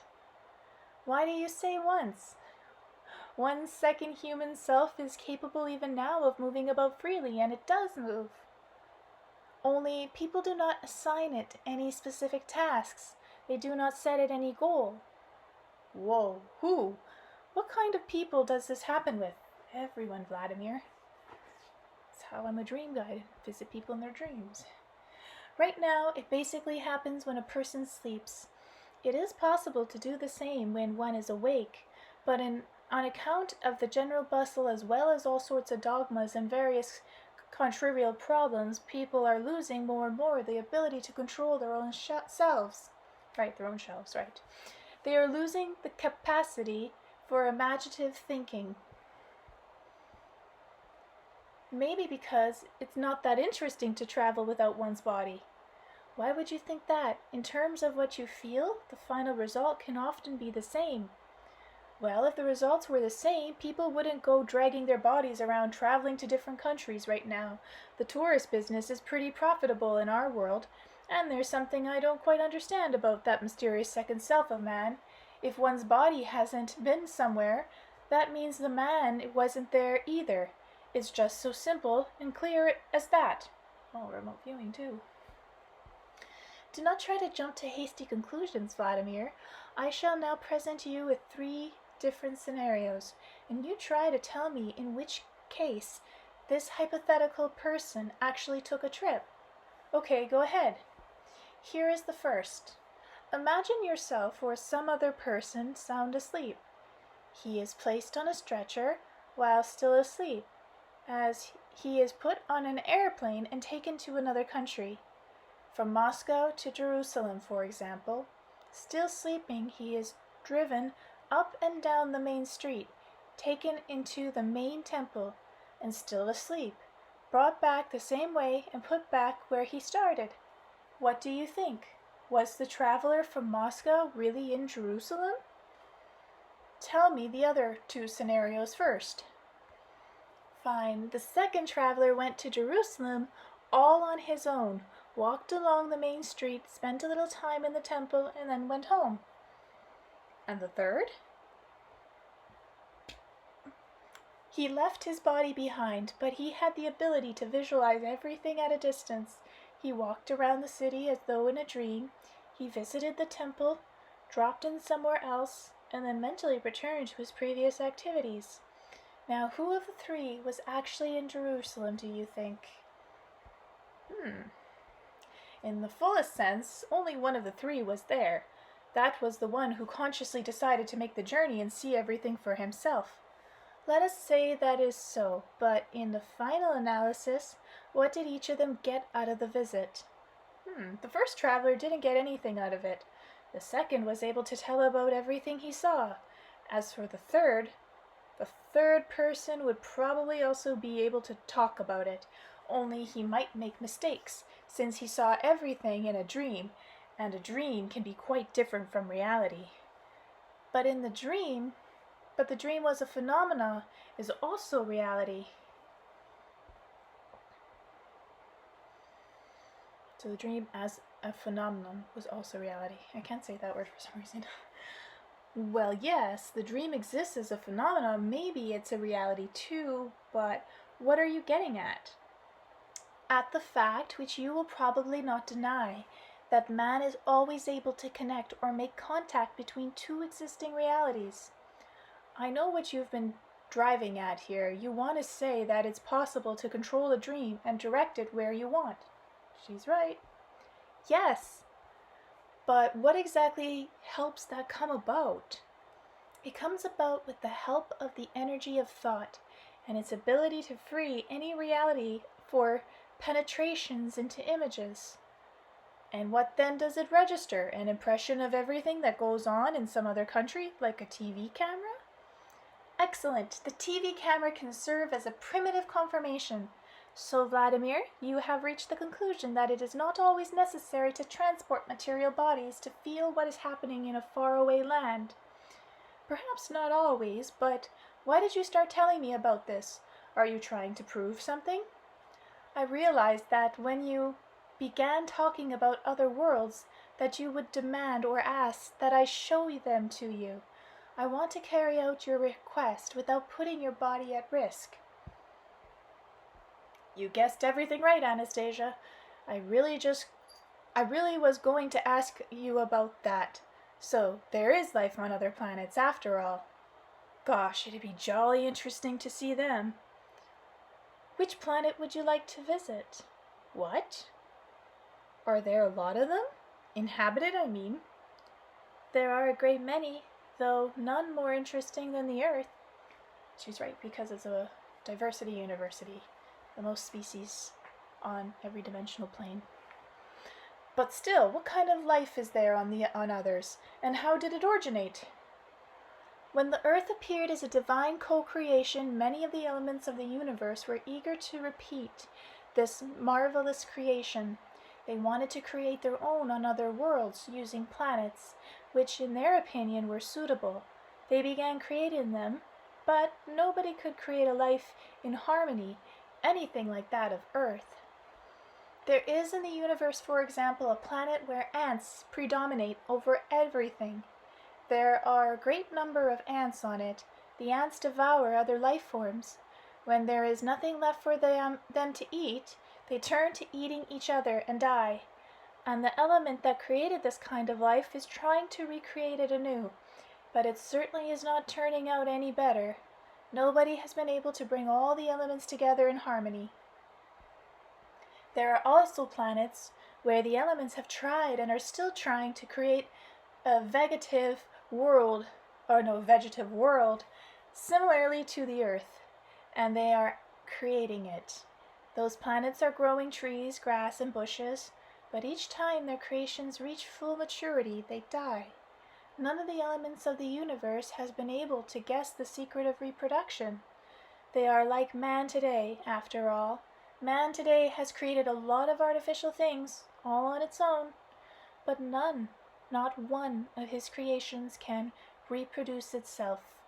They break down, rot away, decay, and demand constant maintenance. The majority of people on the Earth have been turned into slaves of their own creations. Only the creations of God are capable of reproducing themselves and living in harmony in all their great diversity." "But are there planets in the universe, Anastasia, where beings are involved in technology the way man is?" "Yes, there are, Vladimir. There is a planet that has 6 times the Earth volume and has beings outwardly similar to man. Their technology is artificial and has been perfected far beyond the technology of our Earth. Life on this planet was created by an element of the universe which believes itself to be on par with God and is striving for predominance over God's creations. Tell me, are they the ones who have come to Earth in their spaceships, the flying saucers we see?" "Yes. They have tried to make contact with Earth people on a number of occasions, but for the Earth, their contacts. No, wait, is there any way you can take me or my second self to that planet for a visit?" "Yes, I can." "Then take me there." After that, Anastasia asked me to lie down on the ground and relax, telling me to spread out my arms on the side. She placed one of her hands on mine, and in a short time I began to doze off into something similar to a sleep. I say something similar, as this dozing off was most unusual. First my body felt more and more relaxed. I couldn't feel my body any more, though I could see and hear everything around me perfectly well. The singing of the birds, the rustling of the leaves. Then I closed my eyes and sank into a sleep, or divided myself as Anastasia would put it. This is the projecting astral body. But to this day, I am not in position to say what happened to me next or how. If it is to be assumed that with Anastasia's help, I fell asleep and had a dream, the fullness of my sensations and the clarity of my awareness of everything I saw can in no way be compared with any human dream. Chapter 22. Other Worlds. I saw another world, another planet. I was able to remember everything that went on there in clear detail. Yet to this day I still have the lingering feeling in my consciousness that beholding anything like that is an impossibility. Think about it. My mind and consciousness tell me it's impossible, and yet the visions, the pictures, remains with me to this day, and now I shall try to describe them to you. I stood on ground similar to what we have on the earth. There was absolutely no vegetation around me. I say stood, but whether I can actually say that is hard to tell. I didn't have any legs or arms. I didn't even have a body. And yet at the same time it seemed I could feel my steps. I could feel the rocky, uneven surface through the sole of my feet. All around, as far as the eye could see, above the soil rose metallic machines, both egg-shaped ones and square or cube-like machines. I use the word machines because the one closest to me gave off a kind of soft whirling sound. Some water.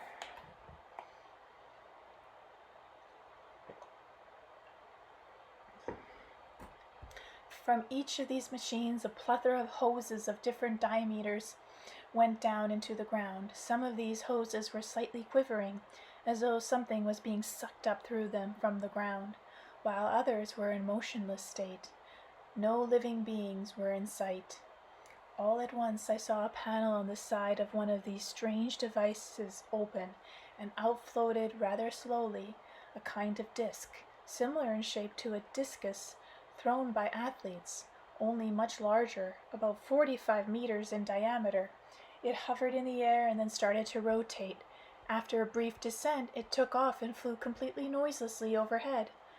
Other devices a little further away did the same, and several more discs flew after the first one, after the other, right over my head. And once again, there was just still an empty space, except for the whirring and cracking of the strange devices. The whole picture aroused my interest, but even more, its indescribable lifelessness was frightening. Do not be afraid of anything, Vladimir. All at once I caught the sound of Anastasia's voice, which comforted me to no end. Where are you, Anastasia? I inquired. Right here, beside you. We are invisible, Vladimir. Present here are our feelings, sensations, mind, and all our other invisible forms of energy. We are here without our material bodies. Nobody can do anything to us. The only thing we need to be wary of is ourselves and the consequence of our own sensations. That's true. If you react extreme emotion in the astral, you most likely will get sucked back to your body or attract unpleasantness. What kind of consciousness might there be? Psychological consequences, not consciousness. Psychological consequences, like temporary going out of one's mind. That too. Going out of one's mind? Yes, but only temporarily. For a month or two it can happen. The vision of other planets may stir up man's mind and consciousness. But you need not be afraid. You are not threatened by this. You will pull through, and there is nothing to be afraid of. Believe me, Vladimir. You are indeed here, but not as far as they are concerned. At the moment we are invisible and can go and see whatever we wish to. I'm not afraid, only you better tell me, Anastasia, what are those whirring machines all around us? What are they for? Each of those egg-shaped machines is a factory. They are the ones that produce the flying saucers that are of such interest to you. And who maintains or controls these factories? No one. They are programmed in advance to make a particular product. Those pipes going down into the ground, they suck up the raw material they need in the required amounts. The forging and the pressing and then the assembling all takes place in small compartments inside, and then the fully formed product comes out. This factory is much more efficient than any on the earth. There is particularly no waste from this process. There is no need to transport raw material from distant places. There is no need to ship individual parts to the assembly point. The whole manufacturing process is concentrated in one place. Amazing! We should have a gizmo like that. And who controls the new flying saucers? I noticed they were all flying in the same direction. Nobody controls them. They all fly by themselves to a storage depot. Incredible, just like a living being. But this is by itself represents nothing incredible, even in terms of earthly technology. After all, the Earth also has pilotless planes and rockets. Just the same, they are controlled by people on the Earth. But the Earth, for a long time, also has had rockets which are programmed for a specific target. All one has to do is push the launch button, and the rocket fires itself and heads to a predetermined target. Maybe so, and really, what was there here that was so surprising? Oh, that was her. No, that must be him. If you really think about it, there is not that much to be surprised at. Only by comparison with the technology we have on the Earth, this is far more advanced. These factories, Vladimir, are multifunctional. They can manufacture a great deal, from food products to powerful weapons. And what are their food products made of? Nothing grows here, after all. Everything comes from the deep in the ground. The machines take in all the juices they need through the pipes and press them into granules. These granules will contain all the substance needed to sustain bodily life. What does this gizmo itself feed on? Who supplies it with electrical power? I don't see any wires. It produces the energy it needs all on its own, using everything from the environment. Well, just look how smart it is. Smarter than man. But it is by no means smarter than man, Vladimir. It is simply a machine. It is subject to its assigned program, and it is very easy to program. Would you like me to show you how it is done? Go ahead. Let us move a little closer to it. We stood at about a meter's distance from the huge device, which was the size of a 9-story building.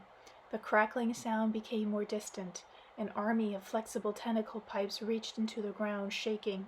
The surface of the device covered wasn't entirely smooth. I caught sight of a circular area approximately a meter in diameter, densely covered with small wires sticking out their hairs. They were quivering, each one individually. This is the antenna of the scanning apparatus.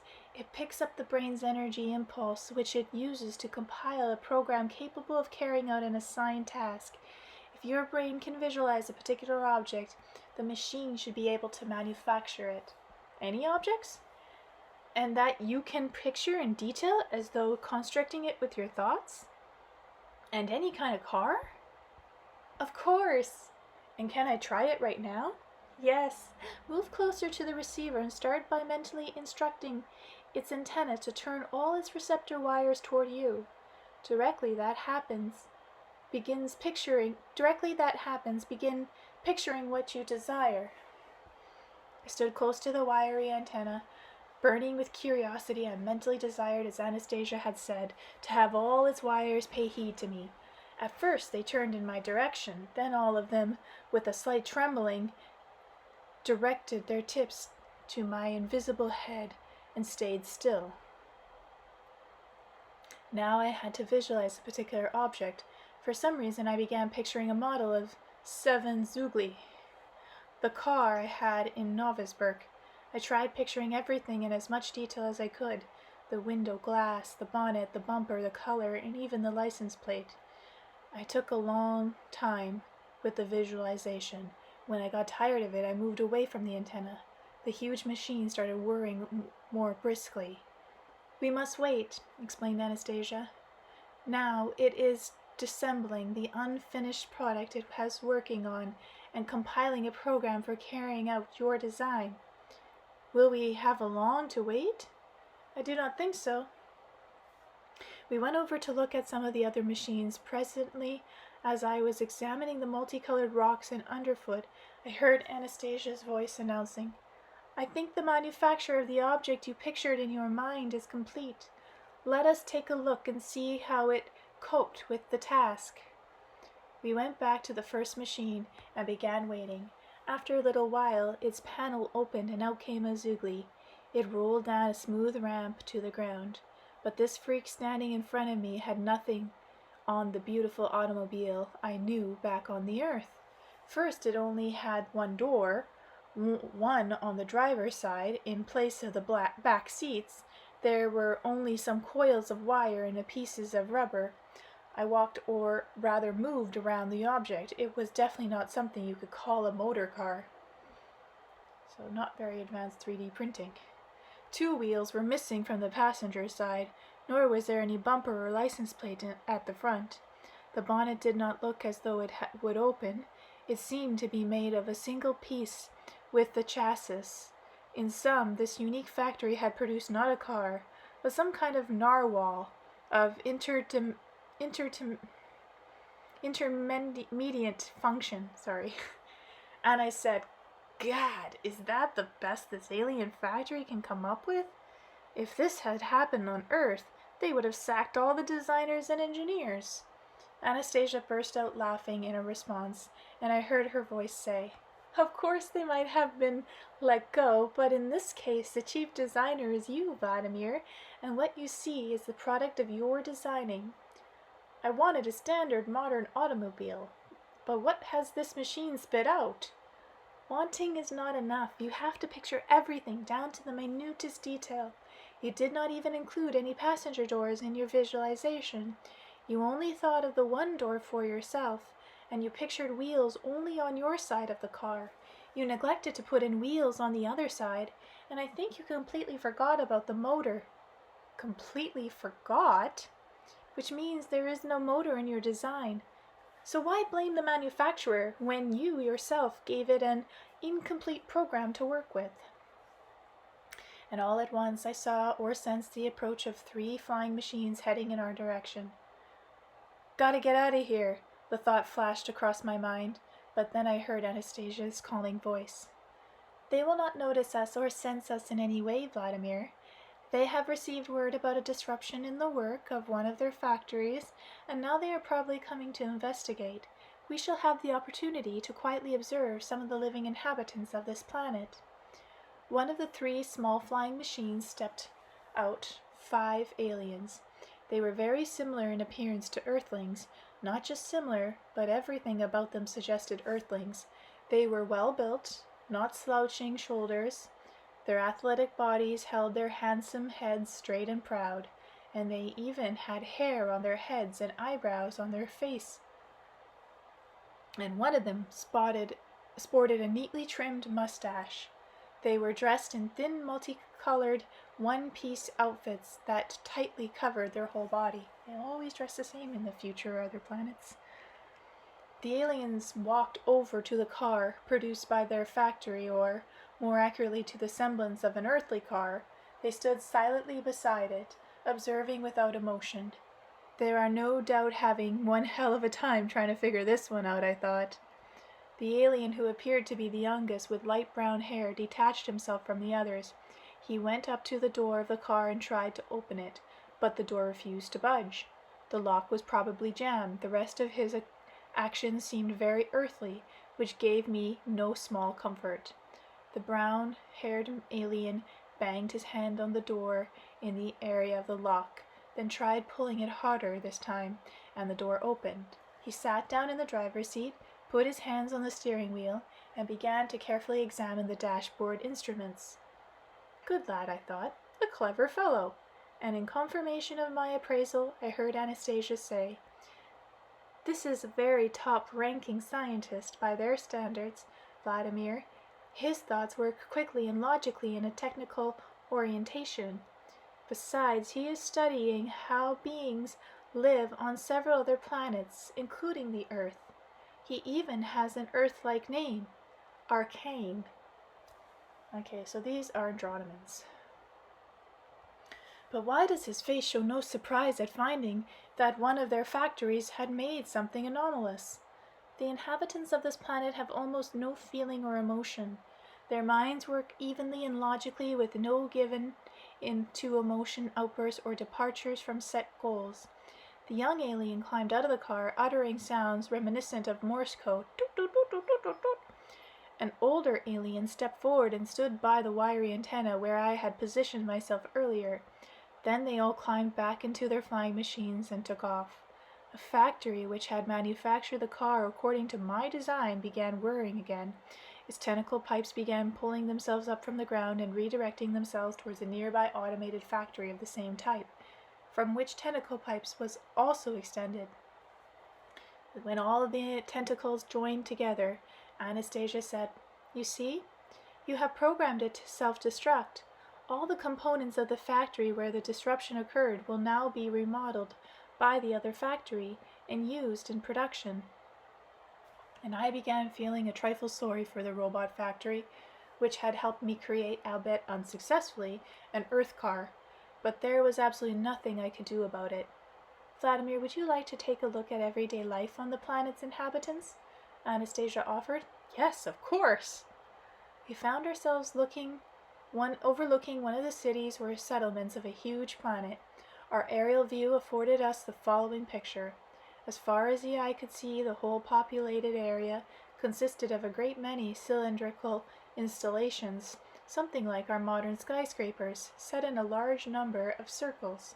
In the center of each circle were low-rise structures somewhat reminiscent to trees on the Earth. Even their censer leaves were green, and Anastasia confirmed that these artificial structures draw up from the ground all the components of substance needed for sustenance, which are then dispatched through special pipes into the homes of every inhabitant of this particular world. Not only that, but they maintain the requisite atmosphere of the planet. Sorry, I can't say that word. When Anastasia suggested paying a visit to one of the apartments, I asked, "Can we visit the flat of that brown-haired alien who sat in my car?" "Yes," she replied. "At this moment, he will just be getting home from work." We found ourselves almost at the very top of one of the cylindrical skyscrapers. There were absolutely no windows in this alien apartment block. The circular walls were marked off into a dull-colored square. Near the bottom of each square was a raisable door, the kind you might find in our modern garage. Now and then one of the doors would open and out would come a small flying machine similar to the ones we had seen near the automated factory, and fly off on its own. It turned out that there was a small garage for one of these machines located below each apartment in the high-rise. There were no lifts or doors in the building. Each flat had its own entrance directly from the garage, and as it turned out, every inhabitant of the planet acquired an apartment like this once he reached a certain age.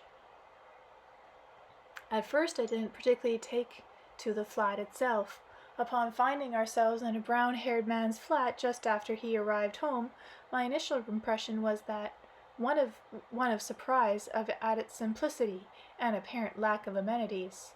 The room, approximately 30 square meters in area, was completely barren. It wasn't just that there were no windows or partitions. There wasn't even the barest modicum of furniture. The smooth, pale wall bore not a single painting or shelf by way of decoration, so they're minimalists. "Maybe he's just got this flat recently," I asked Anastasia. "Arcane has been living here for 20 years now. His apartment has everything necessary for relaxation, entertainment, and work. All the necessary components are built into the walls. You shall presently see for yourself." Indeed, no sooner had the brown-haired alien come up from his garage below than the ceiling and walls of the room began to glow with a soft light. Arcane turned to face the wall next to the entrance, placed the palm of his hand on the surface, and uttered a sound. A panel on the wall lit up. Anastasia gave a running commentary on everything that was taking place in the apartment. "Right now, the computer is identifying the apartment's owner by the lines of his hands and his eye scan." Creepy. "Now it is greeting him and letting him know how long he has been gone, as well as the need to check his physical condition. You see, Vladimir, Arcane has put his other hand up to the console and is letting out a deep sigh so that the computer can check his physical condition. Now the checkup is complete, and a message has appeared on the screen telling him he needs to take nutrient mixture. It is asking him what he intends to do over the next 3 hours." This is important for the computer to know in order to prepare an appropriate mixture. Now Arcane is asking for a mixture optimized to boost his mental activity for the next 3 hours, after which he tends to go to sleep. The computer is suggesting that he not engage in any strenuous mental activity over a 3-hour period. Instead, it is recommended he take a solution calculated to sustain work actively for a period of 2 hours and 16 minutes. Arcane has agreed to the computer's recommendations. At that point, a small niche opened in the wall from which Arcane seized hold of the flexible pipe. Putting the end of the hose to his mouth, he took a drink, or a bite to eat, from the hose, and then went over to the opposite wall. The niche holding the pipe closed up, the screen panel dimmed, and the wall where the alien had just been standing once more became smooth and monochrome. Wow, I thought. This technology you can do away with a kitchen and all its equipment and dishes and furniture, especially you can do away with cleanup, and even with a wife who knows how to make a good meal. No need to go to the store. Besides, at one fell swoop, the computer can check your health, prepare the food you require, and make all sorts of recommendations. I wonder how much a computer would cost back on Earth like that. And immediately I heard Anastasia say, as for expenditures, it is less expensive to equip each apartment with such a device than to load kitchens down with furniture and a whole lot of appliances for food preparation. They are much more rational than Earthlings, all told, but in fact there is much more rationality on Earth than here. I didn't pay much attention to Anastasia's last remark. I was too absorbed in watching Arcane's actions. He went on giving voice commands to the following events ensued in the room. From a section on the wall, all at once an armchair began to inflate. Then beside the chair another little niche opened, from which a small table emerged, along with some kind of semi-transparent container resembling a laboratory flask. On the opposite wall of the room, a large screen lit up, about 1.5 to 2 meters in diagonal. The screen showed a beautiful woman in a slinky bodysuit seated in a comfortable chair. The woman was holding a container in her hands similar to the one on the table beside Arcane. The image of the woman on the screen was three-dimensional and much sharper than on our TV sets. It seemed as though she were not on screen but sitting right there in the room. Anastasia explained that Arcane and the woman sitting opposite him were forming a child together. The inhabitants of this planet do not have sufficient strength of feeling to enter into sexual relations like people on the Earth. Outwardly their bodies are no different, but the absence of feeling does not allow them to produce offspring the way people do on the Earth. It is their own cells and hormones that are contained in the test tubes, you see. Men and women visualize what they would like their future child to look like. They mentally instill in him the information they themselves contain and discuss his future activity. It's creepy. It's like our world they want for us. This process lasts approximately 3 years in Earth time. Once they determine that the process of the child's formation is complete, they join the contents of the 2 containers together in a special laboratory. The child is produced and raised in a special nursery school until he comes of age. Then, as a mature member of the community, he is offered an apartment and assigned to a personal roster of one of the work groups. Arcane, alternating his gaze between the woman and the screen and the liquid in the little sealed container, all at once the wall screen dimmed, but the alien remained seated in his chair, his eyes fixed on the container on the table in front of him, holding a particle of his future child. Now the opposite wall was flashing with red squares. The alien turned sideways, his hands shielding his eyes from the flashing lights, and inclined his head even closer to his container. New illuminated squares and triangles began flashing alarming from the ceiling. The wake time allotted Arcane by the computer has expired. Now the computer is insistently reminding him of the need for sleep, Anastasia explained. But the alien bent his head down even closer to his flask, clasping it with his hands. The light of the walls and the ceiling stopped flashing. The room began filling with some kind of steam like gas. Anastasia's voice remarked, Now the computer is using gas to put Arcane to sleep. The alien's head began slowly dropping towards the table, and as soon as it was resting on it, his eyes closed. The armchair began emerging even further out of the wall and transforming into a bed. Then the bed chair began rocking from side to side, and the body of the already sleeping alien fell back into a comfortable cradle. Arcane slept, clasping the little container in his hands to his chest. There is so much more to tell about the advanced technological features not only of the apartment but on the huge planet as a whole. According to Anastasia, the community of people inhabited it have no fear of any invasion from the outside. Not only that, but with help of their technical achievements, they are capable of destroying life on any other planet in the universe, any except Earth. Why, I asked. Does that mean our rockets and weapons are capable of repelling an attack? And Anastasia replied, Earth rockets pose no threat to them, Vladimir.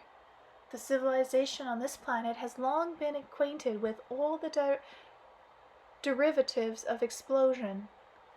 They also are familiar with implosion. What does that mean, implosion? Scientists on the Earth know that when two or more substances which have come together in an instantaneous reaction expand, an explosion occurs. I need to drink again.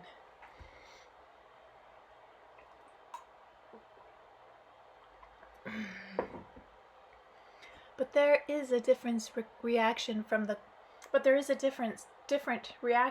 a contact between two substances.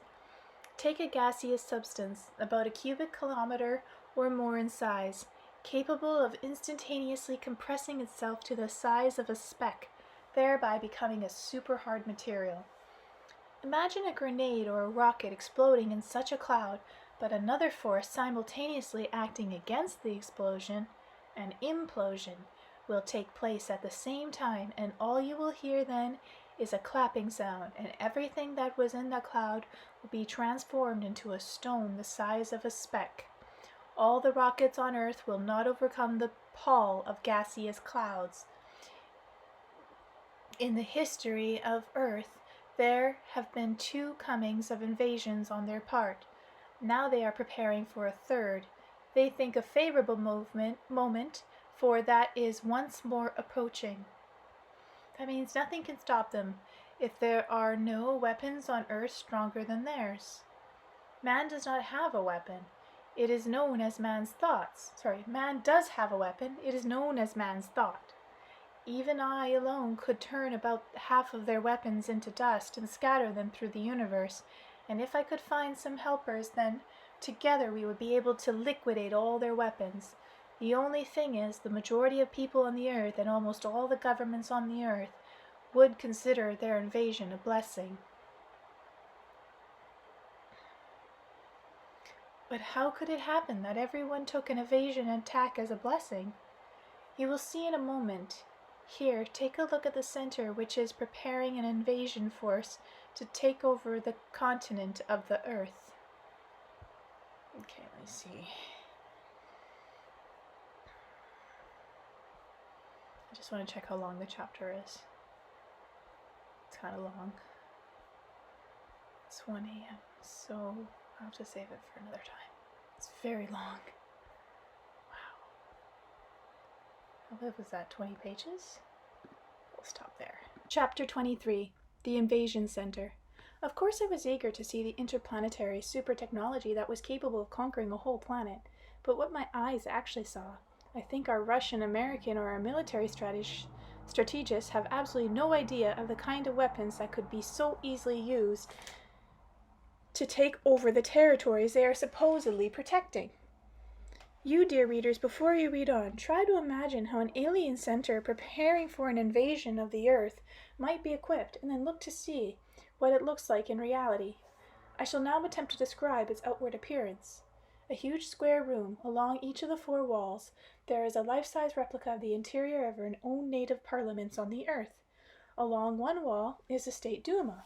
Along the office of our president in the Kremlin, on the opposite wall, I can see the interiors of the American Congress and the office of American President in the White House, Along the other two walls were the office of various state political institutions. In some of the Asian countries, judging by their appearance, in the parliamentary seats were sitting our earthling deputies, congressmen, and presidents. First of all, I began examining our own Russian deputies. They were an exact copy of the familiar faces I had seen on TV, only here they were sitting motionless, like mummies. It is difficult to say what they were made of. Maybe they were dolls, holograms, or robots, or maybe even something else. In the middle of the huge hall was a raised platform on which were sitting approximately 50 aliens. They were dressed not in their usual bodysuits, but in our earthly clothing, and were listening to a speaker standing in front of them, probably their chief instructor or some other official. Anastasia explained that we were observing one of the landing parties currently engaged in routine class sessions on preparing for interaction with earthly governments. They have been studying the most common Earth language and the way people behave in various situations. They were paying special attention to preparations for contact with government and legislative bodies, through which they hope to influence the whole population of the Earth. They have mastered conversational speech without too much difficulty, but in the absence of certain feelings capable of provoking outward emotions, they are finding it rather hard to mimic Earth people's gestures, and with their rationalistic way of thinking, they cannot see any logic in earthly governmental systems, despite their drawing upon the best minds and the most modern technology of their civilization.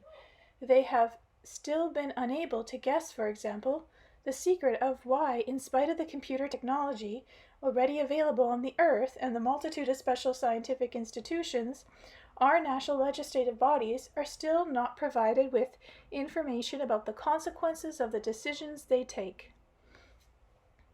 They are conceived that were there a specific analysis center, a think tank in other words, for which everything request is already available on the Earth, it would be possible to visualize most perfectly the social consequences of parliamentary decisions.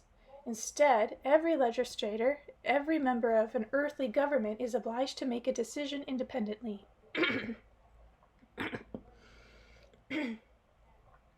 Not having sufficient information at their fingertips, each member of the government is obliged to fulfill the function of powerful analysis center and calculate the consequences not only of his own actions, but also those of his colleagues, enemies, and friends.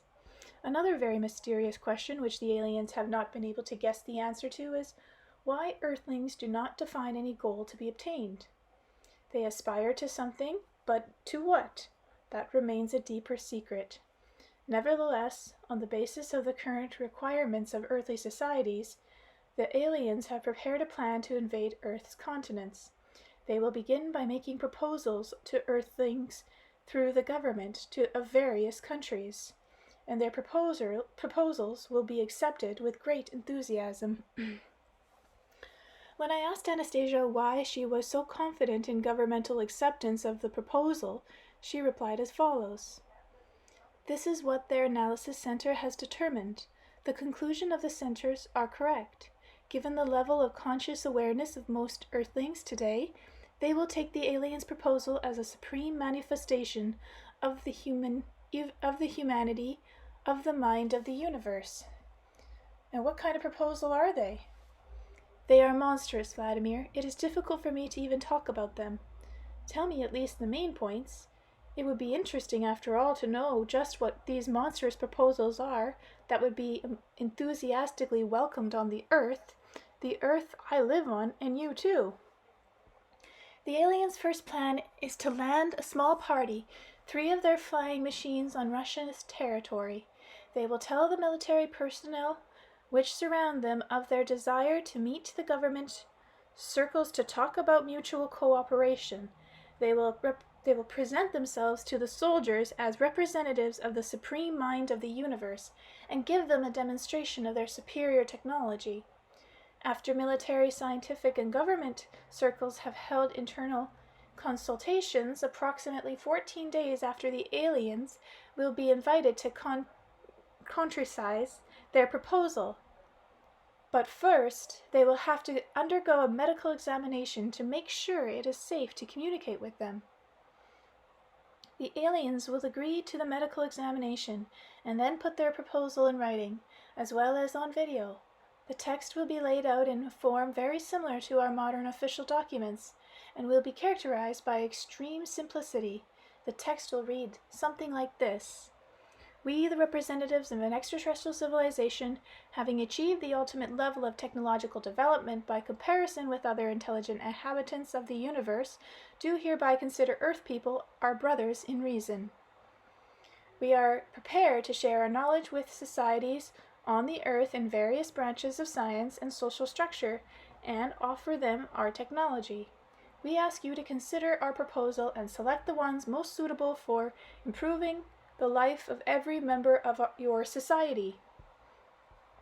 Then will follow a whole series of concrete proposals, the substance of which amounts to is this: the visitors offer to share their technology in providing each citizen of the country with nutrient mixtures and rapid construction of housing for everyone who has reached the age of maturity.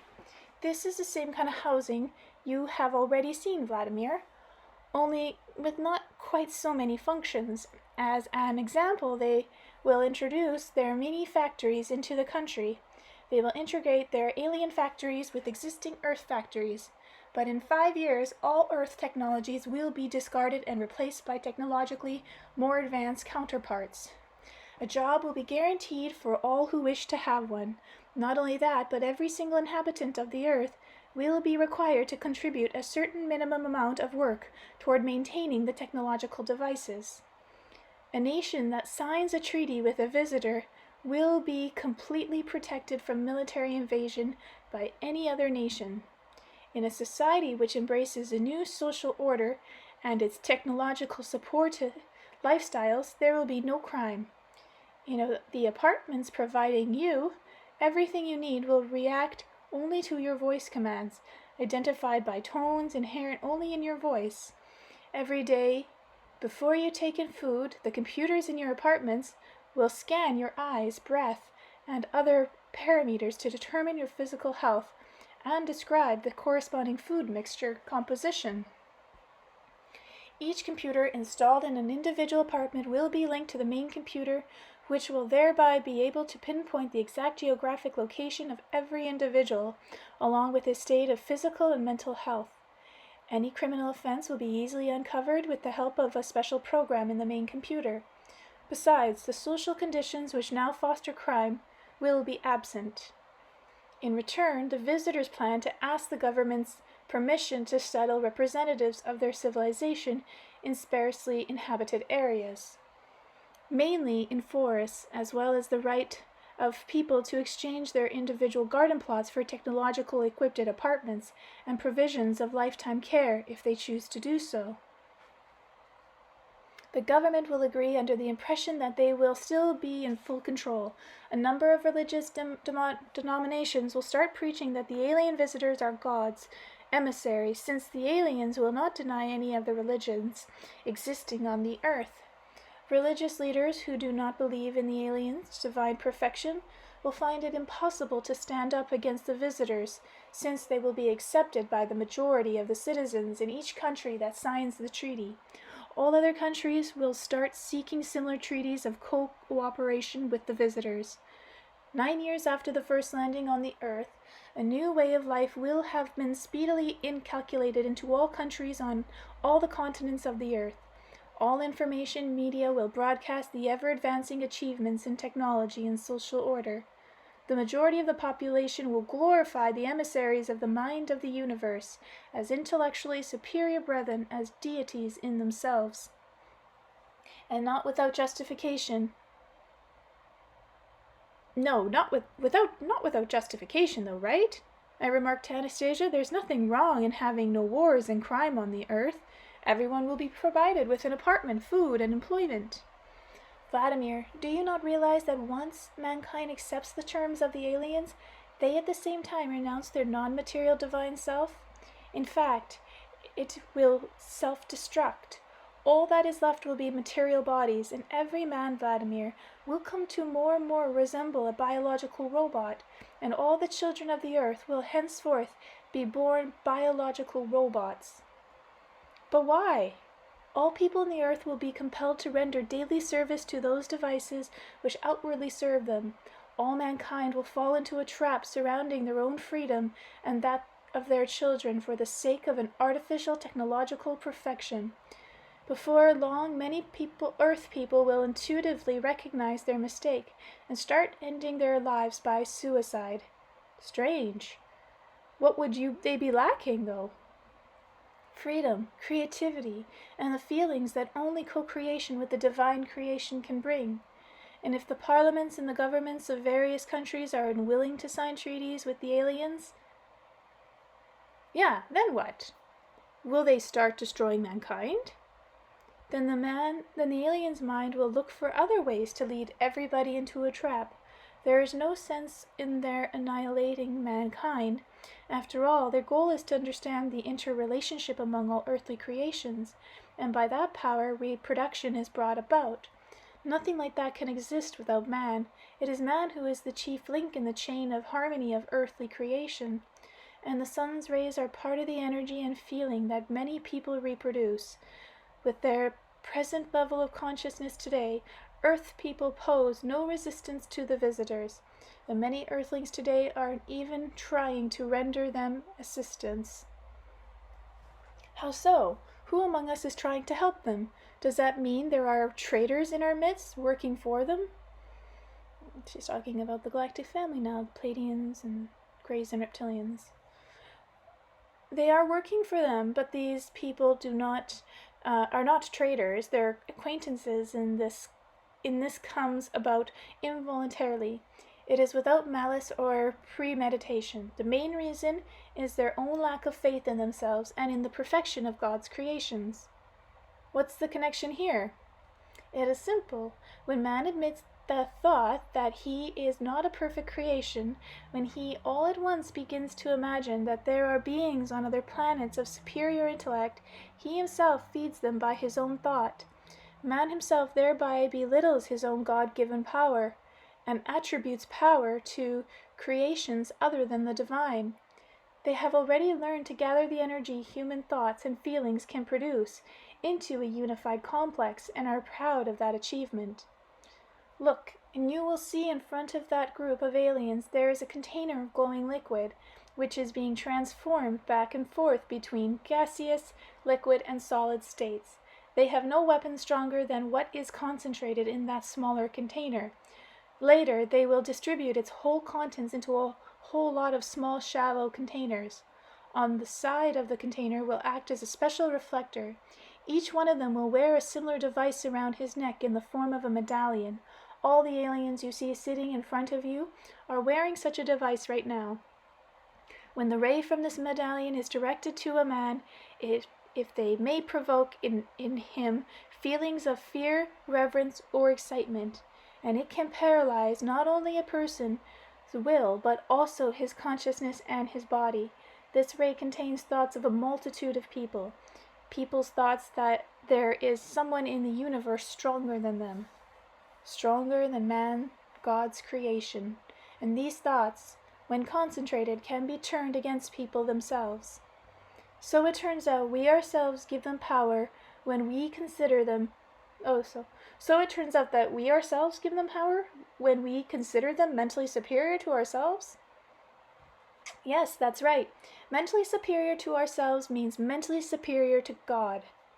What's God got to do with it? We are His creations. When we believe that there are other, more perfect worlds in the universe, that means we are not accepting ourselves as imperfect. That we are accepting ourselves as imperfect. Imperfection, creations of God. Wow. And have they already accumulated a lot of such energy in the alien world? In the container standing in front of you, there is enough energy to overcome approximately 3/4 of all the minds on the earth, and to take over people's feelings, that they consider way more than enough. Then the whole earthly civilizations will begin to pay them obeisance, and their power will increase. So it is impossible at this stage to do anything about it then. It is possible, if we take a risk and do something, they are not expecting. After all, a full complex of human feelings, even just one, is always stronger, and it is possible to accelerate thought to a speed unknown to those who have no feelings, and all the energy amassed in that container can be neutralized by the energy of another thought which is brighter, more confident, and more perfect. And you, Anastasia, would you yourself be able to neutralize all the energy in that container? I would try, but I would have to bring my whole body here for that. Why? Well, my complex of feelings will not be complete without my body. Matter is one of the planes of man's being. With it, man is stronger than the elements of the universe. So go ahead, we need to break the container. And all at once in front of me I saw Anastasia in the flesh. She was dressed just as she had been in the forest, in a cardigan and a skirt. She stood there barefoot on the floor, and then all at once started walking unhurriedly over to the aliens sitting in front of the container with the glowing liquid. They caught sight of her. No emotion showed themselves on the face of these unfeeling beings. Only for a brief moment they remained motionless in their seats. A second later, everyone was astir. Suddenly, as if on command, they all rose and grasped hold of the medallion around their necks. All the medallions flashed with rays of light, all directed at the approaching figure of Anastasia. She stopped, lost her balance momentarily, took a small step backwards, then stopped again. Giving a little stamp with her bare foot, she slowly and confidently moved forward again. The rays coming from the aliens' medallions got brighter and brighter as they joined together, concentrating on Anastasia. It looked as though it would take but a moment for them to reduce all the clothing on her to ashes. But Anastasia continued moving forward.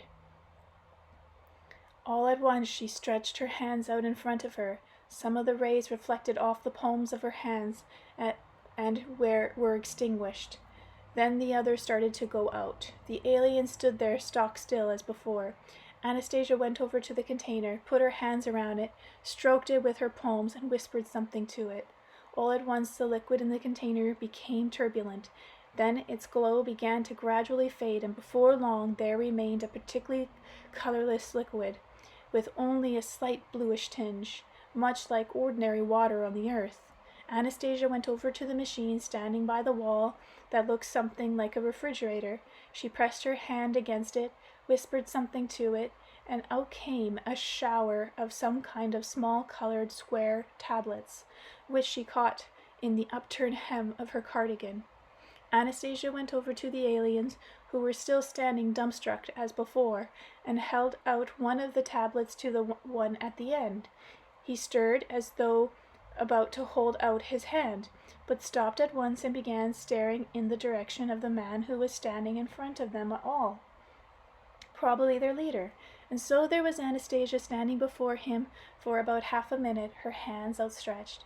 Then she went over and stood directly in front of the leader and held out a tablet for him. After a brief pause, the leader took the tablet and put it in his mouth.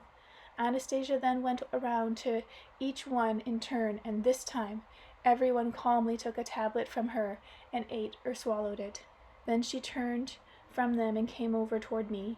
She had got halfway to me when all at once she stopped and turned toward the group of seated aliens, waved her hand at them, and several of the aliens got up from their seats and waved their hands back at her in response. When she reached my position, she said with a tired voice, "We need to go back. They have now taken the thought-accelerating tablets. Let them try to make sense of what has happened here." And then it was all over. I found myself lying on the grass as before, as though awakening from sleep. It seemed just a short time had passed, but my body felt rested, as after a deep, healthy sleep. But my head, inside my feeling, felt as though it were boiling over. Inside me, everything felt as if it was boiling over, as though my thoughts were running in all directions at once. All the images I had seen on the other planet completely stayed with me. What was it? A dream? Hypnosis? Or everything at once? It still wasn't clear. To see what is actually happening on another planet, other than Earth, this was something I found impossible to believe. And I asked Anastasia, who was sitting beside me. What was it? A dream? Hypnosis? I seem to have remembered everything, and now my head feels absolutely chaotic. And she replied, Vladimir, as for the power by which this vision of another planet appeared to you, take it any way you like. If you find the question disturbing, you can simply tell yourself you had a dream. Besides, all that is not what is really important. What is important is the essence, the conclusion, and the sensation of this vision you saw. Think about that while I leave you for a while. Yes, go on. I will be thinking about it from here on my own. Left alone, I began to ponder what I had seen. Naturally, I concluded that I had had some kind of hypnotic dream. After taking just a few steps back, however, Anastasia suddenly turned and headed back in my direction. She took something out of the pocket of her cardigan and held out her open hand to me, and there I saw it, lying on her hand, a strange-looking tablet, the same kind I had seen on the other planet. Take it, Vladimir. You need not be afraid to swallow it. On the planet you and I visited, they make these out of herbs from here on Earth. For about 15 minutes it will help accelerate your thought, and you will be able to make sense of everything all the more quickly. I took the little tablet from her outstretched hand, and when Anastasia left, I ate it. Chapter 24. Take back your motherland, people. At first I found my dialogue with Anastasia about what constitutes the motherland rather unintelligible. Her arguments don't even seem normal to me, at least initially, but later, even today, I can't help thinking of them. I instinctively recall her response to my question about what to do to prevent war, either earthly or interplanetary, from happening to us, to eliminate bandits altogether and bear happy and healthy children. It went this way. We need to tell everyone, Vladimir. Take back your motherland, people. Take back your motherland. Are you sure you're not mistaken, Anastasia? Everyone has a motherland, or a native land, only not everyone lives in the country where they were born. Maybe you didn't mean take back your motherland, but you need to come back to your motherland. Is that what you were trying to say? I was not mistaken, Vladimir. Most people living on this planet today have no motherland at all. What do you mean they haven't a motherland? For Russian is their motherland, and English have England.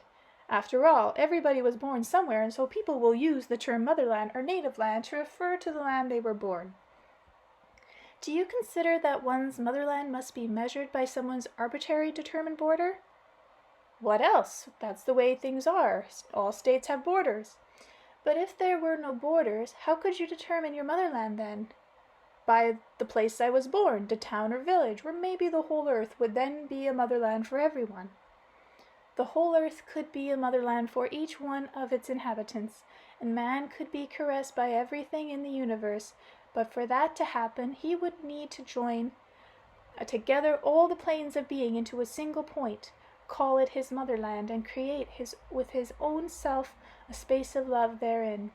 And all the best things of the universe would come into contact with it firsthand. Come into contact with the space of your motherland. You and yourself will feel the whole vast universe through this point and possess power unsurpassed. They will know about this on other worlds. Everything will serve you as God, our Creator, wanted it. You've really got to speak in simpler terms. I didn't get anything about those planes of being or how to join together their strands, or about the point I can call my motherland. Then we need to begin our discussion with what constitutes birth. Well, okay, with birth then, only don't just say words, but use words that make sense for us on the earth today. Tell me, for example, how you picture the generation of the family, the birth and raising of children in today's prevailing condition, and how all the children of man can be born happy. Can you construct a plan or draw me a picture? I can. Then tell me about it. Only not about life in the forest or about the incomprehensible science of imagery. Nobody knows anything about that. Only you. Not true. I couldn't finish the sentence. My head was buzzing with not just one, but a whole lot of questions, especially why was I even interested in knowing what this Taiga recluse would tell me about our lives? How does she even to happen to know not only the outward details of our lives, but many people's inner feelings too? What were the possibilities of this incomprehensible science of imagery? I couldn't stay seated. I got up and began to pace up and to and fro, trying to calm down and to make sense of, to understand this incredible phenomenon. I began to reason like this. Here is this young woman calmly sitting under a cedar tree, ruffling her hands slowly through the grass, or watching some bug crawl up her arm, or immersing herself briefly in thought. Here she sits in the taiga, far removed from the bustling day-to-day life of cities and nations, far removed from wars and all the trouble of the civilized world. But what if she actually knows the science of imagery to perfection? What if she can use it to influence people in society and in a more powerful way than all our governments, parliaments, and religious nominations? Incredible, a fantasy. But there are actual concrete facts that confirm this. Incredible facts indeed, but they really do exist. In a very short time, she taught me to write books. She needed only 3 days to do this. She was the one pouring forth over and over again an unending stream of information. Incredible, but fact. Without so much as an advertising campaign, her books have easily spread across municipals and national borders. Her images in these books, by some unknown means, has image influences people and arouses creative impulses in them. Thousands of lines of poetry and hundreds of bards' songs are dedicated to her image. And this is something she has known about all along. Right there in the first book I outlined what she said on this subject. Back then there was nothing as yet. At the time her words seemed like incredible nonsense, like a fantasy. But everything came about exactly as what she had said. And now, even as I'm writing these lines, incredible things have been happening. In 1999, the Prof Press published house put out a 500-page anthology of readers' letters and poems. The anthology was published in July, considering a dead season for booksellers. But an incredible thing happened. The whole print run of 15,000 copies sold out within a single month. Another 15,000 copies have been printed, but these books instantly sold out too. Such an event may not be so spectacular for a sensationalism-ridden press. In fact, it goes far beyond the conceptual bounds of sensationalism by virtue of the uniqueness of the conclusions stemming from it. Conclusions that defy credulity. It is indeed hard to believe that Anastasia's images is actually changing the consciousness of society. Readers feel the need to take action. People both in Russia and abroad are independently organizing readers' clubs and centers, calling after her. A Novosibirsk medical factory is producing the cedar oil she talked about, and in a small village in the Novosibirsk region, local residents are repairing their old equipment and endeavoring to produce healing oil according to the technology she recommends, and they are getting help from the city. It was she herself who said that Siberian villages would be regenerated and that children would start coming back to their parents. She has been redirecting the flood of pilgrims from foreign temples to her native sacred sites.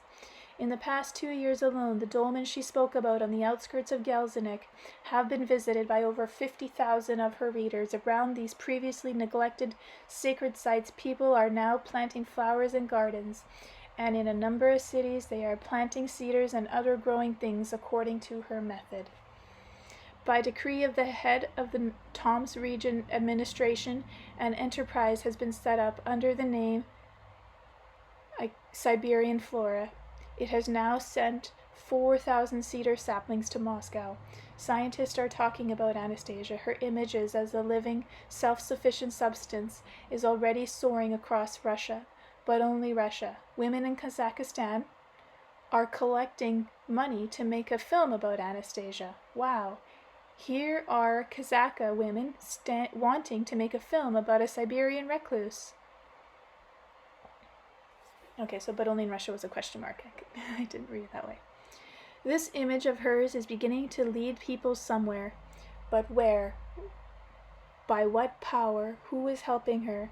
Is it possible she herself possesses some kind of incredible power, hitherto unknown? But why is she staying in her glade as before, still messing about with bugs? While intellectuals are arguing over whether or not she exists at all, she is simply taking action. The results of her actions can be seen, touched, and tasted.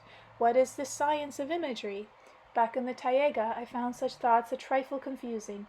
I wanted to have them either disproved or confirmed on the spot, but she was the only one around, the only one I could ask. So I'm going to ask her. She is incapable of lying. I'm going to ask her. Tell me, Anastasia, tell me, do you have a perfect knowledge of science of imagery? Do you possess the knowledge of those ancient priests? I was greatly excited as I waited her reply, but a calm voice responded without the least hint of excitement. I know what my fathers taught those priests, and also what the priests did not give him the opportunity to say, and I have endeavored to find out and feel new things on my own.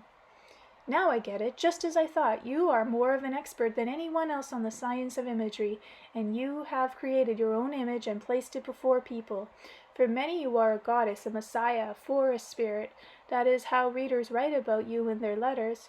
You have told me I should write everything down, as though pride and self-conceit were a great sin. And I have presented myself before the public as a bumbler, while you have come out exalted over everyone, and what's more, you knew it was going to turn out this way in advance. Vladimir, I have not concealed anything from you. Anastasia rose from the ground and stood in front of me, her arms down by her side. She looked me straight in the eye and went on. Only my image is not yet clear to everyone, but that other image which will be out there before the people will also be mine.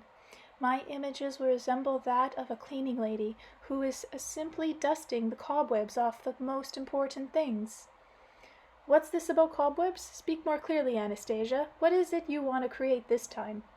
I want to animate, bring alive the image of God to people. I want to make his grand dream clear to everyone, so that every living person may feel his aspiration of love. Man can become happy here, and now in this life, the children of people on the earth today will live in his paradise. I am not alone, you are not alone, and paradise will appear as a conjoint co-creation. Hold on here. I realize now that your words will cause many teachings to fall apart. Their instigators and their followers will start not only lambasting you, but bombarding me too. Who needs problems like that? I refuse to write down everything you say about God. Vladimir, here you are afraid just of the thought of struggling with someone you do not know. No, it's all quite clear to me. I'll get descended upon by all the religious leaders. They'll poison their fanatical followers against me. No, it's not them. You are afraid of yourself, Vladimir. You are ashamed to present yourself before God. You do not believe in your new way of life. You think you cannot change. What's this got to do with me? I'm telling you about the clerics. So many of them are already reacting to your saying. And what are they saying to you? Anastasia inquired. Different things. Some react negatively, while others just the opposite. One Orthodox priest from the Ukraine came to me along with his parishioners in support of your sayings. But he's just a country priest. And what do you mean when you say country priest? I mean, there are others higher up. Everybody's subject to them. Everybody depends on them. But still, even these higher up, as you call them, also once served in the smaller churches. That makes no difference, all the same. I'm not going to write until at least somebody in charge of some major temple anyway. What am I saying? You can predict everything what's going to happen ahead of time. So tell me, who will be against you and who will help you? Will there be anyone in fact who comes to your assistance? What clerical rank could convince you to be What clerical rank could convince you to be bolder, Vladimir? Nothing less than a father superior or a bishop. Can you name any? She thought just for a split second, as though gazing into both time and space at once, and then came this incredible answer. Assistance has already come, Vladimir, from someone who has uttered new statements about God, namely Pope John II. I don't know about this one, Anastasia. He's pretty evil. Anastasia replied, "The images of Christ and Mohammed will unite their energies in space, and other images will merge together with them. There will also be an Orthodox patriarch, whose words will be revered for centuries. But most importantly, there will be impulses of inspiration among all ordinary people. It may be their earthly status that is important to you, but after all, truth is most important than anything on earth." At this point, Anastasia ceased talking and lowered her eyes as though she had been suddenly offended by something. It appeared as though a lump in her throat had welled up, but she swallowed it and sighed. Then she added, "Forgive me. I fear I am not making myself clear to your heart. Things are not working out at the moment on your part, but I shall try to be clear. Only let the people hear." "About what?" "About what others have tried for thousands of years to hide from them, about how it takes hardly a moment for any one of them to enter the Creator's pristine garden and there bring about splendid conjoint creations with him." I could feel a sense of agitation building inside her, and I myself for some reason began feeling agitated and said, "Don't be concerned. Tell me, Anastasia, and perhaps I shall be able to understand and write about it." And what she went on to say, she said in an extremely concrete and simple way. It was only later, after analyzing and pondering her words, that I began to understand and could feel some sense, a significant sense at that, in her words, "Take back your motherland, people." But back there, in the forest, I asked her once more, "I see how it's all going to come about. I see that if you can so easily bring out images of life of thousands of years ago, that means you must know all religious teachings and treaties, and that you will reveal them to people. I know the teachings that call forth reverence among people." Okay. "I know the teachings that call forth reverence among people." "All of them?" "Yes, all of them." "And the Vedic scriptures you can translate in their entirety?" "I can, only why waste time on that?" "But look, don't you want mankind to know about those ancient teachings? Tell me about them, and I shall write about them in my next book." "And what then? What do you think will be in the net benefit to mankind?" "What do you mean?" "They'll become wiser." "Vladimir, the whole nature of the dark forces' trap is that with their multitude of teachings they try to conceal the most important thing from man, by presenting a portion of truth only for the mind. In their treaties, they deliberately lead people away from the most important thing. Then why do people call the ones that present such teachings as wise men?" "Vladimir, if you will allow me, I shall tell you a parable. It is a parable that 1,000 years ago was whispered by wise men to each other in some secluded spot. For many centuries now, no one has heard this parable." "Then go ahead and tell it to me if you think that the parable may be helpful in explaining something." Chapter 25. Two Brothers, a Parable. Once upon a time lived a couple that for many years had no children. When they were well on their age, the wife bore twin boys, two brothers. The labor was difficult and short. After childbirth, their mother passed on to the next world.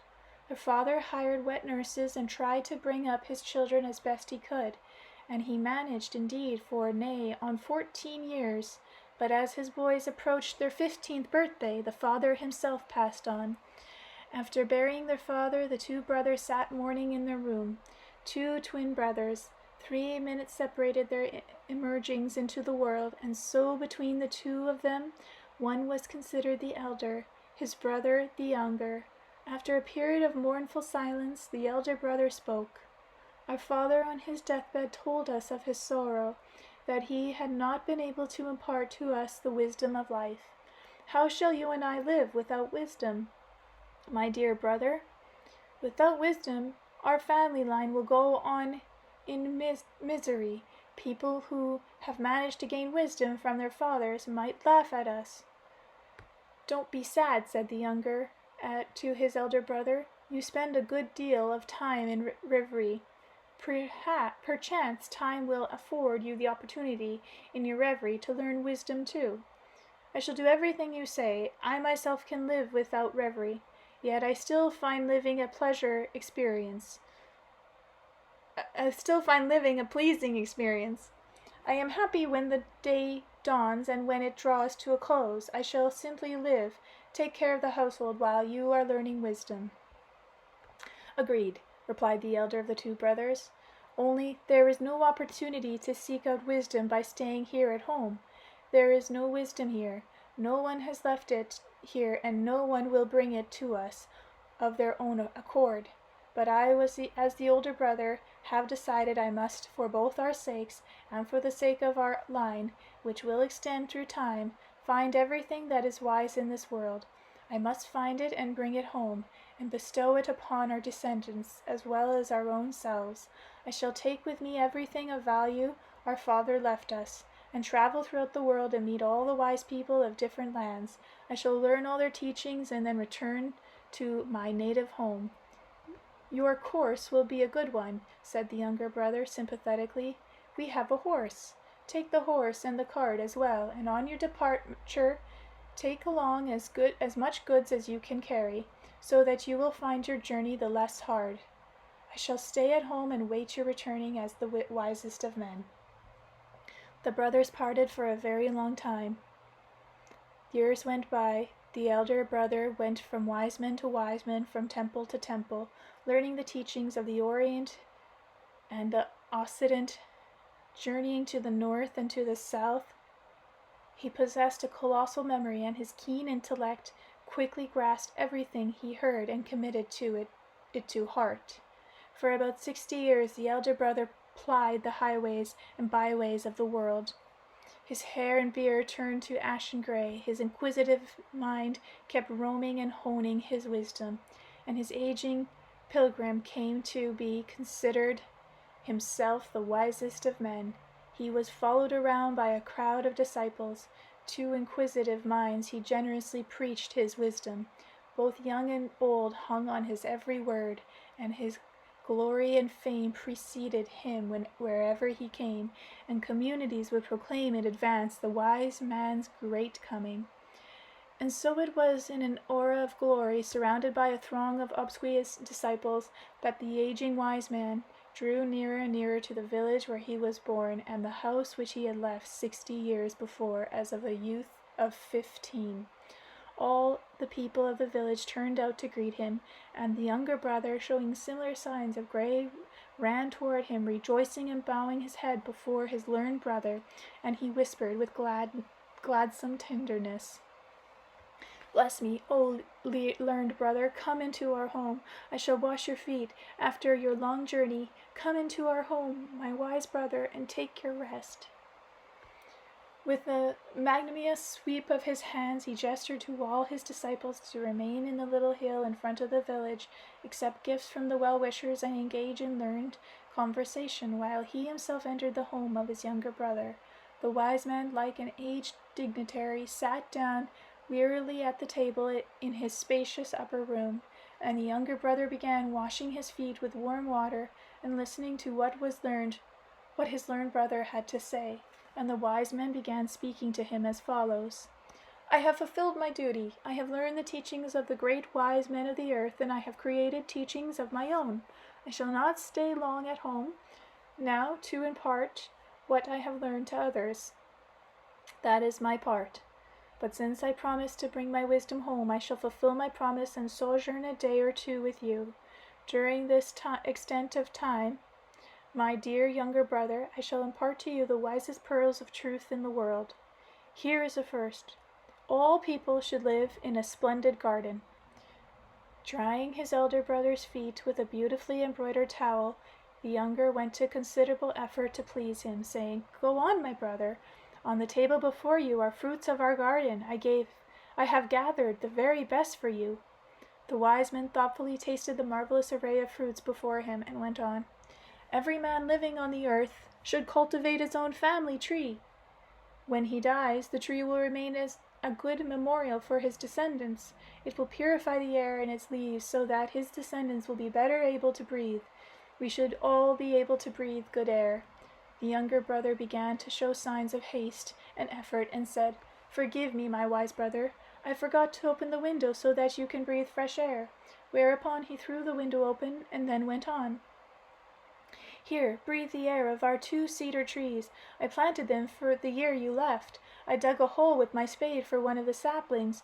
For the other I used a spade you played with when you were younger." The wise man thoughtfully gazed at the trees and then intoned, "Love is a grand feeling. Not everyone is handed the opportunity to live his life with love, and there is a grand wisdom. Each of us should strive every day for love." "Oh, how wise you are, my dear elder brother," exclaimed the younger. "You have learned such great wisdom, and I am embarrassed in your presence. Forgive me, I have not even introduced you to my wife." And he called out toward the doorway, "Starushka, where are you, my little cookie?" "Here I am," a voice picked up, and in the doorway a cheerful old woman appeared with plates of fresh, steaming pies in her hands. "Sorry, I've been busy making pies." Putting the pies down on the table, the cheerful Straska did a playful curtsy to the 2 brothers, and then she went over to the younger brother, her husband, and whispered in his ear, but loudly enough for the older brother to hear, "And now you must forgive me, hubby. I have to go lie down." "How now, my ne'er-do-well?" her husband replied. "My ne'er-do-well? You've decided to go have a nap when we have an honored guest, my very own brother, and you go. It's not that. My head is spinning, and I'm starting to feel a bit nauseous. And how could that possibly happen to you, my little busybody? Perhaps you are the one to blame, no doubt again. I am once more with child," laughed the Strashika as she ran off. "My apologies, brother."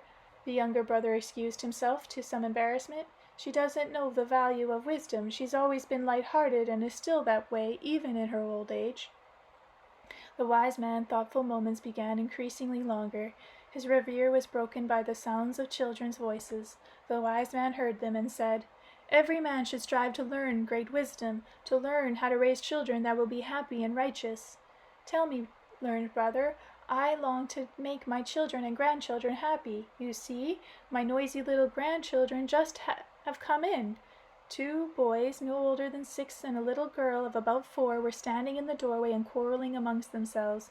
In an attempt to smooth things out, the gray-haired younger brother hastened to say to them, "Quickly, tell me what all the fuss is about. My noisy ones, you're interfering in our conversation." "Oh," the smaller boy exclaimed, "it seems our one grandpa has become 2. Well, then, now there is ours, and which is not. How do we tell?" "Here's our grandpakins sitting right here, isn't it clear?" piped up the little girl, running over to the younger brother, putting her cheek against her leg, tousling his beard and prattling. "Grandpakins, I was coming to see you by myself. To show you how I learned to dance, and the boys decided to tag along, all on their own. One of them wanted to draw with you. You see, he's brought a board and some chalk. The other's brought a flute and a pipe. He wants you to play them for him. But grandpakins, I was the one who decided to come and see you first. You tell the others that. You can send them home, grandpakins." "She's wrong. I came first to draw with you, and my brother only then decided he wanted to come with me to play the flute," observed the boy, carrying the thin piece of board. "There are 2 of you, grandpakins. You decide," the granddaughter chimed in. "Which of us came first? You better decide that I was first, or else I'm going to feel terribly hurt and cry." The wise man smiled sadly at the youngsters.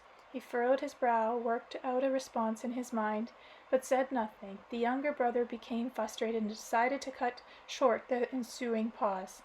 He took the flute out of his grandson's hand and said without stopping to think, "We don't have any cause for quarrel here. Dance, my pretty little jumper, and I shall accompany your dance on the flute. My dear little musician will accompany me on the pipe, and you, my dear little artist, draw what the sound of the music are drawing."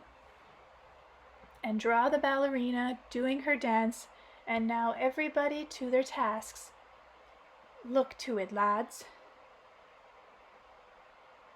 Whereupon the younger brother struck up a cheerful, splendid melody on the flute, and the grandchildren enthusiastically imitated him in time, portraying their favorite images. A future famous musician playing the pipe tried his best to keep up with the melody. The blushing girl leapt about like a ballerina in delightful portrayal of her dance.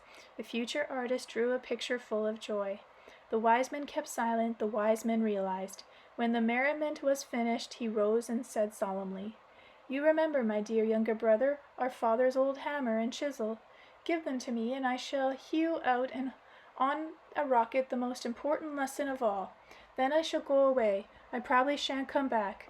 Don't stop me, and don't wait for me." The elder brother left. The aging wise man went with his disciples over to a great rock, with a pathway bent around, the same pathway that lured wisdom-seeking pilgrims into the lands far from home. A whole day passed, and the night fell, but the gray-haired wise man kept hammering and chiseling away at the inscription of the rock. When the aged man finished his work in exhaustion, his disciples read the inscription on the rock. "Whatever you seek, pilgrim, you are already carrying with you. You keep losing it with every step you take, and are finding nothing new," was the inscription on the rock. Upon finishing the parable, Anastasia fell silent. She gave me an inquiring look in the eye, no doubt wondering what I had got from it. "Well, Anastasia, I took from the parable that all the pearls of wisdom the elder brother talked about, the younger brother was already implementing in his day-to-day life. There's just one thing that isn't clear to me, though. Who taught the younger brother all those wise things?" "No one. All the wisdom of the universe was included forever in each soul right from the moment of it is created. It is just that wise men slyly intellectualize for their own interest, and thereby lead people away from the most important thing." "From the most important thing? Then what is the most important thing?" Chapter 26. Even today, everyone can build a home. The most important thing, Vladimir, is that even today, everyone can build a home. Everyone can feel God with their soul and live in paradise. One single moment is all that separates paradise from people living on the earth today. Each one possesses conscious awareness within. When dogmas do not interfere with this awareness, then look, Vladimir, what can come to pass. All at once Anastasia brightened. She grasped hold of my hand and led me to the shore of the lake, where there was a patch of bare sand, and started talking to me along the way. "It only takes a moment. You will understand everything in just a moment of time, and everyone will understand, the readers, yours and mine. Within themselves they will define the essence of the earth and become aware of their destined purpose. Right this moment, Vladimir, see, right this moment we shall in our thoughts build our home, I and you, and all of them too, and I assure you indeed that the thought of each one of them will be brought into contact with the thought of God. The gates of paradise will open. Let us go. Let us move with more speed. I shall draw it with a stick upon the shore. We shall build a home together with those who into contact with your written words will later come. All human thought will emerge together into one. Believe me, people have God's ability within them to turn what they conceive into reality, and many a home will stand upon the land, and each one in their own homes will be able to grasp everything firsthand. They will be able to feel and understand the aspiration of the divine dream. We shall build a home, and I and you, and all of them too." Hold on there, Anastasia. There are a whole bunch of different designs out there for homes where people are living now. What sense can there be in proposing yet another one? Vladimir, you must do more than simply listen to me. You must feel everything that I outline and mentally complete yourself the whole design, and let everyone else draw it along with me. Oh God, people at least, give it a try, I beg you.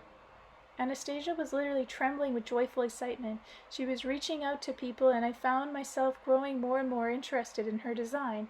And at first it seemed simple to me, yet at the same time I had the feeling as though this recluse Anastasia was revealing to everyone a most extraordinary secret. The whole secret was in utter simplicity, and if I can remember the events in order, this is how they all went. Anastasia continued. First, choose for yourself a place of your own you like best of all the pleasing spaces on earth, a place where you would like to live and would like your children to live out their lives, and then you will indeed leave to you great-grandchildren a fitted memorial to you. The climate, too, in that place must be favorable for you. Take 1 hectare of land in that place of yourself in perpetuity, for yourself in perpetuity. But nobody can just come along and take any piece of land. Jolly well desire. Land today is sold only in places where people wish to sell it.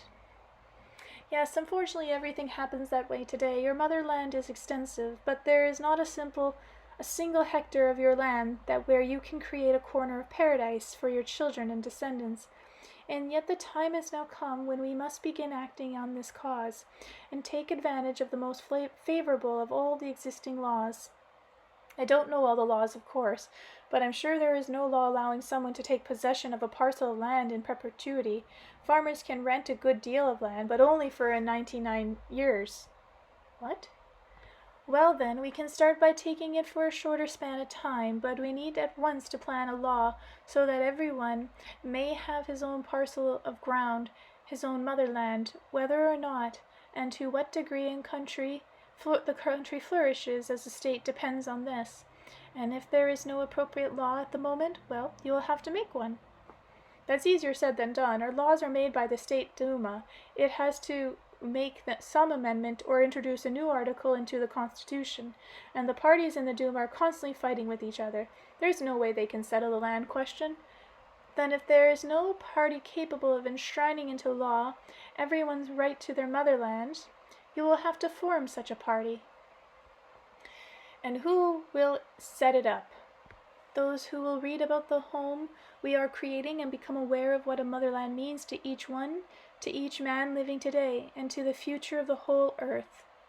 Well, enough about politic parties. Tell me rather about this unusual home of yours. I'm really interested now in what new design you can possibly bring forth. Let's say someone has come into possession of a hectare of land, not exactly a paradise, but, say, one grown over with wild grasses. They're probably not going to give him better than that. And there he is, standing on his hectare of land. What next? Think about it yourself, Vladimir, and dream a little, too. What could you do if you were standing on your own land? Chapter 27. Offense. First of all, everything, of course, must be enclosed by a fence. Otherwise, when they start bringing in building material to construct the manor house, somebody could come along and pilfer them. And when you plant a crop, it might be stolen before you harvest it, or you are against a fence on principle. I am not against them, Vladimir. Even animals mark out their own territory. Only what are you going to make the fence of? What do you mean, what of? Fence boards, of course. No, wait, fence boards can turn out to be the expensive side. For starters, you need to dig post holes and string up barbed wire all around the property, even when you should still put up boards so people wouldn't see inside the fence. And how many years could a board fence last without needing repair? If it is constructed of good material, if you keep it painted or varnished and smear the parts of the post that are on the ground with pitch, it might go 5 years or more without needing repair. And then you'd probably need to do some repair work and touch it up and keep it from rotting. So that means you will constantly have to fuss over the fence, and it will give your children and grandchildren even greater cause for concern. Would it not be better to construct it so your children will not have to bother about it, and so that their view will not be spoiled by the sight of rotting timber? Let us think how to make the fence more solid and long-lasting, so that your descendants may have fonder remembrance of you. Of course, you can build it so it will last longer. Who wouldn't want that? For example, you could make brick pillars and brick formation, and put cast iron grill work in between. That kind of fence doesn't rust. It can even last 100 years, but only very rich people can afford to build a fence like that. Can you imagine? A whole hectare. That's a perimeter of 400 meters. A fence like that's going to set you back several 100,000 rubles, maybe even millions. Still, it'll last a good 100 years, maybe 200 or more. You can even have it made with all sorts of family monograms. Your descendants will look at it and remember their great-grandfather, and it'll be the envy of everyone around. Envy is not a good feeling, Vladimir. In fact, it's harmful. Well, that's not much you can do about it. I'll tell you, enclosing a hectare of land with a good fence is not something many people can afford. That means we must think up some other kind of fence. What other kind? Can you suggest something? Would it not be better, Vladimir, in place of the whole lot of posts, which can later rot, to plant trees? Trees? And then what? Nails? Boards? Why nails and boards to them? Look, there in the forest there are a lot of trees growing with their trunks, only 1 1/2 to 2 meters apart. Yes, you're right, but there are holes between them. It's not the same as a fence. But it is possible to plant bushes in between them. People cannot get through. Take a careful look and think what a splendid living fence you could have. And it would be just a little bit different with each person, and everyone would come to admire the view, and your descendants in the ages to come will remember the creation of this splendid hedge, and the hedge will not only save them time on repairs, but will bring them benefits as well. It will serve, in fact, as far more just as a barrier. One person will make a hedge out of birch, growing in a row. Others will use oak, and some, with creative impulse, will make a colored hedge, the kind one reads about in fairy tales. What do you mean colored? Planting different colored trees, birch, maples, oaks, and cedars. Someone may intervene, a rowan tree with clusters of bright red berries, and still plant golden roses in between, and make room for a bird cherry tree and a lilac bushes. After all, you can plan it all out in advance. Each planter should watch to see how high each one grows, how it blooms in the spring, what kind of fragrance it has, and what feathered friends it attracts. Thus your hedge will be both synonymous and pleasantly fragrant, and you will never get tired of looking at it, as the pictures will be changing its tints with each passing day. It will flourish with colors anew every spring, and every autumn burst forth in an explosion of fiery hues. Well, Anastasia, it seems you're a poetess as well. We began with just a simple fence, and now see what all you've made of it. You know, I really like the way you've turned the whole thing around.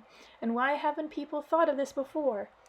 No painting required, no repair, and when the trees get too big, they can be cut down and used for firewood, and people can plant new trees. They can change the picture, just like an artist. The only thing is, won't it take a long time to plant that kind of a hedge? And if you're going to plant the trees 2 meters apart, then you've got to dig 200 holes for the saplings, then plant the bushes in between, and no technology will be allowed, you say. On the contrary, Vladimir, there is no sense of rejecting technology for the project at hand. Indeed, any invention of the dark forces must be put to use to serve the forces of light. It will hasten the implementation of the plan if you use a plow to dig a trench around the perimeter of the ground lot, and plant the saplings in it, along with the seeds of the same time for the bushes you have decided to plant between the trees. Then you can go over it again with the plow to fill in the soil while the earth is still loose. You can adjust the position of each sapling to even out the row. That's fantastic. So in 2 or 3 days, one person can put in the whole hedge. Yeah. The only drawback is that until the hedge grows, it won't deter any thieves, and people will have to wait a long time for it to grow, especially in the case of oaks and cedar. But birch and aspen grow quickly, and the bushes between them will not take much time either. If you're in a hurry, you can plant tree saplings 2 meters high right away. When the birches are grown, they can be cut up for household use, and their place will be taken by the maturing cedar and oak trees. Okay then, a living fence is something I can grasp. I really like it. Now tell me, what style of house do you see on the ground plot? Perhaps we should first plan out the lot as a whole, Vladimir. What do you mean? What do you have in mind? Different beds of tomatoes, potatoes, cucumbers? That's usually woman's work. House building is a man's job. I think you need to build one large house right off, a fashionable manor house in the European style, so that your grandchildren and great-grandchildren will remember you fondly. Then there can be a smaller cottage for the servants. It's a pretty big lot, after all. It'll require a lot of work. Vladimir, everything is done properly from the start. There will be no need for servants. Everything around you will serve you with great pleasure and with love, and not only you, but your children and the whole family of your grandchildren too. It doesn't happen that way with anyone. Even with your beloved Dashniks, they only have 500 or 600 square meters, yet they're working it every free day from dawn till dusk. And here they're going to have a whole hectare. It's going to take at least a dozen dump trucks every year just to bring in the fertilizer and manure.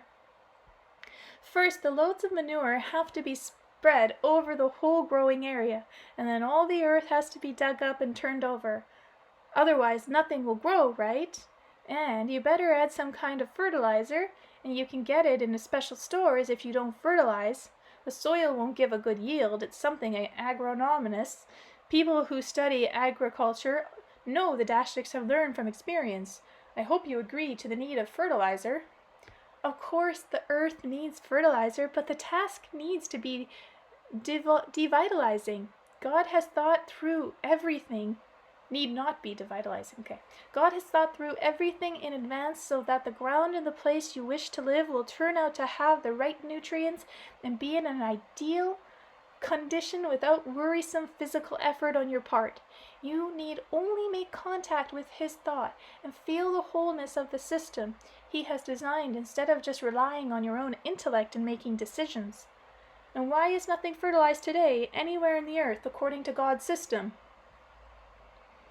So there's a picture of the living fence, I guess. Above, a raspberry living fence grown by Sergei and Vera Bond in Russia. In addition to producing abundant harvest of raspberries and maintained free hedge protects the garden from winds, attracts birds from naturally control pests and keep unwanted visitors. And then there's a painting of some kind. Below, a Kin's domain design of an eco-village. In response to Anastasia's plea, thousands of people all across Russia and beyond have created designs of their family domains and started turning them into reality. This is another kind of a picture drawing of some sort. Vladimir, you must do more than simply listen to me. You must feel everything that I outline and mentally complete yourself the whole design and let everyone else draw it along with me. Oh God, people, at least give it a try, I beg you. Okay? Just try to read everything next to. This is another painting, and then there's two kind of paintings. So the first one was a community composed of Kin's domain, and the other one is another Kin's domain. And there's another Kin's domain. And then we shall build a home together with those who, into contact with your written words, will later come all human thought, will emerge together into one. Believe me, people have God's ability within them to turn what they conceive into reality, and many at home will stand upon the land. And then there's a picture of a Kin's domain. True to Anastasia's promise, new homes have sprouted all across Russia as thousands of people, inspired by her dream, start to lay a foundation of their families' domains of bringing dying villages back to life. And then there's a picture of a kind of a feast. A build your home wonder cake represented a small-scale modern of Kin's domain, complete with a living fence and a garden plantings, become a festive table centerpiece in an eco-village during a celebration on the 16th of September 2006. Below, young girls in search of their intended mates set small rafts afloat to find their soulmates. Festival in the Rodovo eco-community, Tallula region. For description of this ancient ritual and its significance, okay, there's just taking all over, showing you girls up putting something in the water, and then there's a bunch of people gathered around a table eating. Dashnik celebration, and nearby eco-villages, along with numerous guests, share green vegetables and fruits have grown themselves in their plots. Okay, referring to book 2. Now it's celebrated by thousands of individuals, Dashnik Day, families and communities throughout Russia and beyond. They're connected to it. Okay, it looks like another kin's domain. I don't know, they just put in the middle of all I'm reading. And then group of people gathered around a table. This is another eco-community. Like millions of other food gardeners throughout Russia, this family uses no chemical fertilizer or pesticides, yet manages to grow abundant harvest in the climates with a growing season of only 110 days. According to office statistics in 2005, Russian gardeners, using less than 3% of the country's agricultural land, produce over 53% of the nation's agriculture output. More than all commercial produce is taken together. Okay, so interruption by those pictures. I need to kind of just quickly look where we last read. So then why is nothing fertilized today anywhere on the earth according to God's system? That was the last thing Vladimir asked. And Vladimir, right now you are in the taiga. Look around you. How high the trees are, how mighty their trunks. Among the tree, herbs and bushes are growing. There are raspberries and currants. Indeed, a whole lot of everything grows right here in the taiga for man's use. And over thousands of years, not a single person has fertilized the ground. But the land remains fruitful. What do you think? How has it been fertilized, and by whom? By whom? I don't know how or by whom, but you've pointed out a really important fact. Indeed, it's simply amazing how man somehow gets everything twisted around. Tell me yourself, why aren't various kinds of fertilizers needed in the taiga? Here in the taiga, God's thought and God's plan are not interfered with in the same degree as where man's lives today. In the taiga, leaves fall from the trees and little branches are torn off by the breeze, and these leaves and branches, along with the worms, fertilizers, and the ground in the taiga, and the grass which grows all around, regulates the composition of the earth. The bushes help it clear away excessive acids and alkalis.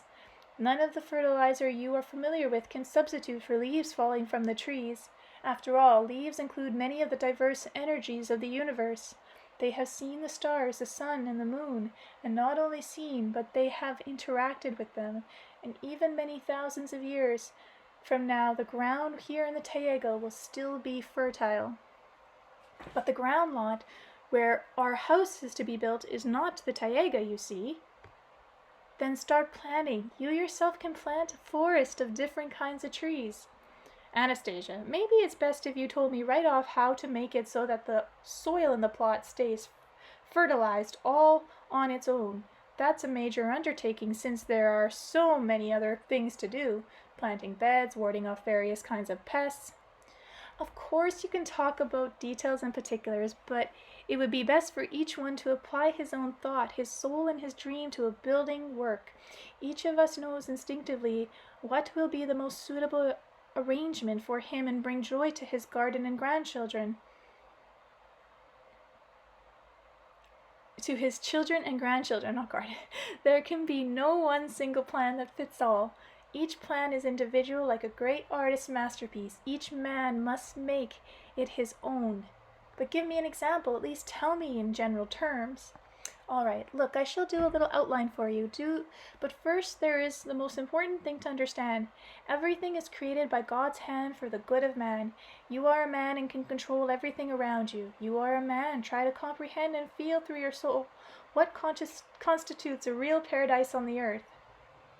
Now, more specifically, Anastasia, without philosophizing, tell me what to plant and where. Tell me where I should dig. What cash crops should I grow? What will bring me the biggest return in my investment? Vladimir, you do not know why peasants and farmers today are so unhappy. Do you know? Well, no, why? So many of them are striving to bring in as big of a harvest as they can to sell. They think about money than about the land. They themselves do not believe they can be happy in their own family nest. They think the rest of the people are happy in the big cities. Believe me, Vladimir, whatever is created in your soul will unfailingly be reflected in the whole world around you. Of course, outward details are also necessary. Let us think together about one way we can plan out our plot. I shall simply start things rolling, and you help me on your part. Okay? I'll help you. You start. Let us say our lot is on a barren section of land and is now enclosed on all sides by a hedge. Let us divide it, reversing half of 3/4 of the lot for a forest, and there plant a variety of trees. On the edge of the forest, there it borders on the remaining part of the lot. We shall plant a hedge in such a way that animals cannot pass through it and trample the crops growing in the garden plot. In the forest, we shall set up a pen using densely planted saplings, which in time will be home to a goat or two, and we shall also use saplings to construct shelter for egg-laying hens. In the garden plot, we shall make ponds approximately 16 meters across. We shall plant raspberry and currant bushes among the trees and forest and wild strawberries around the edge. Later, after the trees in the forest have grown a little, we can set up 2 or 3 empty log hives there for bees. And we shall use trees to make a gazebo where you will have a cool place, safe from the heat, to take with your children or your friends. And we can make a summer sleeping area out of living things, along with creative workshops for you, and sleeping place for the children, and a living room. Wow, it won't be a forest we end up with, but more of a palace. Only the place will be a living entity and continue to grow in perpetuity. This is how the Creator himself thought up the whole balance of things, and all man has to do is assign everything its task, according to his own taste, design, and understanding. But why didn't the Creator do it all this way to begin with? Everything in the forest grows just where it happens to end up. Think of the forest as a book for you as a creator. Look more closely, Vladimir. Everything therein has been written by the Father. Look over there. 3 trees are growing just as half a meter apart. You are free to plant them in a row and use a whole lot of them to make up another configurations. In among the trees there are bushes growing. Think of how you can make use of them to sweeten your life. And where the trees do not allow grass and bushes to grow between them, you can take that as a lesson for building your future house out of living material. It is though all you have to do is formulate the required program and adjust it according to your taste. Everything around you is charged with the task of cherishing and delighting you and your children, and cherishing and feeding them. To feed ourselves, we'll need to plant a vegetable garden, and that'll take a lot of sweat. Believe me, Vladimir, even the vegetable garden can be set up so that it will not be an aggravation. You just need to keep everything under observation. Among the herbs, just the way everything grows in the forest, you could have the most splendid tomatoes and cucumbers under cultivation. Their taste will be much more appealing and healthful for the body than when you grow simply on a patch of a bare ground. But what about the weeds? Won't they be destroyed by pests and beetles? There is nothing useless in nature, Vladimir, and there is no purposeless weeds, neither are there any beetles that are harmful to man. What do you mean? There aren't any harmful beetles? Take locusts, for example, or Colorado beetle, a real vermin that eats away at potato crops in the field. Yes, it does. It is also thereby showing people how their ignorance is eating away at the self-sufficiency of the earth, contradicting the design of the divine Creator. How can people keep stubbornly plowing year after year in the same place, torturing the ground? It is like scraping the open wound, at the same time demanding benefits from the wound. Locusts or the Colorado beetle will not touch the ground lot which you and I have outlined. When everything grows together in one grand harmony, the fruits accruing to the owners are also harmonious. But what if that's the way everything is going to ultimately turn out? But if that's the way everything's ultimately going to turn out, meaning that on the lot you have thought up there is no need for man to fertilize the ground or fight off vermin with various kinds of poison or do weeding and everything is just going to grow all by itself, then what is there left for man to do? Live in paradise, the way God wanted us to. Anyone who is able to build himself a paradise like that will come into contact with the divine thought and produce a new co-creation together with him. What new co-creation? Its turn will come once the creation of the paradise has been completed in due course. Let us consider now what you and I still need to do. Okay, let's just stop here. Chapter 28. Home. We still have to build ourselves a decent home, I observed, a place for our children and grandchildren to live. problem-free, a 2-story brick manor house with the toilet and bathroom and hot water heater. You can do that for any private home these days. I was at a building fair recently and noticed how a lot of different faculties have been developed for convenience in private homes. Or are you again going to object that we don't need to use technological gadgets? On the contrary, they are necessary. You need to make everything serve the cause of good as the opportunity presents itself. Besides, it's important that there be smooth transition in people's habits. Only people outside. A moment. Only your grandchildren will not need the kind of home you are building. They will understand in their own as they grow up. They will need another kind of home. That is why it is not worthwhile spending too much effort to make the house extremely big or solid. Anastasia, I can tell you've got another sly trick up your sleeve. You keep rejecting everything I propose, even the house. I think there's no question that it should be a decent house. You said we would be designing this project together, and here you're thwarting me at every turn, no matter what I say.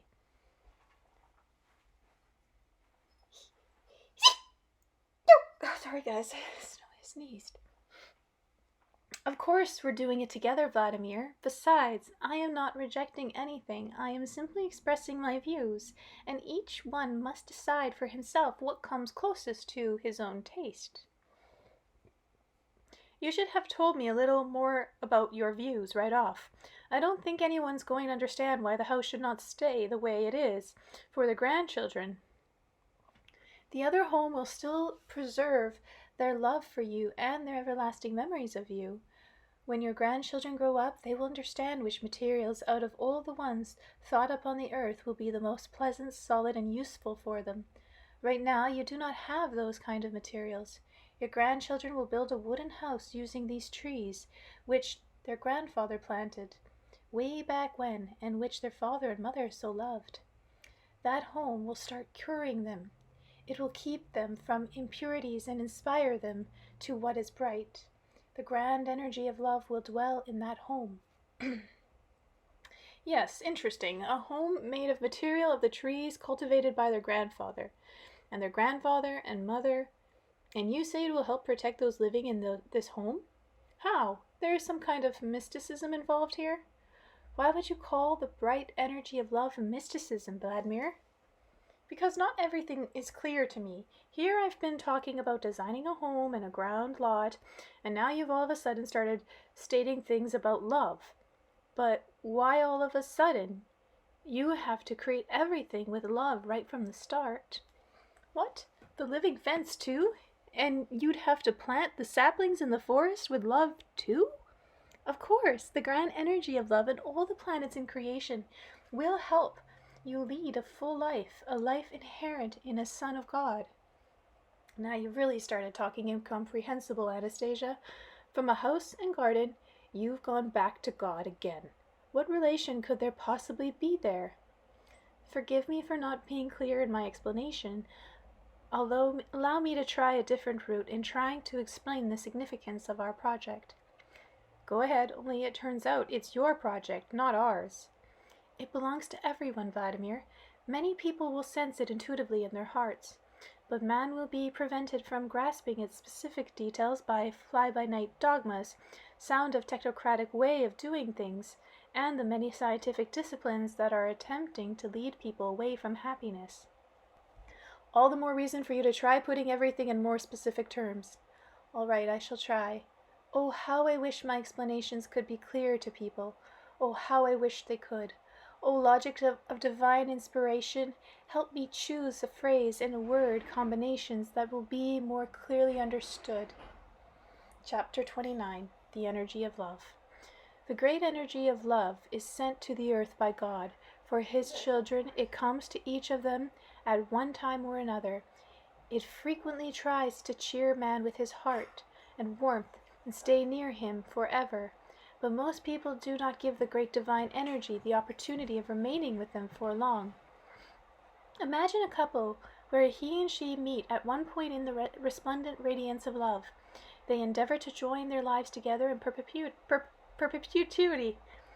perpetuity. They consider that their union will be made more solid if affirmed on paper and by ritual in front of a large gathering of witnesses, but all to no avail. It takes but a few days for the energy of love to fade from their lives, and it happens that way with just about everyone.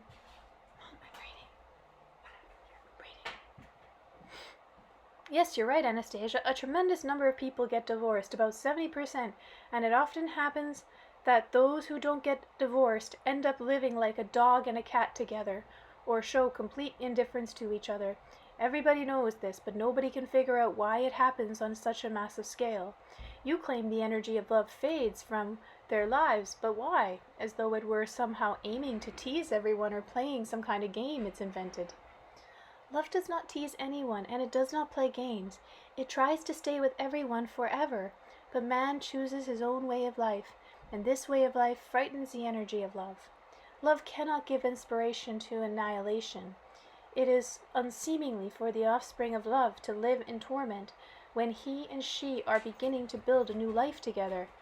When they are endeavoring to establish a home in the apartment resembling a vault of lifeless stone, when each has their own work and interests and their own environment, when there is no common vision of the future, no conjugal aspirations, when their bodies are attracted by mere fleshy alleviation, only to hand over their child to the cruel ways of a world devoid of clean water, a world filled with bandits, wars, and disease, it is from this that the energy of love flees. But what if he and she have lots of money, or the parents give the newlyweds, instead of a tiny flat, say a 6-room apartment in a fancy modern block with a guard on duty at the entrance, and they give them a fine car and deposit lots of money into their bank account? Would the energy of love agree to remain under those conditions? What do you think, Vladimir? Could he and she live their whole life in love? Then they will be obliged to live their lives to the end of their years in cold fear, deprived of love and freedom, and watch everything around them grow old and rot. So what exactly does this financial energy of love require? Love is not finicky or obstinate. It aspires to the divine creation. It can forever warm the heart of the one who agrees to co-create with it in the space of love. And is there a space of love somewhere in the design you have come up with? Yes. And where is it? It is in everything. First it is born for the couple, then again for the children. And through their planes of being, the children will have a connection with the whole universe. Imagine, Vladimir, that he and she will begin in their love to implement this design that you and I are outlining. They will plant family trees and herbs in the ground, together with an orchard, and how happy they will be in the spring when their co-creations burst forth into bloom. Love will eternally dwell between them in their hearts, all around, and each will see the other in a spring flower, remembering how they planted a flower tree together.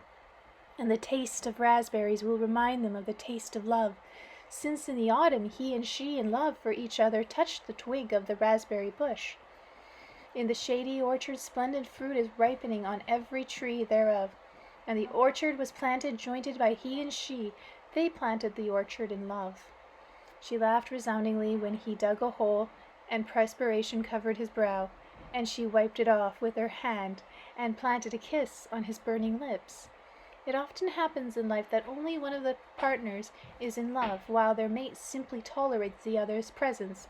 Once they start working on the orchard, the energy of love will multiply itself and never forsake them, either of them. After all, their way of life will help them both live their lives in love and convey the space of love to their children in continuation, and help them raise their children together with God in his image and likeness.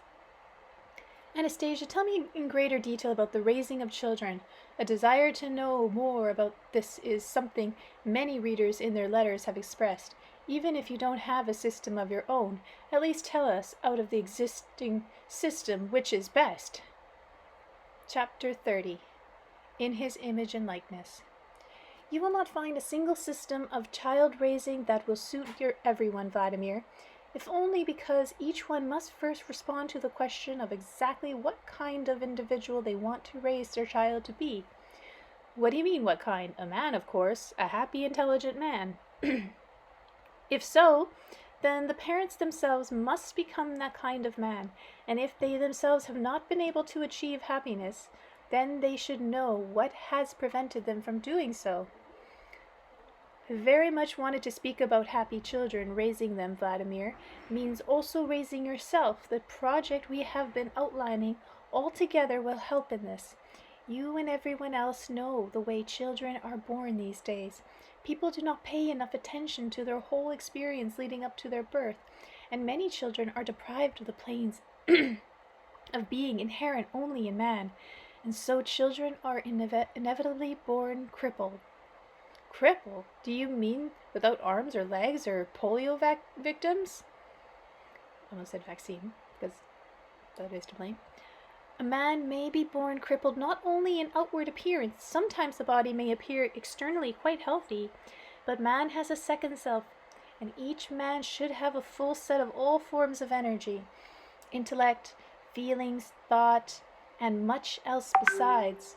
But more than half of all children, even by today's very low standards, are deemed by your medical professions to be deficient. If you want proof of this, take a look and see how many schools there are today for the mentally retarded. That's how your medical professionals classify them. Only they are comparing their abilities with those of children considered relatively normal. But if the doctor saw what the mind and the inner complexes of human energy could be in the ideal, only a few rare individuals among all of the children born on the earth would be considered normal. But why are all children not completely perfect, as you say? The technocratic world aims to prevent the three most important points in newly born children from merging into one. Technocracy tries to break man's link with the divine mind, and the links are broken before the child is born. And in looking for this connection, man goes searching the world in suffering and does not find it. What most important points are you talking about? What's this about links with the mind? I don't get any of it. Vladimir, in a great many aspects, man is formed even before his entrance into the world, and his upbringing should come into contact with all creation. What God has used in creating his splendid creation should not be neglected by his son. Parents should impart to in their co-creation the three most important points, the three primary planes of being. Here is the first point of man's birth, and is called parental thought. Both the Bible and the Quran talk about it. In the beginning was the Word, though it could be put more precisely. In the beginning was the thought. Let anyone call themselves a parent today remember when they conceived their child in thought, and what kind of child they thought of as. What kind of life did they foresee for him? What kind of world did they prepare for their creation? I think, Anastasia, that very few would even care to think of anything like that before the woman actually gets pregnant. In other words, they simply sleep together, sometimes without even being married. And they get married when the girl gets pregnant, since there's no way of knowing whether she'll get pregnant at all. And there's no sense in thinking about it ahead of time, when there's no guarantee she'll even have a child. Yes, unfortunately that is the way it often happens. Most people are conceived in fleshly indulgence, but man, the image and likeness of God, should not come into the world as a result of fleshy indulgence. Now picture a different scenario. He and she build their splendid living home in love for one another and in thoughts, but in their future co-creation, and they visualize how their son or daughter will be happy in that place, how their offspring will hear its first sounds, its mother breathing and the birds singing, God's creation. They will visualize how their child, when he grows up, will want to rest in his parents' garden after a hard day's journey and sit in the shade of a cedar tree. In the shade of a tree planted in love for him by his parents' hand, with thoughts of him in their native land. The planting of the family tree on the part of the future parents will define this first point, and this point in turn will call upon the planets to aid them in their future co-creation. It is vital, it is important, and above all else, it belongs to God. It is confirmation that you will be created in his likeness, in the likeness of him, the grand creator, and he will rejoice in the conscious awareness of his son's daughter. Thought is the origin of everything. Please believe me, Vladimir. The current of all the diverse energies of the universe will unite in that spot where the thought of the two have merged into one in love, where two together are contemplating a splendid creation.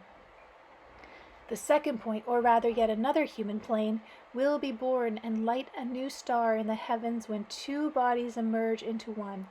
Merge in love and with thoughts of a splendid creation, in the very place where you build your paradise home, your living home for your future child.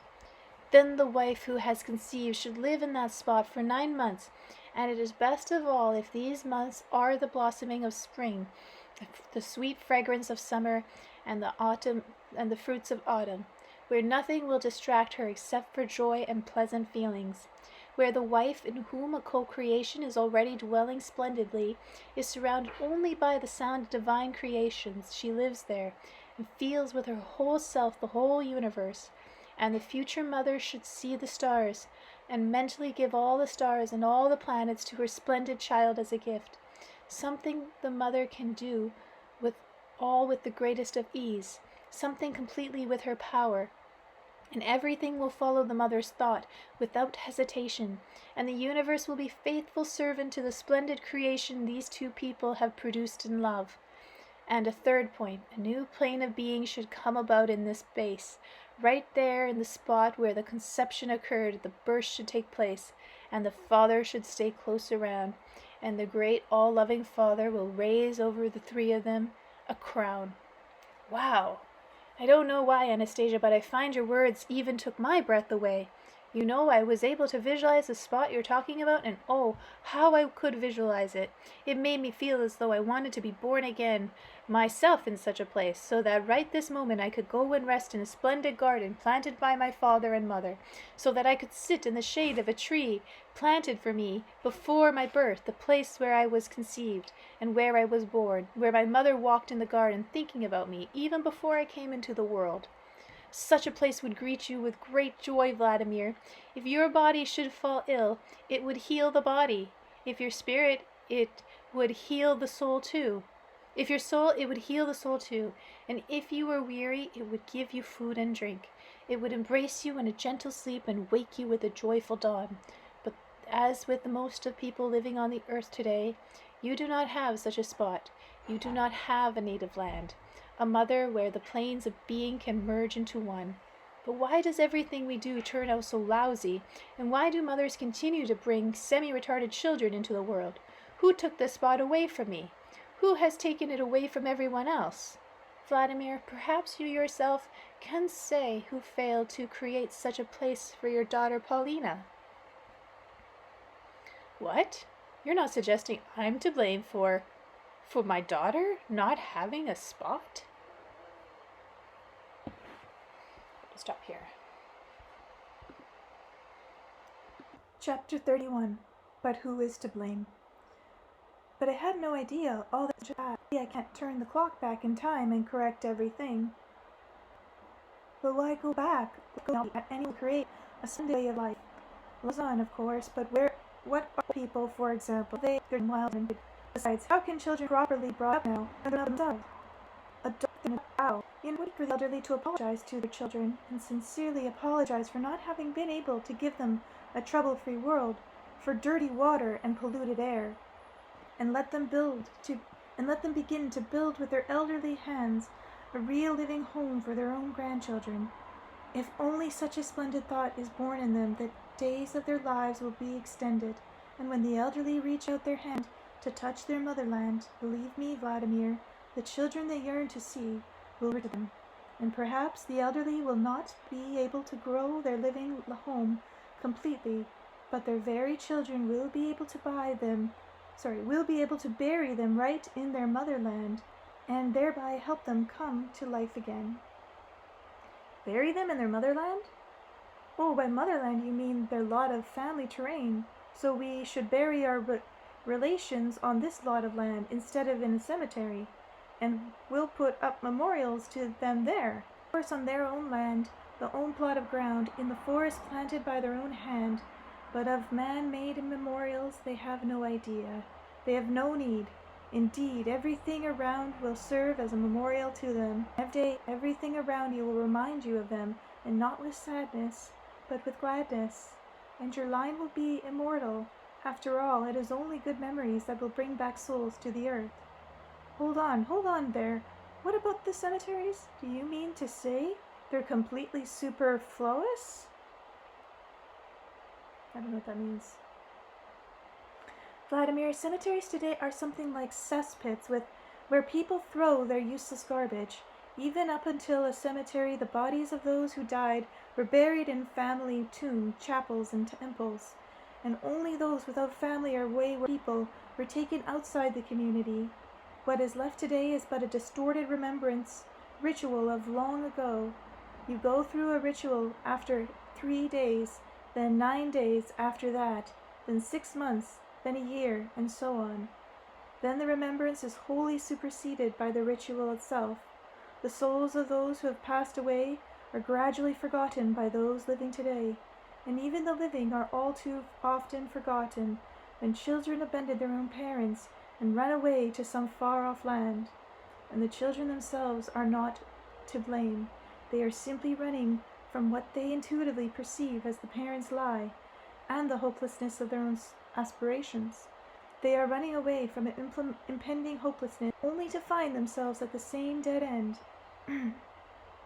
Everything in the universe is arranged so that those souls who are called by good memories from the earth are the first to be re-embodied in material form, called not by ritual, but by genuine feelings. They will appear in those living on the earth when the departed, by virtue of their life, of their way of life, leave behind pleasant memories of themselves. When the memories of them are not ritualistic but are real and tangible, in comparison with the multitude of other human planes of the universe, the human material plane is no less significant, and we must lovingly cherish relationship to it. For the bodies buried in the forest, they themselves planted grass and flowers will come up along the bushes and trees. They see these and delight in them. Every day we will come into contact with pieces of your motherland tilled by your parents' hands. You will communicate with them subconsciously, and they will communicate with you. Have you ever heard of guardian angels? Yes, I have. These guardian angels are ancestors both close and distant, will endeavor to watch over you. In 3 generations their souls will once again be embodied on the earth. But even when they do not have an elderly incarnation, the energy of their soul will not come from watching over your every movement, nor will to aggressively invade terrain. The energy of fear is in each person, an energy that will also be awakened in the other. The aggressor choosing to make that of a if he knows that his punishment is evil. What if he does not know it? Okay, let's say you're aggressors. So 1 second. Right, want to have a visit when they'll come and bring around them. Any you have whose thoughts are pure will be welcomed by what is around them, as you will be glad to greet them. And here I might bring up the example of the hound. When a friend comes to the dog, a faithful watchdog will not lay upon an aggressor or attacker, however, of the faithful hound is ready to mortal with them. And on your plot of motherland, even each blade of grass that grows will be healthful both to you and your friends, and each tree will bring you healing pollen from the flowers, bushes, and trees, and the energy of all your forebears will be present with you, and in anticipation of co-creation, the planets themselves will await your dictation, and the face of your beloved will reflect from every petal of the splendid flower in perpetuity, and the children you raise will tenderly talk with you for millennia to come, and you yourself will be embodied in new generations, and so you will talk with yourself to help with your own upbringing, and you will produce co-creations with your parent. In your own motherland, in your own space of love, will dwell the divine energy of love. When Anastasia told me about the plot of land back in the Taiga, my breath was simply taken away, captivated as it was by her fervor and the intonations of her voice. I'm reading so much. Later, after coming home and writing these lines, I often wondered how important it is for each individual to have such a spot of his own.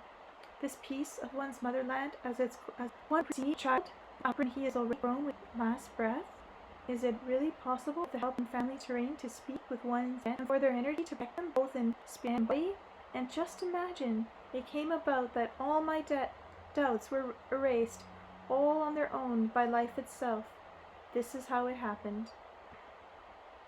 Chapter 32. The Old Man at the Dolmen. 3 years ago I went to the northern Kashkais to write the first chapters about the dolmens, which people now flock to visit in the unending stream. But back then, very few bothered to come and see these edifices of our ancient forebears. I would make frequent visits on my own to the dolmen situated on a property belonging to a farm by the name of Slavnishara in the Gelzenik district. At the time I went, there was a Baba who showed up unexpectedly, wearing a patched shirt and carrying a jar of honey from his apari. The elderly man was tall, lean, and very agile. He had acquired this only recently in the beginning of Petrovaka and gave the impression he was most anxious to get everything set up on it as quick as possible. He built himself a small house in the shed for his beehives, along with a farm, buildings made of various scrap metal. He started putting in an orchard and digging a small pond, thinking to coax forth the water spring, but he ran into a layer of rock.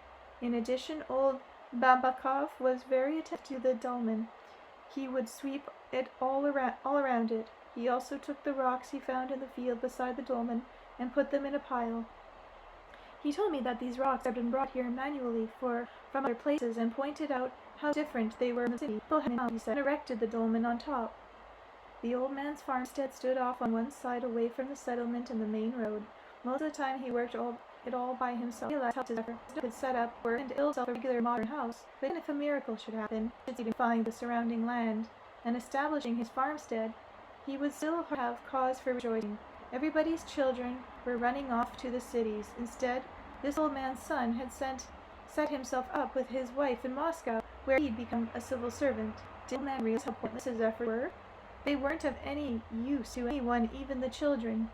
Therefore, no doubt have to die with a heavy heart, knowing that his farmstead would go to ruin, knowing that old grass and his would form out, and in the middle of his feet would one day get a courage.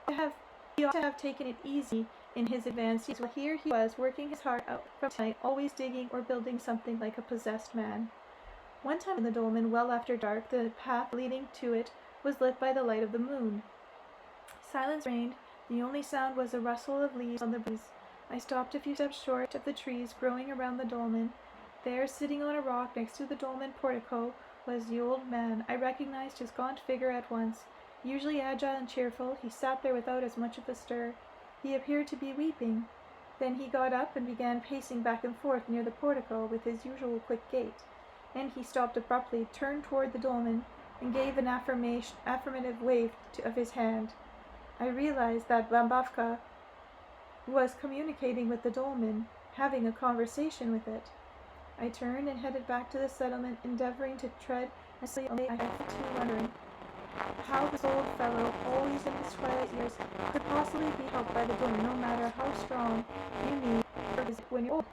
Who is if either a million miles? Then a year and a half later, on a regular visit to Gelzenik, I once again set a dolmen on the old man's property. I already knew that the old man had died, and I was a little sad that I wouldn't be seeing this cheerful, stalwart old fellow again, and I was sorry that I would have the chance to take any more honey from his apiary. But what worried me the most was the prospect of seeing garbage around the dolmen, the whole place in a steam. However, the lane leading from to the farmstead, it turned out, was just before the path turned off that led to the dolmen.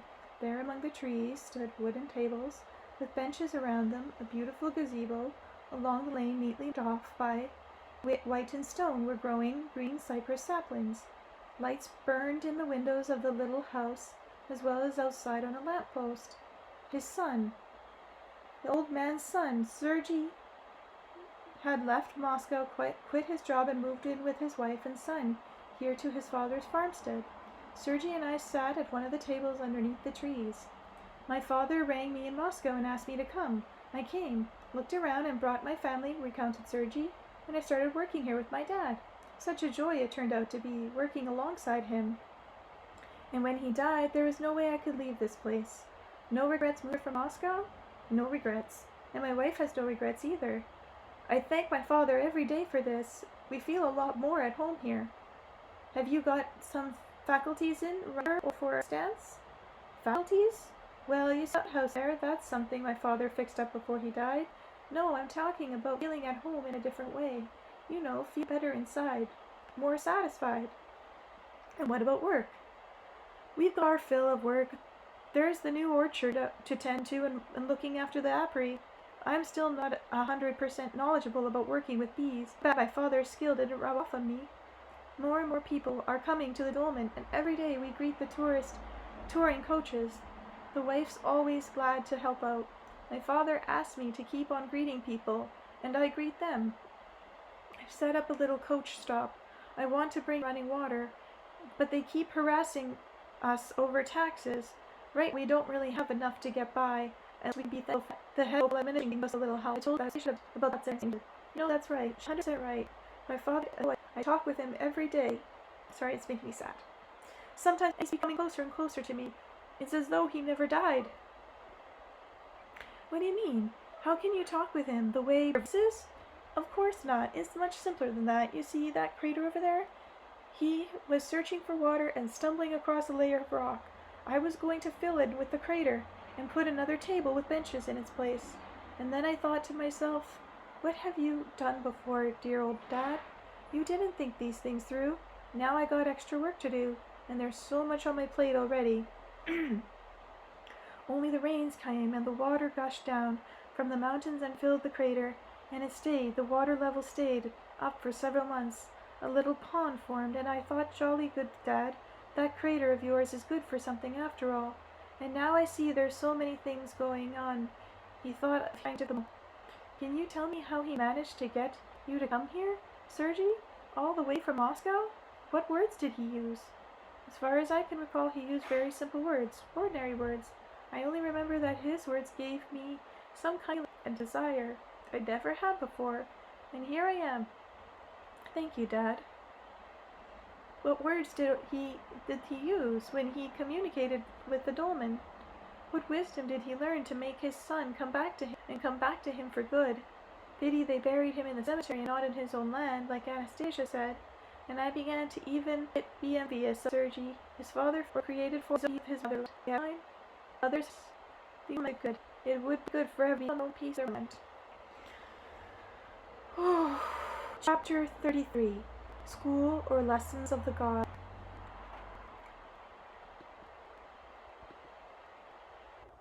After my final visit to the dolmen in Stanislav's property and my meeting with his son, I began recalling more distinctly my conversation with Anastasia about one's motherland and about her lot project.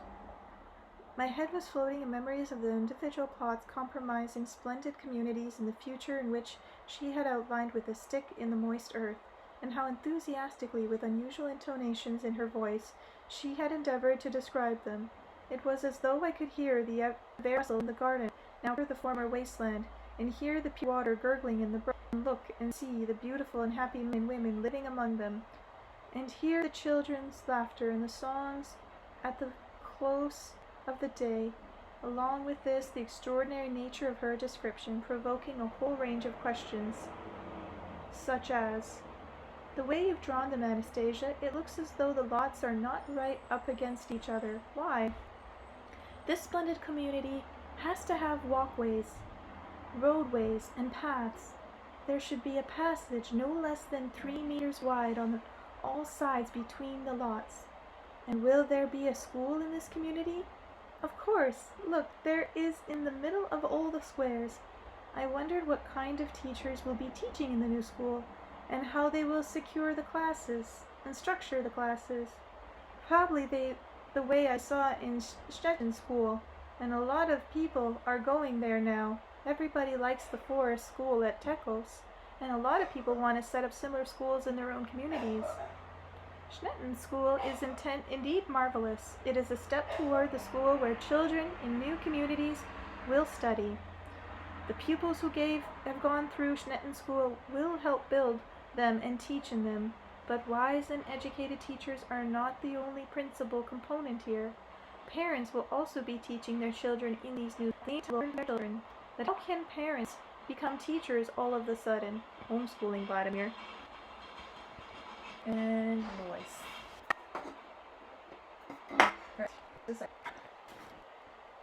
Will all the parents have education, let alone children? There are different subjects, mathematics, chemistry, literature, who children in school. Levels and specialization will not be uniformed, of course, for everyone on the whole, but then another subject considered an end in itself, a primary goal. It is more important to learn how to be happy, and that is something only the parent can show by their example. That is their role. It is not at all necessary for the parents to parents, for example, can participate in joint discussions, or collectively administer an examination, an exam. Whose exam could the parents administer? Their children's, and the children could examine them. Examine their parents.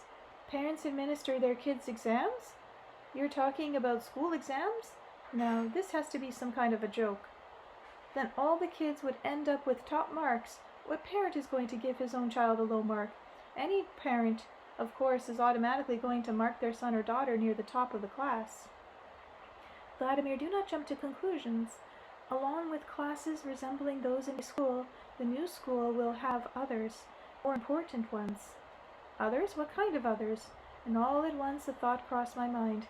If Anastasia could so easily show scenes from millennial antiquity, whatever the process involved, her ray, was something else besides, it still worked. That means she must be able to show the near future too. So I asked her, could you show me the kind that those new communities have? Then I want a parent in school with the classes I've or from about to create scenes of the future. It will be interesting for me to watch. Then lie down on the ground, relax and doze off. Anastasia quietly placed her hand on top of mine, and I could see as though above from a mist a whole lot on had internal configuration, different from the rest. A chrysal garden buildings by pine or side near the Bings complex stood natural beside a hill rose to circular formation. On these were seated about 300 people of different ages, including both gray-haired elves and some quite young. Those family groups, since adult men and women were interspersed with children of various ages. Everyone was talking excitedly among themselves, as though they were anticipating something out of the ordinary, a concert, a performance by a superstar, or a presidential address. In front of the audience on a wooden stage or platform stood 2 small tables and 2 chairs with a large chalkboard behind. Alongside the platform there was a group of children, about 15 in all, ranging in ages from 5 to 12, engaging in animated discussion. This is the beginning of something resembling a symphony on astronomy, I heard Anastasia say. But what are the children doing here?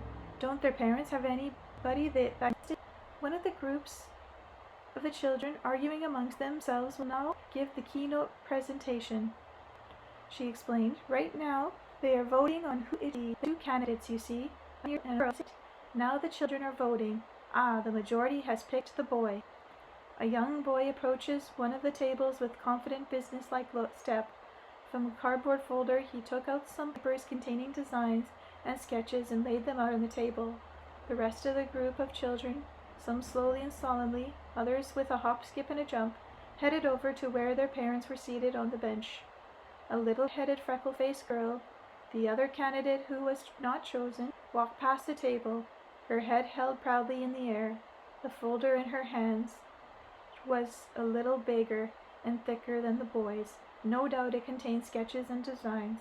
The boy at the table tried to say something to the girl as she went by, but she didn't stop. She simply straightened her braid and walked past, deliberately looking the other way. For some time the boy followed her distractedly with his gaze. Then he once more focused his attention on rearranging the papers in front of him. Who on earth could have managed to teach these kids enough astronomy so that they can make a presentation before a group of adults? I asked Anastasia, and she replied, nobody taught them. They were given the opportunity to work out for themselves how the whole universe is structured, to prepare their argument and present their conclusions. They have been working on it for more than 2 weeks already, and the final moment has come. They will now defend their views, and their conclusions may be refuted by anyone who wishes to do so. So it turns out this is some kind of a game. You can think of it what is going on here as a game, only it is very serious. Each person presents will now have their thinking about the planetary order accelerated, and many perhaps start contemplating something even greater than that. After all, the children have been thinking and pondering for 2 weeks now, and their thought is not limited by anything. There are no dogmas or theories of planetary order to weigh them down. We still do not know what they will come up with. They'll be fantasizing with their child mindsets, you mean to say? I mean to say they shall preserve. After all, even adults have not come up with any proven truths regarding planetary order.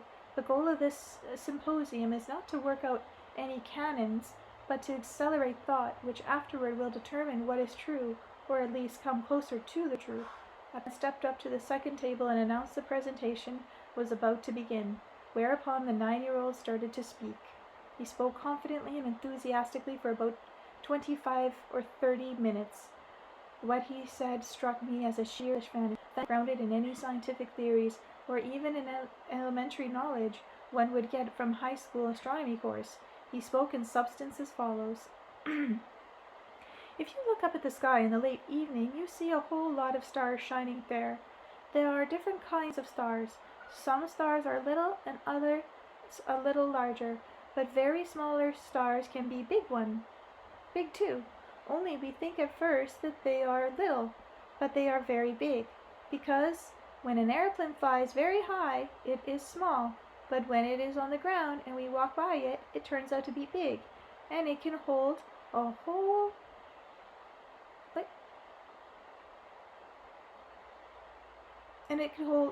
lot of people, and each star could hold a whole lot of people.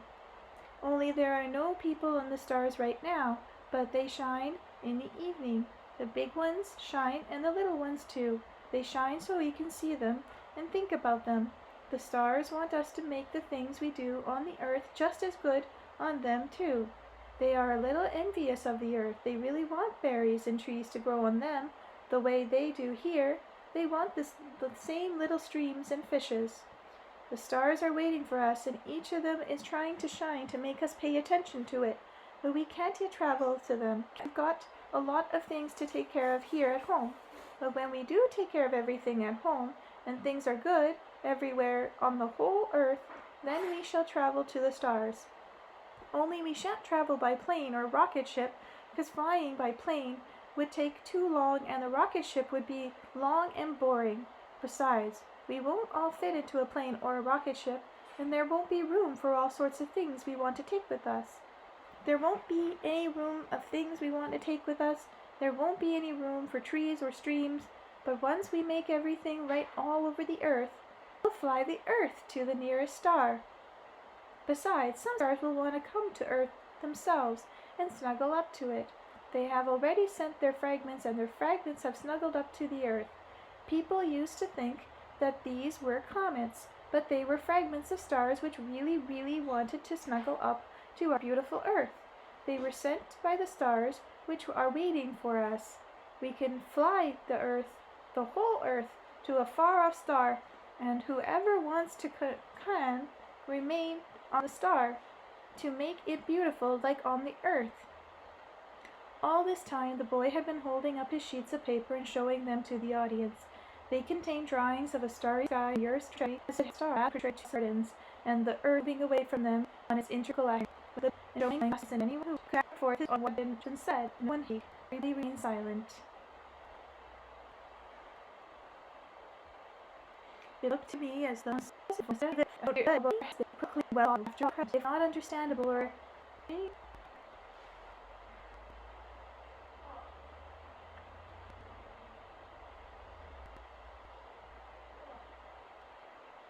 what they step in will be trusted, must cherish their sheep with children, and hesitate to risk any harm to it. They are afraid of encouraging students to get a great elephant sitting in their midst. He had his arm around his shoulder, and a little red red, same one being one candidate to give the presentation. Sitting next to them was a young and very beautiful woman. Anastasia commented. A lot of the elderly man in the middle, he is an affected. Children, here began to study all fun and the red around him. The young next to him, his child. The red professor very much loved his old of age, and the great in love. Many of us present here today believe that the professor is entitled to take the floor first. My peace keeping. I'll do patrolling his further out. I can remove pages. It jumped again.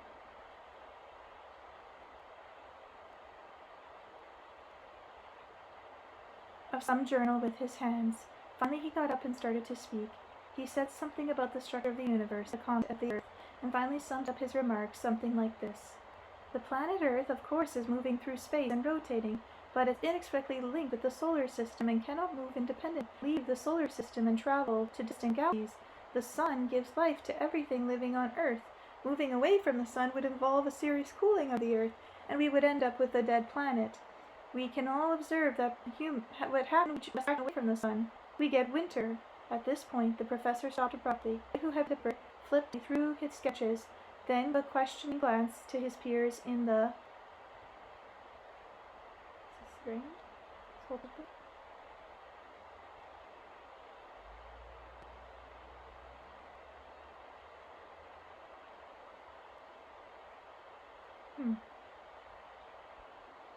don't know why this page is black and I can't see anything. In the appease of flatter children just to carry a favorable attitude towards you on your part. Any lie will be exposed to time, and how will we all look then? This isn't just a lie, it's cowardice, said the woman. The red-headed girl tugged on the lapel of her father's jacket. She began shaking him, practically crying, her voice speaking as she kept... Did you lie, Papashka? Because you are children. The lady called you a coward. Is that bad? Okay, I can't read this because... Just refresh. Refresh. Do I find this for you? It's interesting reading this book again after so many years and seeing what I remember and what I don't remember.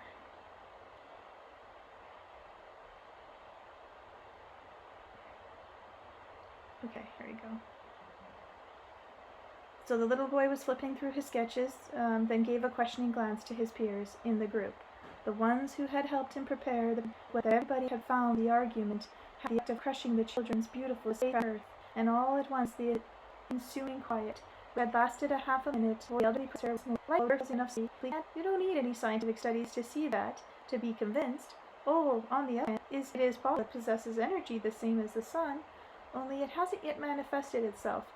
Nobody discovered it yet. Perhaps you yourself will discover it at some point. Perhaps it is possible that the Earth could be self-sufficient. This energy will be made manifest in some way. The sun's energy will show itself on the Earth, and like solar energy, it will be able to unfold the petals of a flower. And then we can travel on the Earth across the galaxy. Yes, then. The professor lost his train of thought and fell silent. A murmur of dissatisfaction could be heard through the... And then it all began. The adults in the audience began getting up from their seat and holding forth, denouncing the professor expectability of the sun. Some of them spoke of the environment, about the fixed nature of planetary trajectories. Through all of this, the professor sat with an incessant drooping head. His red-haired daughter turned his head to look at each of the speakers.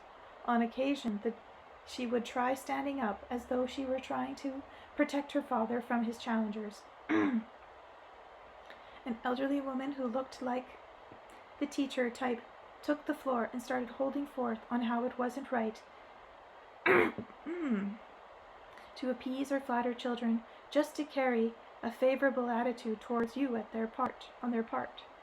Any lie would well be exposed with time. Then how will we all look at them? This isn't just a lie, it's cowardice, she said, the woman. The red-haired girl tugged at the lapel of her father's jacket. She began shaking him, practically crying, her voice breaking as she kept at him. You lied about the energy. Did you lie, Papachka? Because we're children. Called you a coward. Is that bad? A silence fell upon a large open-air theater. The professor looked his daughter in the eye, put his hand on her shoulder, and said quietly, I believe that I said what I said, daughter. At first the girl remained silent. Then she quickly stood up on the bench and cried out as loudly as her little voice child could muster. My papa's not a coward. Papa believed what he said. He believed. The little girl surveyed the now hushed audience. Nobody was even glancing in their direction. She looked at her mother, but the young woman turned away with her head lowered. She fiddled with the butt sleeve of her cardigan, undoing them and doing them up again. The girl once more surveyed the hushed audience and looked at her father. As before, the professor seemed to be gazingly helpless at his little daughter. Once more, this time, in the absolute quiet, the red-headed girl's voice sounded gently and tenderly. People don't believe in Papachka. They don't believe you because the sun's energy has not yet shown itself on the earth. The energy that is like the sun and can open the petals of the flowers, but once it appears, then everybody will believe you. They will believe you later when it appears, later. And all at once the professor's daughter quickly straightened her hair, then leapt out into the aisle and ran off. She ran into the edge of the amphitheater and hurried towards one of the nearby houses. She disappeared inside, only to reappear in the doorway a few seconds later. This time the girl was holding in her hands an earthenware pot with a plant in it. She ran with it over to the speaker's table, which was now vacant. She put the potted plant down on the table, and her child's voice, now loud and confident, resonated over the head of the audience. Look, here's flowers. The petals are all closed. All the flower petals have closed, because there's no sun out today. But they will open because there is energy here. I shall transform myself into the energy which can open the petals of flowers. With that, the little girl closed her hands into a fist and began staring at the flower. She went out staring without blinking. The people sitting in their seats refrained from a conversation. Everyone was looking at the little girl and the plant in the earthenware pot on the table in front of her. Slowly the professor rose from his seat and went over to his daughter. He went up to her and put his hands on her shoulders, trying to lead her away, but the little redhead shrugged. "How's that, Papachka?" The professor was no doubt utterly bewildered. He remained standing at his daughter's side, his hands on her little shoulders, and he too began staring at the flower, but nothing was happening with the flower, and I began to feel somehow sorry for the little girl and her professor's father. But he really got himself into a fix with his declaration of faith in some kind of undiscovered energy. All at once, a boy stood up in the front row, the same boy that had given the presentation. He partially turned toward the silent audience, sniffed his nose, and headed over to the table on the stage. Solemnly and confidently, he approached the table and stood next to the red-haired girl. Just like her, he fixed his gaze firmly on the plant in the earthenware pot. But as far as the plant was concerned, of course, nothing was happening. And then I saw it. I saw how children of all ages began rising from their seat, and one by one came down to the stage. They silently took up a position, staring intently at the flower. The last little girl, about 6 years old, was carrying her very small brother in her arms. She managed to squeeze in front of those standing, and someone but helped her stand her younger brother up on the chair by the table. The toddler, after taking a good look at everything around, turned to the flower and began blowing on it. And all at once the potted plant began to gradually unfold the petals of one of its flowers, little by little, but it didn't escape the notice of the hushed crowd in the amphitheater. Several of them rose silent from their seats. And now on the table a second flower was already opening its petals along with the third and the fourth. "Ooh!" cried the teacher's type in an excited, childlike voice, and began clapping her hands. Then the whole amphitheater broke into applause. A beautiful young woman ran over to her professor husband, who by his time had stepped off to one side of the crowd, delighted children surrounding the flower, and was rubbing his forehead. She leapt at him on the run, threw her arms around his neck, and began kissing his cheeks and lips.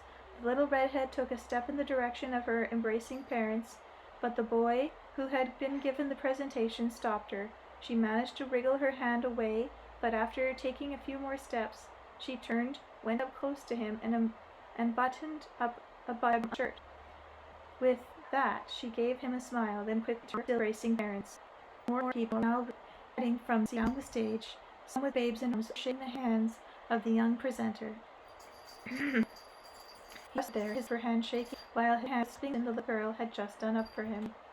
Someone struck up a tune on a banyan, something between a gypsy melody and a Russian folk dance, and when some old fellow began stamping his feet on the stage, he was joined by a plumpish lady who made her entrance like a swan.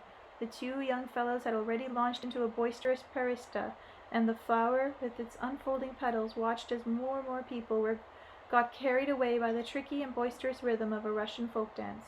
Then all of a sudden the scene of the unusual school disappeared, as though a screen had been turned off. I was sitting on the ground, taiga vegetation stretched all around, as far as the eye could see, and there beside me was Anastasia.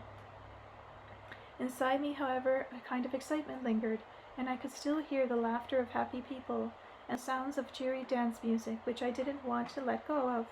When the sounds within me gradually died down, I said to Anastasia, "What you show me just now is nothing at all like any school class I've ever seen.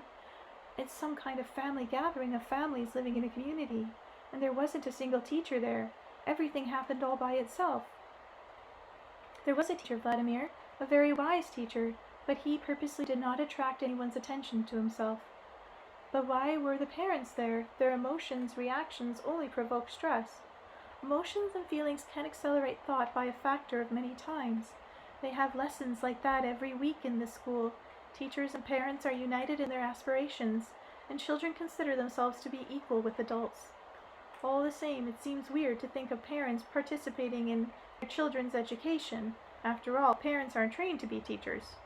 It is sad, Vladimir, that people have got into the habit of handing over children to others to be raised, regardless of those others are a school or some other institution.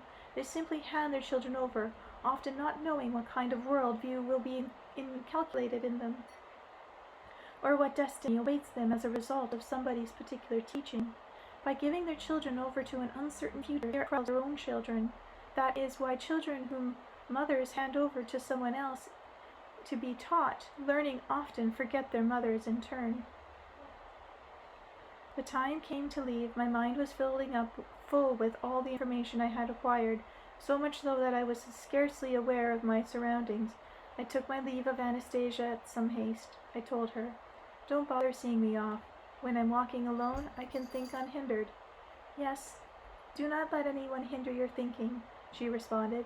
"When you come to the river, my grandfather will be there, and he will help ferry you across to the landing." I walked alone through the taiga in the direction of the river, and thought about everything I had seen and heard all at the same time. But one question persisted above all others. How did we get into this situation? We, meaning the majority of people. We think everything has their motherland, and yet everyone has their motherland, and yet none of us has a little piece of motherland to call their own. And there isn't even any law in our country, no law guaranteeing a man or his family the opportunity to own in perpetuity a single hectare of land. Political leaders and parties in their ever-changing procession promise all sorts of benefits, but they all manage to avoid the questions concerning a piece of our motherland. Why? And yet our grand motherland consists precisely of little pieces, native small family homesteads with little houses and gardens on them. If nobody has anything like that, then what does our motherland consist of? A law must be drawn up to guarantee everyone their piece of motherland. For every family that wants one, the deputies can pass such a law. The deputies are chosen by all of us. That means we must vote people into office who agree to pass such a law. A law, how should it be worded? Maybe this way. The state is obliged to provide each family couple, upon request, 1 hectare of land for use in perpetuity with rights of inheritance. Agriculture yield on these family lands shall never be subject to any kind of taxation. Family lands are not subject to sale. Something like that would be okay, but what if somebody takes the land and doesn't do anything with it? Then the law should also state, if over a period of 3 years the land is not cultivated, the state may take it back. But what if some people want to live and work in a city and use their family domain like a dasha? Well, let them. Women will still come to their kin's domain to give birth. Those who do not will not be forgiven later by their children. And just who pushed this law through to final adoption? A political party. Which one? We need to set up a party for this purpose. And just who will take care of organizing it? Where do we find politicians like that? We must seek them out somehow, as soon as possible. Otherwise you could die, and not once come nigh to your motherland, and your grandchildren won't remember you. When will an opportunity like this come again? When will it be possible to say, "Greetings, my motherland"? Actually, Vladimir was able to do that with the Russian government, and they do allow everybody 1 hectare of land. I found out. Anastasia's grandfather was sitting on a log by the shore. Nearby, a small wooden boat was tied up with a rock ever so gently on the waves. I knew it wasn't too hard to row in the nearest landing a few kilometers downstream on the other side of the river. But how would he fare coming back against the current? I wondered as I greeted the old fellow. I asked him about it. "I'll make it by and by," answered Anastasia's grandfather, always cheery as a rule. On this occasion he seemed rather somber and not much inclined to conversation. I sat down beside him on the log. "I can't understand," I said, "how Anastasia can hold so much information inside her, how she can recall things from the past and know everything that is going on in our lives right now. And here she lives away out in the taiga and delights in the flowers, the sun, all the little creatures. It's as though she doesn't think about anything." "What's there to think about?" her father replied. "She feels it, this information. When she needs it, she takes as much as she wants. The answers to all questions are right here in space, right with us. We need only now how to perceive them and make them manifest." "How do we do that?" How? Say, you're walking along the street of a city, you know very well, thinking about your own affairs, and a passerby suddenly comes up to you and asks you how to get somewhere. Can you give him an answer? Sure. You see how simple it is? You were thinking about something completely different. The question put to you was of absolutely no connection with what you were thinking about, and yet you are still able to give an answer. The answer lives in you. But that's just a request for direction. But if the same passerby were to ask me what happened in the city where, in, let's say, 1,000 years before me, we met, no man could give an answer to that. He couldn't if he's lazy or neglectful. Everything right from the very moment of creation is stored in and around each individual man. Why don't you get into the boat? Time to push off." The old fellow took the oars. When we had got about 1 kilometer from our department point on the shore, Anastasia, erstwhile taciturn grandfather, began to talk. Erstwhile, this is strange words. "Now try not to wallow in all your information and contemplations, Vladimir. Decide what's real by yourself. With yourself you should be able to feel both matter and what cannot see in equal measure, and what you cannot see in equal measure." "Why are you telling me this? I don't understand." "Because you've started digging around in all that information, trying to define it with your mind, but you won't get it with your mind. The mind can't possibly fathom the volume of information known by my granddaughter, and you'll stop being aware of the creative process taking place around you. I'm aware of everything, the river, the boat." "If you are aware of everything, then why aren't you able to say a proper goodbye to my granddaughter and your son?" "Well, maybe I wasn't able to after all. You see, I was thinking more globally. I had indeed left my almost without saying goodbye to Anastasia, and I got so immersed in thought during my whole journey back to the river that I hardly noticed the time, but suddenly found myself on the riverbank," I added. That always happens to me. I never notice how much time goes by, because I'm so lost in thought. It could be hours. Anastasia also thinks about other things. She thinks globally. She doesn't need a whole lot of sentimental gestures. Anastasia feels with herself all planes of being. She doesn't feel one at the expense of another. So, take your field glasses out of your bag and have a good look at the tree in the bank where we pushed off. I got out my field glasses and had a look. Standing there by a tree trunk, holding our son in her arms, was Anastasia. On her bent arm hung a little bundle. She stood there with our son and waved her hand at our boat, which was moving further and further away downstream, and I waved back. Look as though my granddaughter and her son followed you. She was waiting for you to finish your contemplating and started thinking of your son, and of her too, and she gathered together that bundle for you. But it seems the information you had gathered from her was more important to you. The spiritual and the material, you need to feel it all in equal measure. Then you'll be able to take a solid stand in life, with both feet planted firmly on the ground. When one predominates over the other, it's like a person going lame. I used to teach that. Choosing right brain over left brain, heart over mind, spirit over matter. You need to have equal balance. The old man spoke with no trace of anger as he handled the oars with dexterity. I tried to respond aloud, either to him or to myself. Most of all now, I need to understand things for myself. Who are we? Where are we? Chapter 34. Anomalies at Gelsenik. Dear readers, everything I've written in these books, I either heard from Anastasia or saw and experienced myself. All the events I described are real events from my own life, and my descriptions, especially in the first couple of books, include people's real names and addresses, a decision I later had cause to regret. These people came to me bothered more and more by curious busybodies. Another thorny problem has been all the various rumors, events, and phenomena attached to both myself and Anastasia, the particular interpretations of these events, and consequently the particular conclusion drawn therefrom, have also been upsetting. Many of them I cannot agree with at all. For example, I am dead set against worshipping the dolmens. I believe that we can and must communicate with the dolmens on a basis of respect, but not worship them. The readers of the Anastasia books comprise people of various faith groups and religious confessions, with various levels of education. I believe that everyone's interpretation of events is worth our attention. Everyone has the right to their own opinion, but when expressing it, they should say, "This is my opinion, my suggestion," and of course, one should not mystify everything right off, and should certainly not mystify either me or Anastasia. Otherwise, one may transform Anastasia from a man, albeit not a very ordinary man, into some kind of extraordinary being.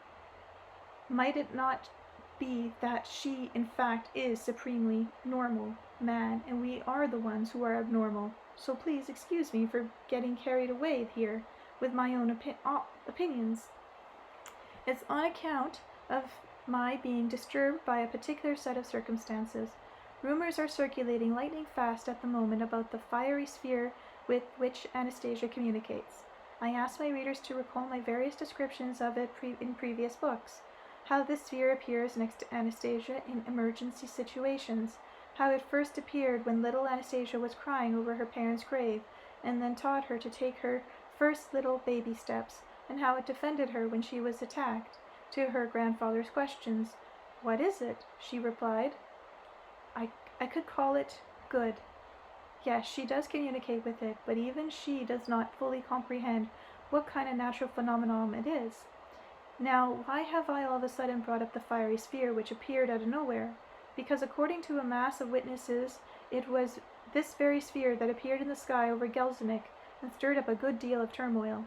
Now rumors are being spread by detractors to the effect that Anastasia can practically bomb anyone she doesn't like with the help of this sphere, and then that she communicates not only with the force of light, but also with the forces of dark. That's so stupid. Come on. She'd never do that. And here the reader themselves are adding fat to the fire. I have already had a request from the Tufts to send this sphere to the Sochi City Hall so that they might see the light the way the Gelsenik Council did. I shall now attempt, dear readers, to offer you a true account of what really happened in Gelsenik, and I would ask you to read it calmly and understandingly. A local non-profit organization in Gelsenik was preparing to hold readers' conference on the Anastasia books. The relationship of the organization board with the city council was put mildly tense, and in Book 2 I had already given a rather unflattering portrayal of the old city leadership against a background like that. You can just imagine what happened. Sometime after noon on the 17th of September, 1999, on the eve of the readers' conference, a wind blew up in the city and a thunderstorm began. All at once a fiery sphere appeared in a small square in the front of the city hall. Its subsequent behavior, people now say, was very much like that of Anastasia's sphere. A sphere which appeared over Gelsenik somehow evaded the lightning rods of the surrounding building and made contact with a tree standing in the middle of the square. Then the sphere emitted several fiery spheres of ray of somewhat smaller proportions. One of them flew into mayor's office, flew around the room right in front of the onlookers, then flew out. A second sphere flew into the window of the deputy mayor, Galena, and hovered in the air for a while. Then it went over to the window and etched on the window pane a strange symbol that nobody has yet been able to erase, and then flew off. Subsequently, rumors have it that the Gelsenik Administrative Council had become holy or enlightened. They say that right after the incident that the fiery sphere and the council decided to adopt measures far more favorable reception of the readers of my books coming to the city from out of town, to fix up the dolmens in the area, hold an annual inspirational songwriting festival, and a lot more besides, which it was unwilling to do before. Rumors of what had happened spread together with the affirmation that Anastasia Sphere had visited Gelsenik. I tried countering that it was only ball lightning, and that its resemblance in behavior to what I had described in the book was purely coincidental, and the city council could have adopted some kind of resolution regardless. But they would have none of it. They immediately began arguing that there is no coincidence, and besides, it wasn't just one coincidence in this case, but a whole chain. And they further declared that when coincidences follow one after another in chain, it can be termed a pattern. Of course, one could say that the coincidences had come together in a chain. For now, at least, there was no logical explanation for the sphere bypassing the lightning rods. Why did it make contact with the big trees standing in the square, flare up and make thundering sounds over it, yet refrain from destroying it and flying over to the city council windows? Why did it fly right into the office of the very people capable of taking decisions with the respective readers coming to the city? Why did the city council render a favorable decision on the whole lot of questions immediately afterwards? Why did the chairman of the municipal assembly take it upon herself to personally welcome the conference delegates to the next day, and so forth?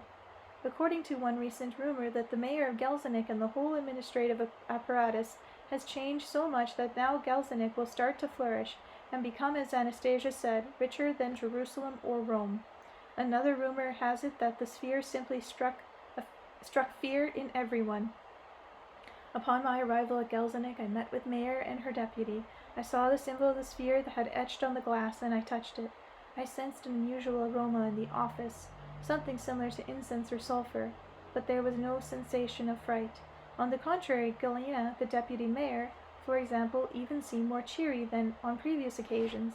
She also recounted to me how everything had happened, and asked me whether I thought this might be some kind of sign. Altogether, the way things turned out, the theory about ordinary ball lightning was quite unacceptable, and I got accused of simplifying the situation. I don't deny that I really did try to simplify things, and not only this situation. Why? Because I have heard reports now about how certain religious leaders are fighting people with their speculations on Anastasia's unusual powers, saying that these powers were not of God and that Anastasia was not a man. Their writings, articles about this in their religious journals. I can only imagine the exaggeration that will now come up with the appearance of the sphere in Gelsenik. I am not about to try to either prove or refute the identification of the fiery sphere at Gelsenik with Anastasia's. There's no sense in it now. Everybody's going to stick to their own opinion. All I want is to try to reason a little together with you, dear readers, as to what kind of force the fiery sphere of Gelsenik might have represented. The Bible says, "By their fruits you shall know them." Well then, what are the fruits? First, the fiery sphere caused no damage to the city hall. Even the glass on which it etched its symbol wasn't broken. The lingering aroma in the office was not an unpleasant one. Galena, the occupant in the office, spoke with me in the presence of 4 people, and none of them detected any sense of fear in her. The sphere made thundering noise over the tree in the square, and there was a bright flare.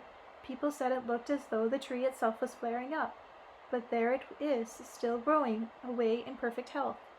The city council resolved to improve the level of service to readers from out of town.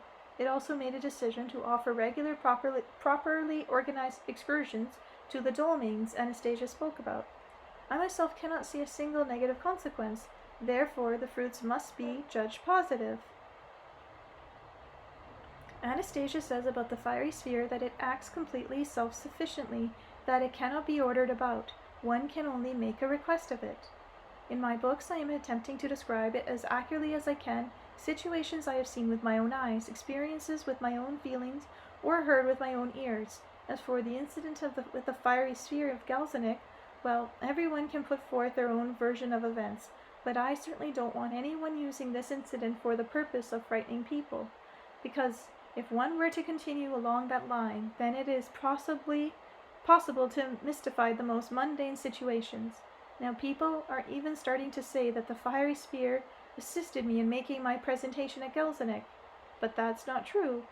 I don't have any connections with it at all, and the press has not been blameless in feeding these rumors. The respected magazine, Algonac, printed a long article in which the author states that an experiment is being conducted on this country on a major scale. Specifically, he notes to me, he talked on a stage for 8 hours straight. I haven't seen oratory like that for a long time. And another paper adds, through all this, he remained fresh as a cucumber. All these descriptions, to put mildly, are exaggerated and inaccurate. In the first place at the conference, I spoke not for 8 hours straight, but only 6. 2 hours were added from my presentation on the following day. As far as assistance goes, it really was there, but with no mysticism. On the eve of Galzanic conference, Anastasia came to see me, telling me I should go get a good night's sleep.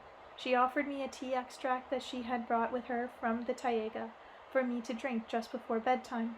I agreed, since lately I really hadn't been able to sleep much at night. Then when I lay down, she sat down beside me and took my hand, as she used to do back in the Taiga. I described this in chapter Touching Paradise, and I fell asleep as though literally flying off somewhere. Whenever she did this in the Taiga, a sense of peace would always come over me. I woke the next morning to see a beautiful day out. I felt top shape. My mood was cheerful. For breakfast, Anastasia offered me only cedar milk, saying it was better not to eat any meat, since a lot of energy would be spent on digesting it, and after the cedar milk I didn't even feel like having meat. Whenever I had cedar milk, I never feel like having anything else.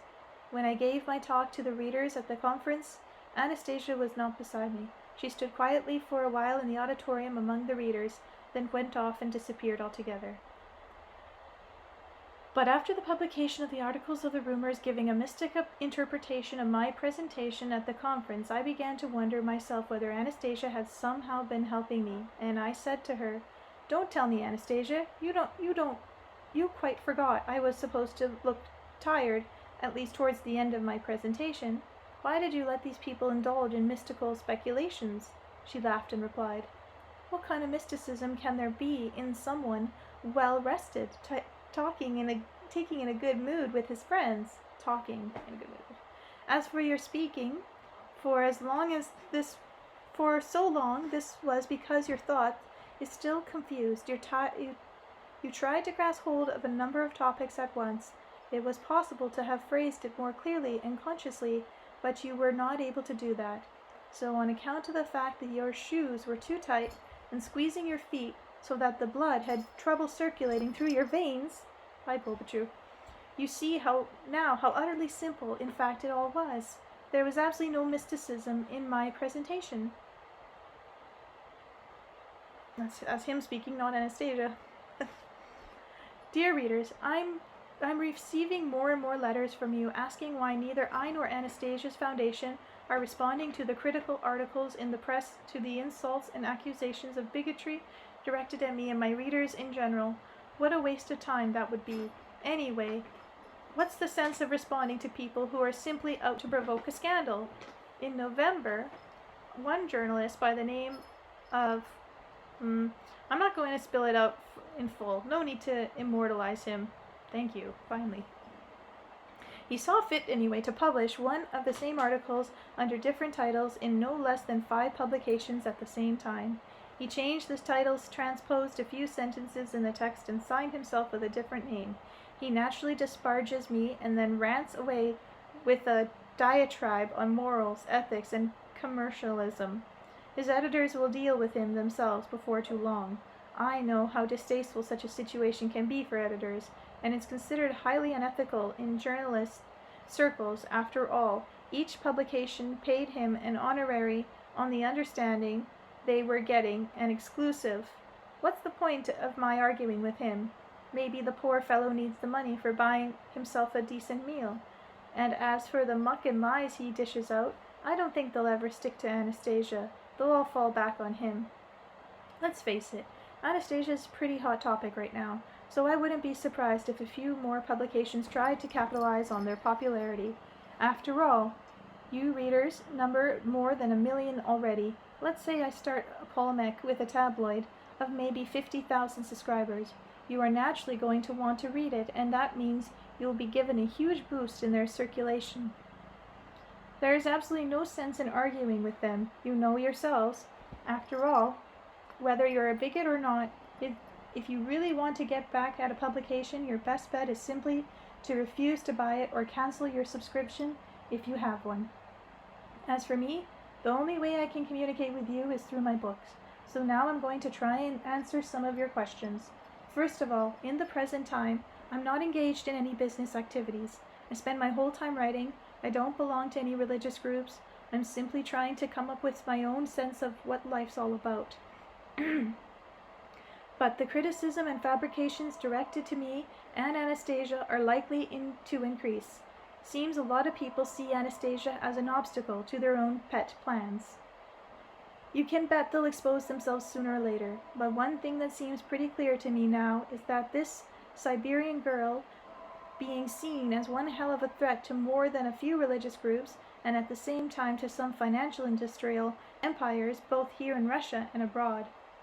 And there's the one that are persistently blowing up questions in the press. Does Anastasia exist or not? And just who is Magri? And then they give their own answers. No, she doesn't. And Magri's a penny-pinching entrepreneur. In actual fact, they are more aware than just about anyone else of Anastasia's existence. Now you're going to hear him purring.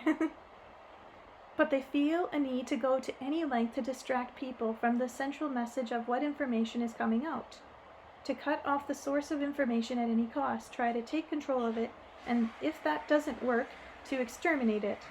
It seems they have been better and quicker than we have at evaluating the information coming from Anastasia. They even laugh at those who question Anastasia's existence. Think about it. Would anyone listen to information on the radio? Question the existence of the station broadcasting it? But while some self-professed wise guys have got caught up in endless round of asking, does she exist or not, in the meantime, there has been an intense buying up and exporting of cedar nuts in the Irkutsk, Tomsk, and Novosibirsk regions for ain't currency yet, according to reports of Novosibirsk and Tomsk. Chinese representatives have been involved. 1999 was a banner year for cedar nut crops in many parts of Siberia, but the Novosibirsk medical factory is not increasing its output of cedar oil. There is a shortage of cedar nuts, the same nuts which are being made into expensive medicines in the West, where the manufacturers are taking great pains to conceal the identity of the main ingredient. Remember, I wrote back in Book 1 about how they were shipping cedar nut abroad, and when I tried searching for information about cedar nut oil, I got a warning from Poland to back off. This year, we've managed to to hold our own, but as for the future, we'll see. In the next book, I shall tell about a certain surprise being prepared by Anastasia. I'm an entrepreneur. My idea was to write the books, I promised, and then get back to business, and I never hid my intentions from anyone. In fact, I wrote about them right in Book 2, but now my plans have changed. Let other Siberian entrepreneurs compete for trade with these Western smart Alex. My plans change because those behind critical publications continue to insult and frighten readers, labeling as bigots anybody who bothers to read my books, which they consider silly and devoid of literary value.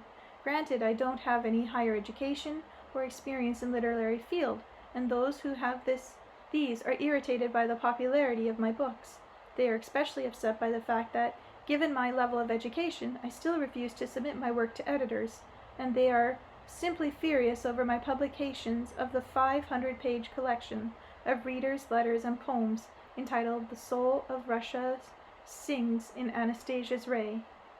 Again, I didn't allow them to edit this.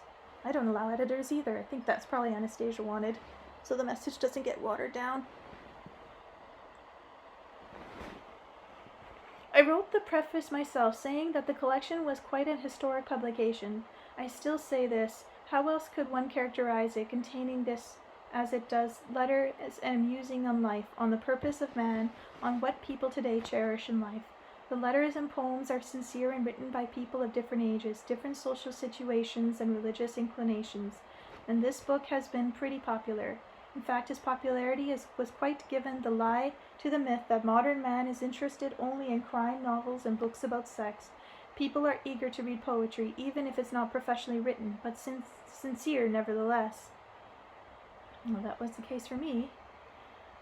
I've been told on a number of occasions that because I've thrown out a challenge to the whole brotherhood of the pen and their irritation, I'm going to be wiped off the face of the map. Nobody will ever recognize me as a writer. But it wasn't my intention to challenge anyone as a writer. That was never my intention, but now, when the press is going as far as to attribute the popularity of my books to the fact that Russia is a stupid country, and that all my readers are fools and bigots, I have no choice but to respond to them. I shall be a writer. I'll do a little more practicing, studying some more, and I'll ask Anastasia for help. And I shall be a writer. I shall write new books and reprint the ones already published in the best printing houses in the world. I shall make the books about Anastasia and about the people of Russia today, the best books of the millennium. This is how I shall respond to my present and future critics. But in the meantime, I'll simply say this to them. To my critics, I bid you farewell. I'm going off with Anastasia. Maybe she's a bit naive, but she's beautiful, kind, and sincere. We shall set off into our new millennium with more than 1 million readers in whose hearts a splendid and inspired image is alive and well. And what is in your hearts, critics? Phooey on you. Don't come crawling into our new millennium. Get the hell on back to your own. And even if you do come crawling into ours, you'll only choke on your own anger and envy. In our millennium, we're seeing the start of a new and splendid co-creation, where the air will be pure, and there will be living water and fragrant gardens. And in that millennium, I shall continue publishing new collections with readers, poems and writers, and letters. I shall call the series A People's Book. You may say that the poems therein are horrendous, but I say they are resplendent. I shall also put some audio cassettes with songs of the bards, some songs of the soul, of Russia, of Anastasia. You may say that anyone can strum a guitar, but I say that these bards sing from the heart. And I would add, in Anastasia's words, not in any of the galaxies could there be found a single string capable of producing a better sound than that of the singing of a human soul. Dear readers, I extend to all of you my heartfelt greetings on the dawn of our millennium, on the dawn of your splendid co-creation on the earth. Who are we? That is what I have decided to call my next book. Respectfully, Vladimir Magri. To be continued. Hope for the world. Translators and editors afterward. Wow, 4 books translated and counting. Not a bad record, when one considers that just a year ago, as of this writing, not a single page of this series had yet come off the ringing cedar presses in America. The series has launched with the publication of Book 1, Anastasia, in February 2005, followed by Book 2, Ringing Cedars of Russia, and Book 3, The Space of Love, later in that year. And now co-creation makes 4, with at least 5 volumes still to come. And for this swift progression, we have you to thank, dear readers, for your ongoing support and encouragement, without which the publication of new volumes would not have been possible. would not have been possible. And needless to say, our gratitude goes out to our original source of support, the ones whose inspiration inevitably underlines any legitimate act of co-creation. Equally noteworthy is the co-creation evident in the evolution of the original series itself, particularly the remarkable transformation of a hard-nosed Siberian commercial trader, one of Russia's best-selling authors. I'm losing my voice, but I want to finish, so bear with me in my gravelly voice. All the more amazing than one remembers that because of Vladimir Megri's initial choppy writing style, the original Russian manuscript of Anastasia was rejected by publisher after publisher, leaving him no choice but to bring out the first edition on his own. However, after several print runs of the self-published Anastasia sold out simply by word of mouth, with no advertising campaign or bookstore exposure, professional publishers were only too eager to reconsider, and it is not long before the volumes of the Ringing Cedar series were selling in the millions. And now in America, as elsewhere in the English-speaking world, Anastasia and its sequels are once more running counter to the book industry long-held axiom. Even though corporate wholesalers decline to distribute the Ringing Cedar series to major retailers on the ground that no books sell by word of mouth alone without a budget sufficient for a large advertising campaign, you, the readers, have proved otherwise, and the books have already spread around the globe without so much as a single advertisement or paid for review in the press. Many of you have taken upon yourself to purchase additional copies to give to the family and friends. Some have even gone further and become independent distributors, devoted considerable time and effort to making the books available in your local regions. Thus, as with their original edition, the success of the books in translation is once again the result of resourcefulness of their readers who have let a new splendid image live in their hearts, and the ideas these books set forth are always leaving their mark on the world. Indeed, there are signs that the world is beginning to grasp the message that there is better path of freedom, enlightenment, and happiness than the ones along which it has been hurtling forward at breakneck speed, and that the new millennium on the earth which Vladimir Megri welcomes on the final pages of co-creation is already drawing with the most glorious radiance. Both in Russia and abroad, Anastasia and the Ringing Cedar movement are already on the subject of many day-to-day conversations and frequent reports in the press. Some pertinent examples are detailed below. Many might find these developments surprising. However, there have been numerous thinkers in both the distant and recent past who have attempted to send a similar message to humanity that is on the wrong path. A few of those are worth noting here. In the late 19th century, the great Russian writer Leo Tolstoy took special note of how millions of people, men, women, and children, working 10, 12 to 15 hours a day, are being transformed into machines and perishing in factories that manufacture unnecessary and harmful gadgets, while more and more villages become deserted. He further observed that in our time the human heart has been crying out more strongly than ever before against this false life and calling people to the life demanded by revelation, reason, and conscience. At the same time, on the other side of the Atlantic, religious thinkers of Christian Science founder Mary Baker Eddy was calling for a new approach of spiritual freedom from mental slavery to long-held beliefs. She summed up this approach in her major work, Science and Health, originally published in 1875 as follows. The despotic tendencies inherent in mortal mind and always germinating in new forms of tyranny must be rooted out through the action of the divine mind. In 1931, the American prophet Edgar Cayce established his Association for Research and Enlightenment to promote alternative solutions to humanity's problems based on, among other things, personal spirituality and holistic health. Interesting enough, in one of his many readings, he received an intimation that on Russia's religious development will come the greater hope of the world. 3 years later, the world-renowned humanitarian Dr. Albert Schweitzer, I have a friend that knows him very well, republished the English translation of his book On the Edge of the Primeval Forest.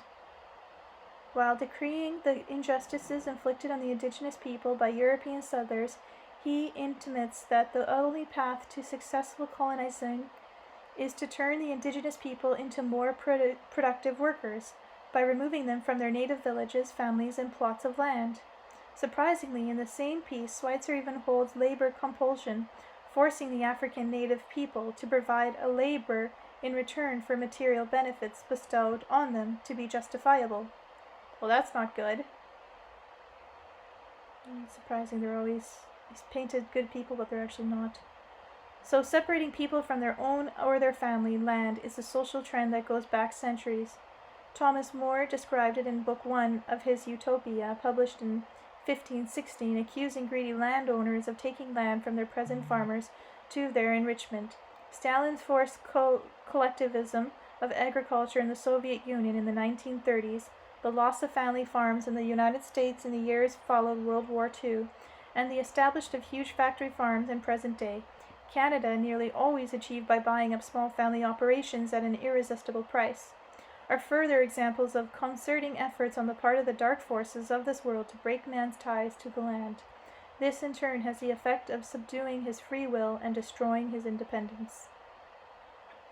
All of which give added weight to Anastasia's proposal, so eloquently set forth by Vladimir Megre in Co-Creation, of bringing man, more specifically a man's family, and his land back together again in the form of what is called a Russian rodopomosti, translated in this book as family domains or kin's domain. This phrase is in turn linked in terms of both meaning and etymology to the Russian concept of rodina, which has been rendered motherland in the Ringing Cedars series, though it is equally translatable as native land. A brief word on the translation is in order here, insomuch as both rodina and rodov convey concepts that have deep roots in the Russian historical context. Unparalleled in Western cultures a good deal of thought, not to mention countless paragraphs of text and email correspondence has gone into selecting the most appropriate English equivalents. We are aided in this decision in part by two of our readers who were asking to voice their thoughts on the selection of an equivalent of rodina. Here is a brief excerpt from each of their responses. To me, motherland seems to invoke the most profound connection one can have to the land. It is the land in which you were likely born, but even more so, it is the land in which you have bonded through work, toil, sweat, blood, laughter, joy, and sustenance. I like motherland. It brings the life-giving nature of the Mother Earth to my heart. My mother, evoking feelings of tenderness and responsibility. There is much meaning to women in the idea of being a mother, and a common thread which relates to my personal life, experience, and has a place in the emotional file cabinet of the brain for most people. The relationship between life and the earth is shattered in this country. America, as people, are so removed from the idea that the earth gives us our life. The linkage made by the latter reader between one's personal life and the earth is significant. Early in chapter 24, approximately entitled Take Back Your Motherland, People, Anastasia acknowledged, appropriately, not approximately, Anastasia acknowledged that the whole earth could be a motherland for each one of its inhabitants, and she designates a family personal plot of land, subsequently identified as a kin's domain, as a piece of motherland, thus linking the feeling associated with one's personal family to the broader concept of the family of humanity as a whole. Indeed, perspectives on the concept of the family as revealed in Co-Creation are by no means confined by the world of the early 21st century we call home, but reach out in both time and distance to look at family not only through the lens of the past, the present, and the future, but from beyond our usual sense of planetary space as well. On this basis, then, it may be seen that the concept of both motherland and family domain reach far beyond the borders of Russia alone. In fact, as indicated above, there are signs that Anastasia's appeal to take back your motherland is already resonating in the hearts of many people in many parts of the world.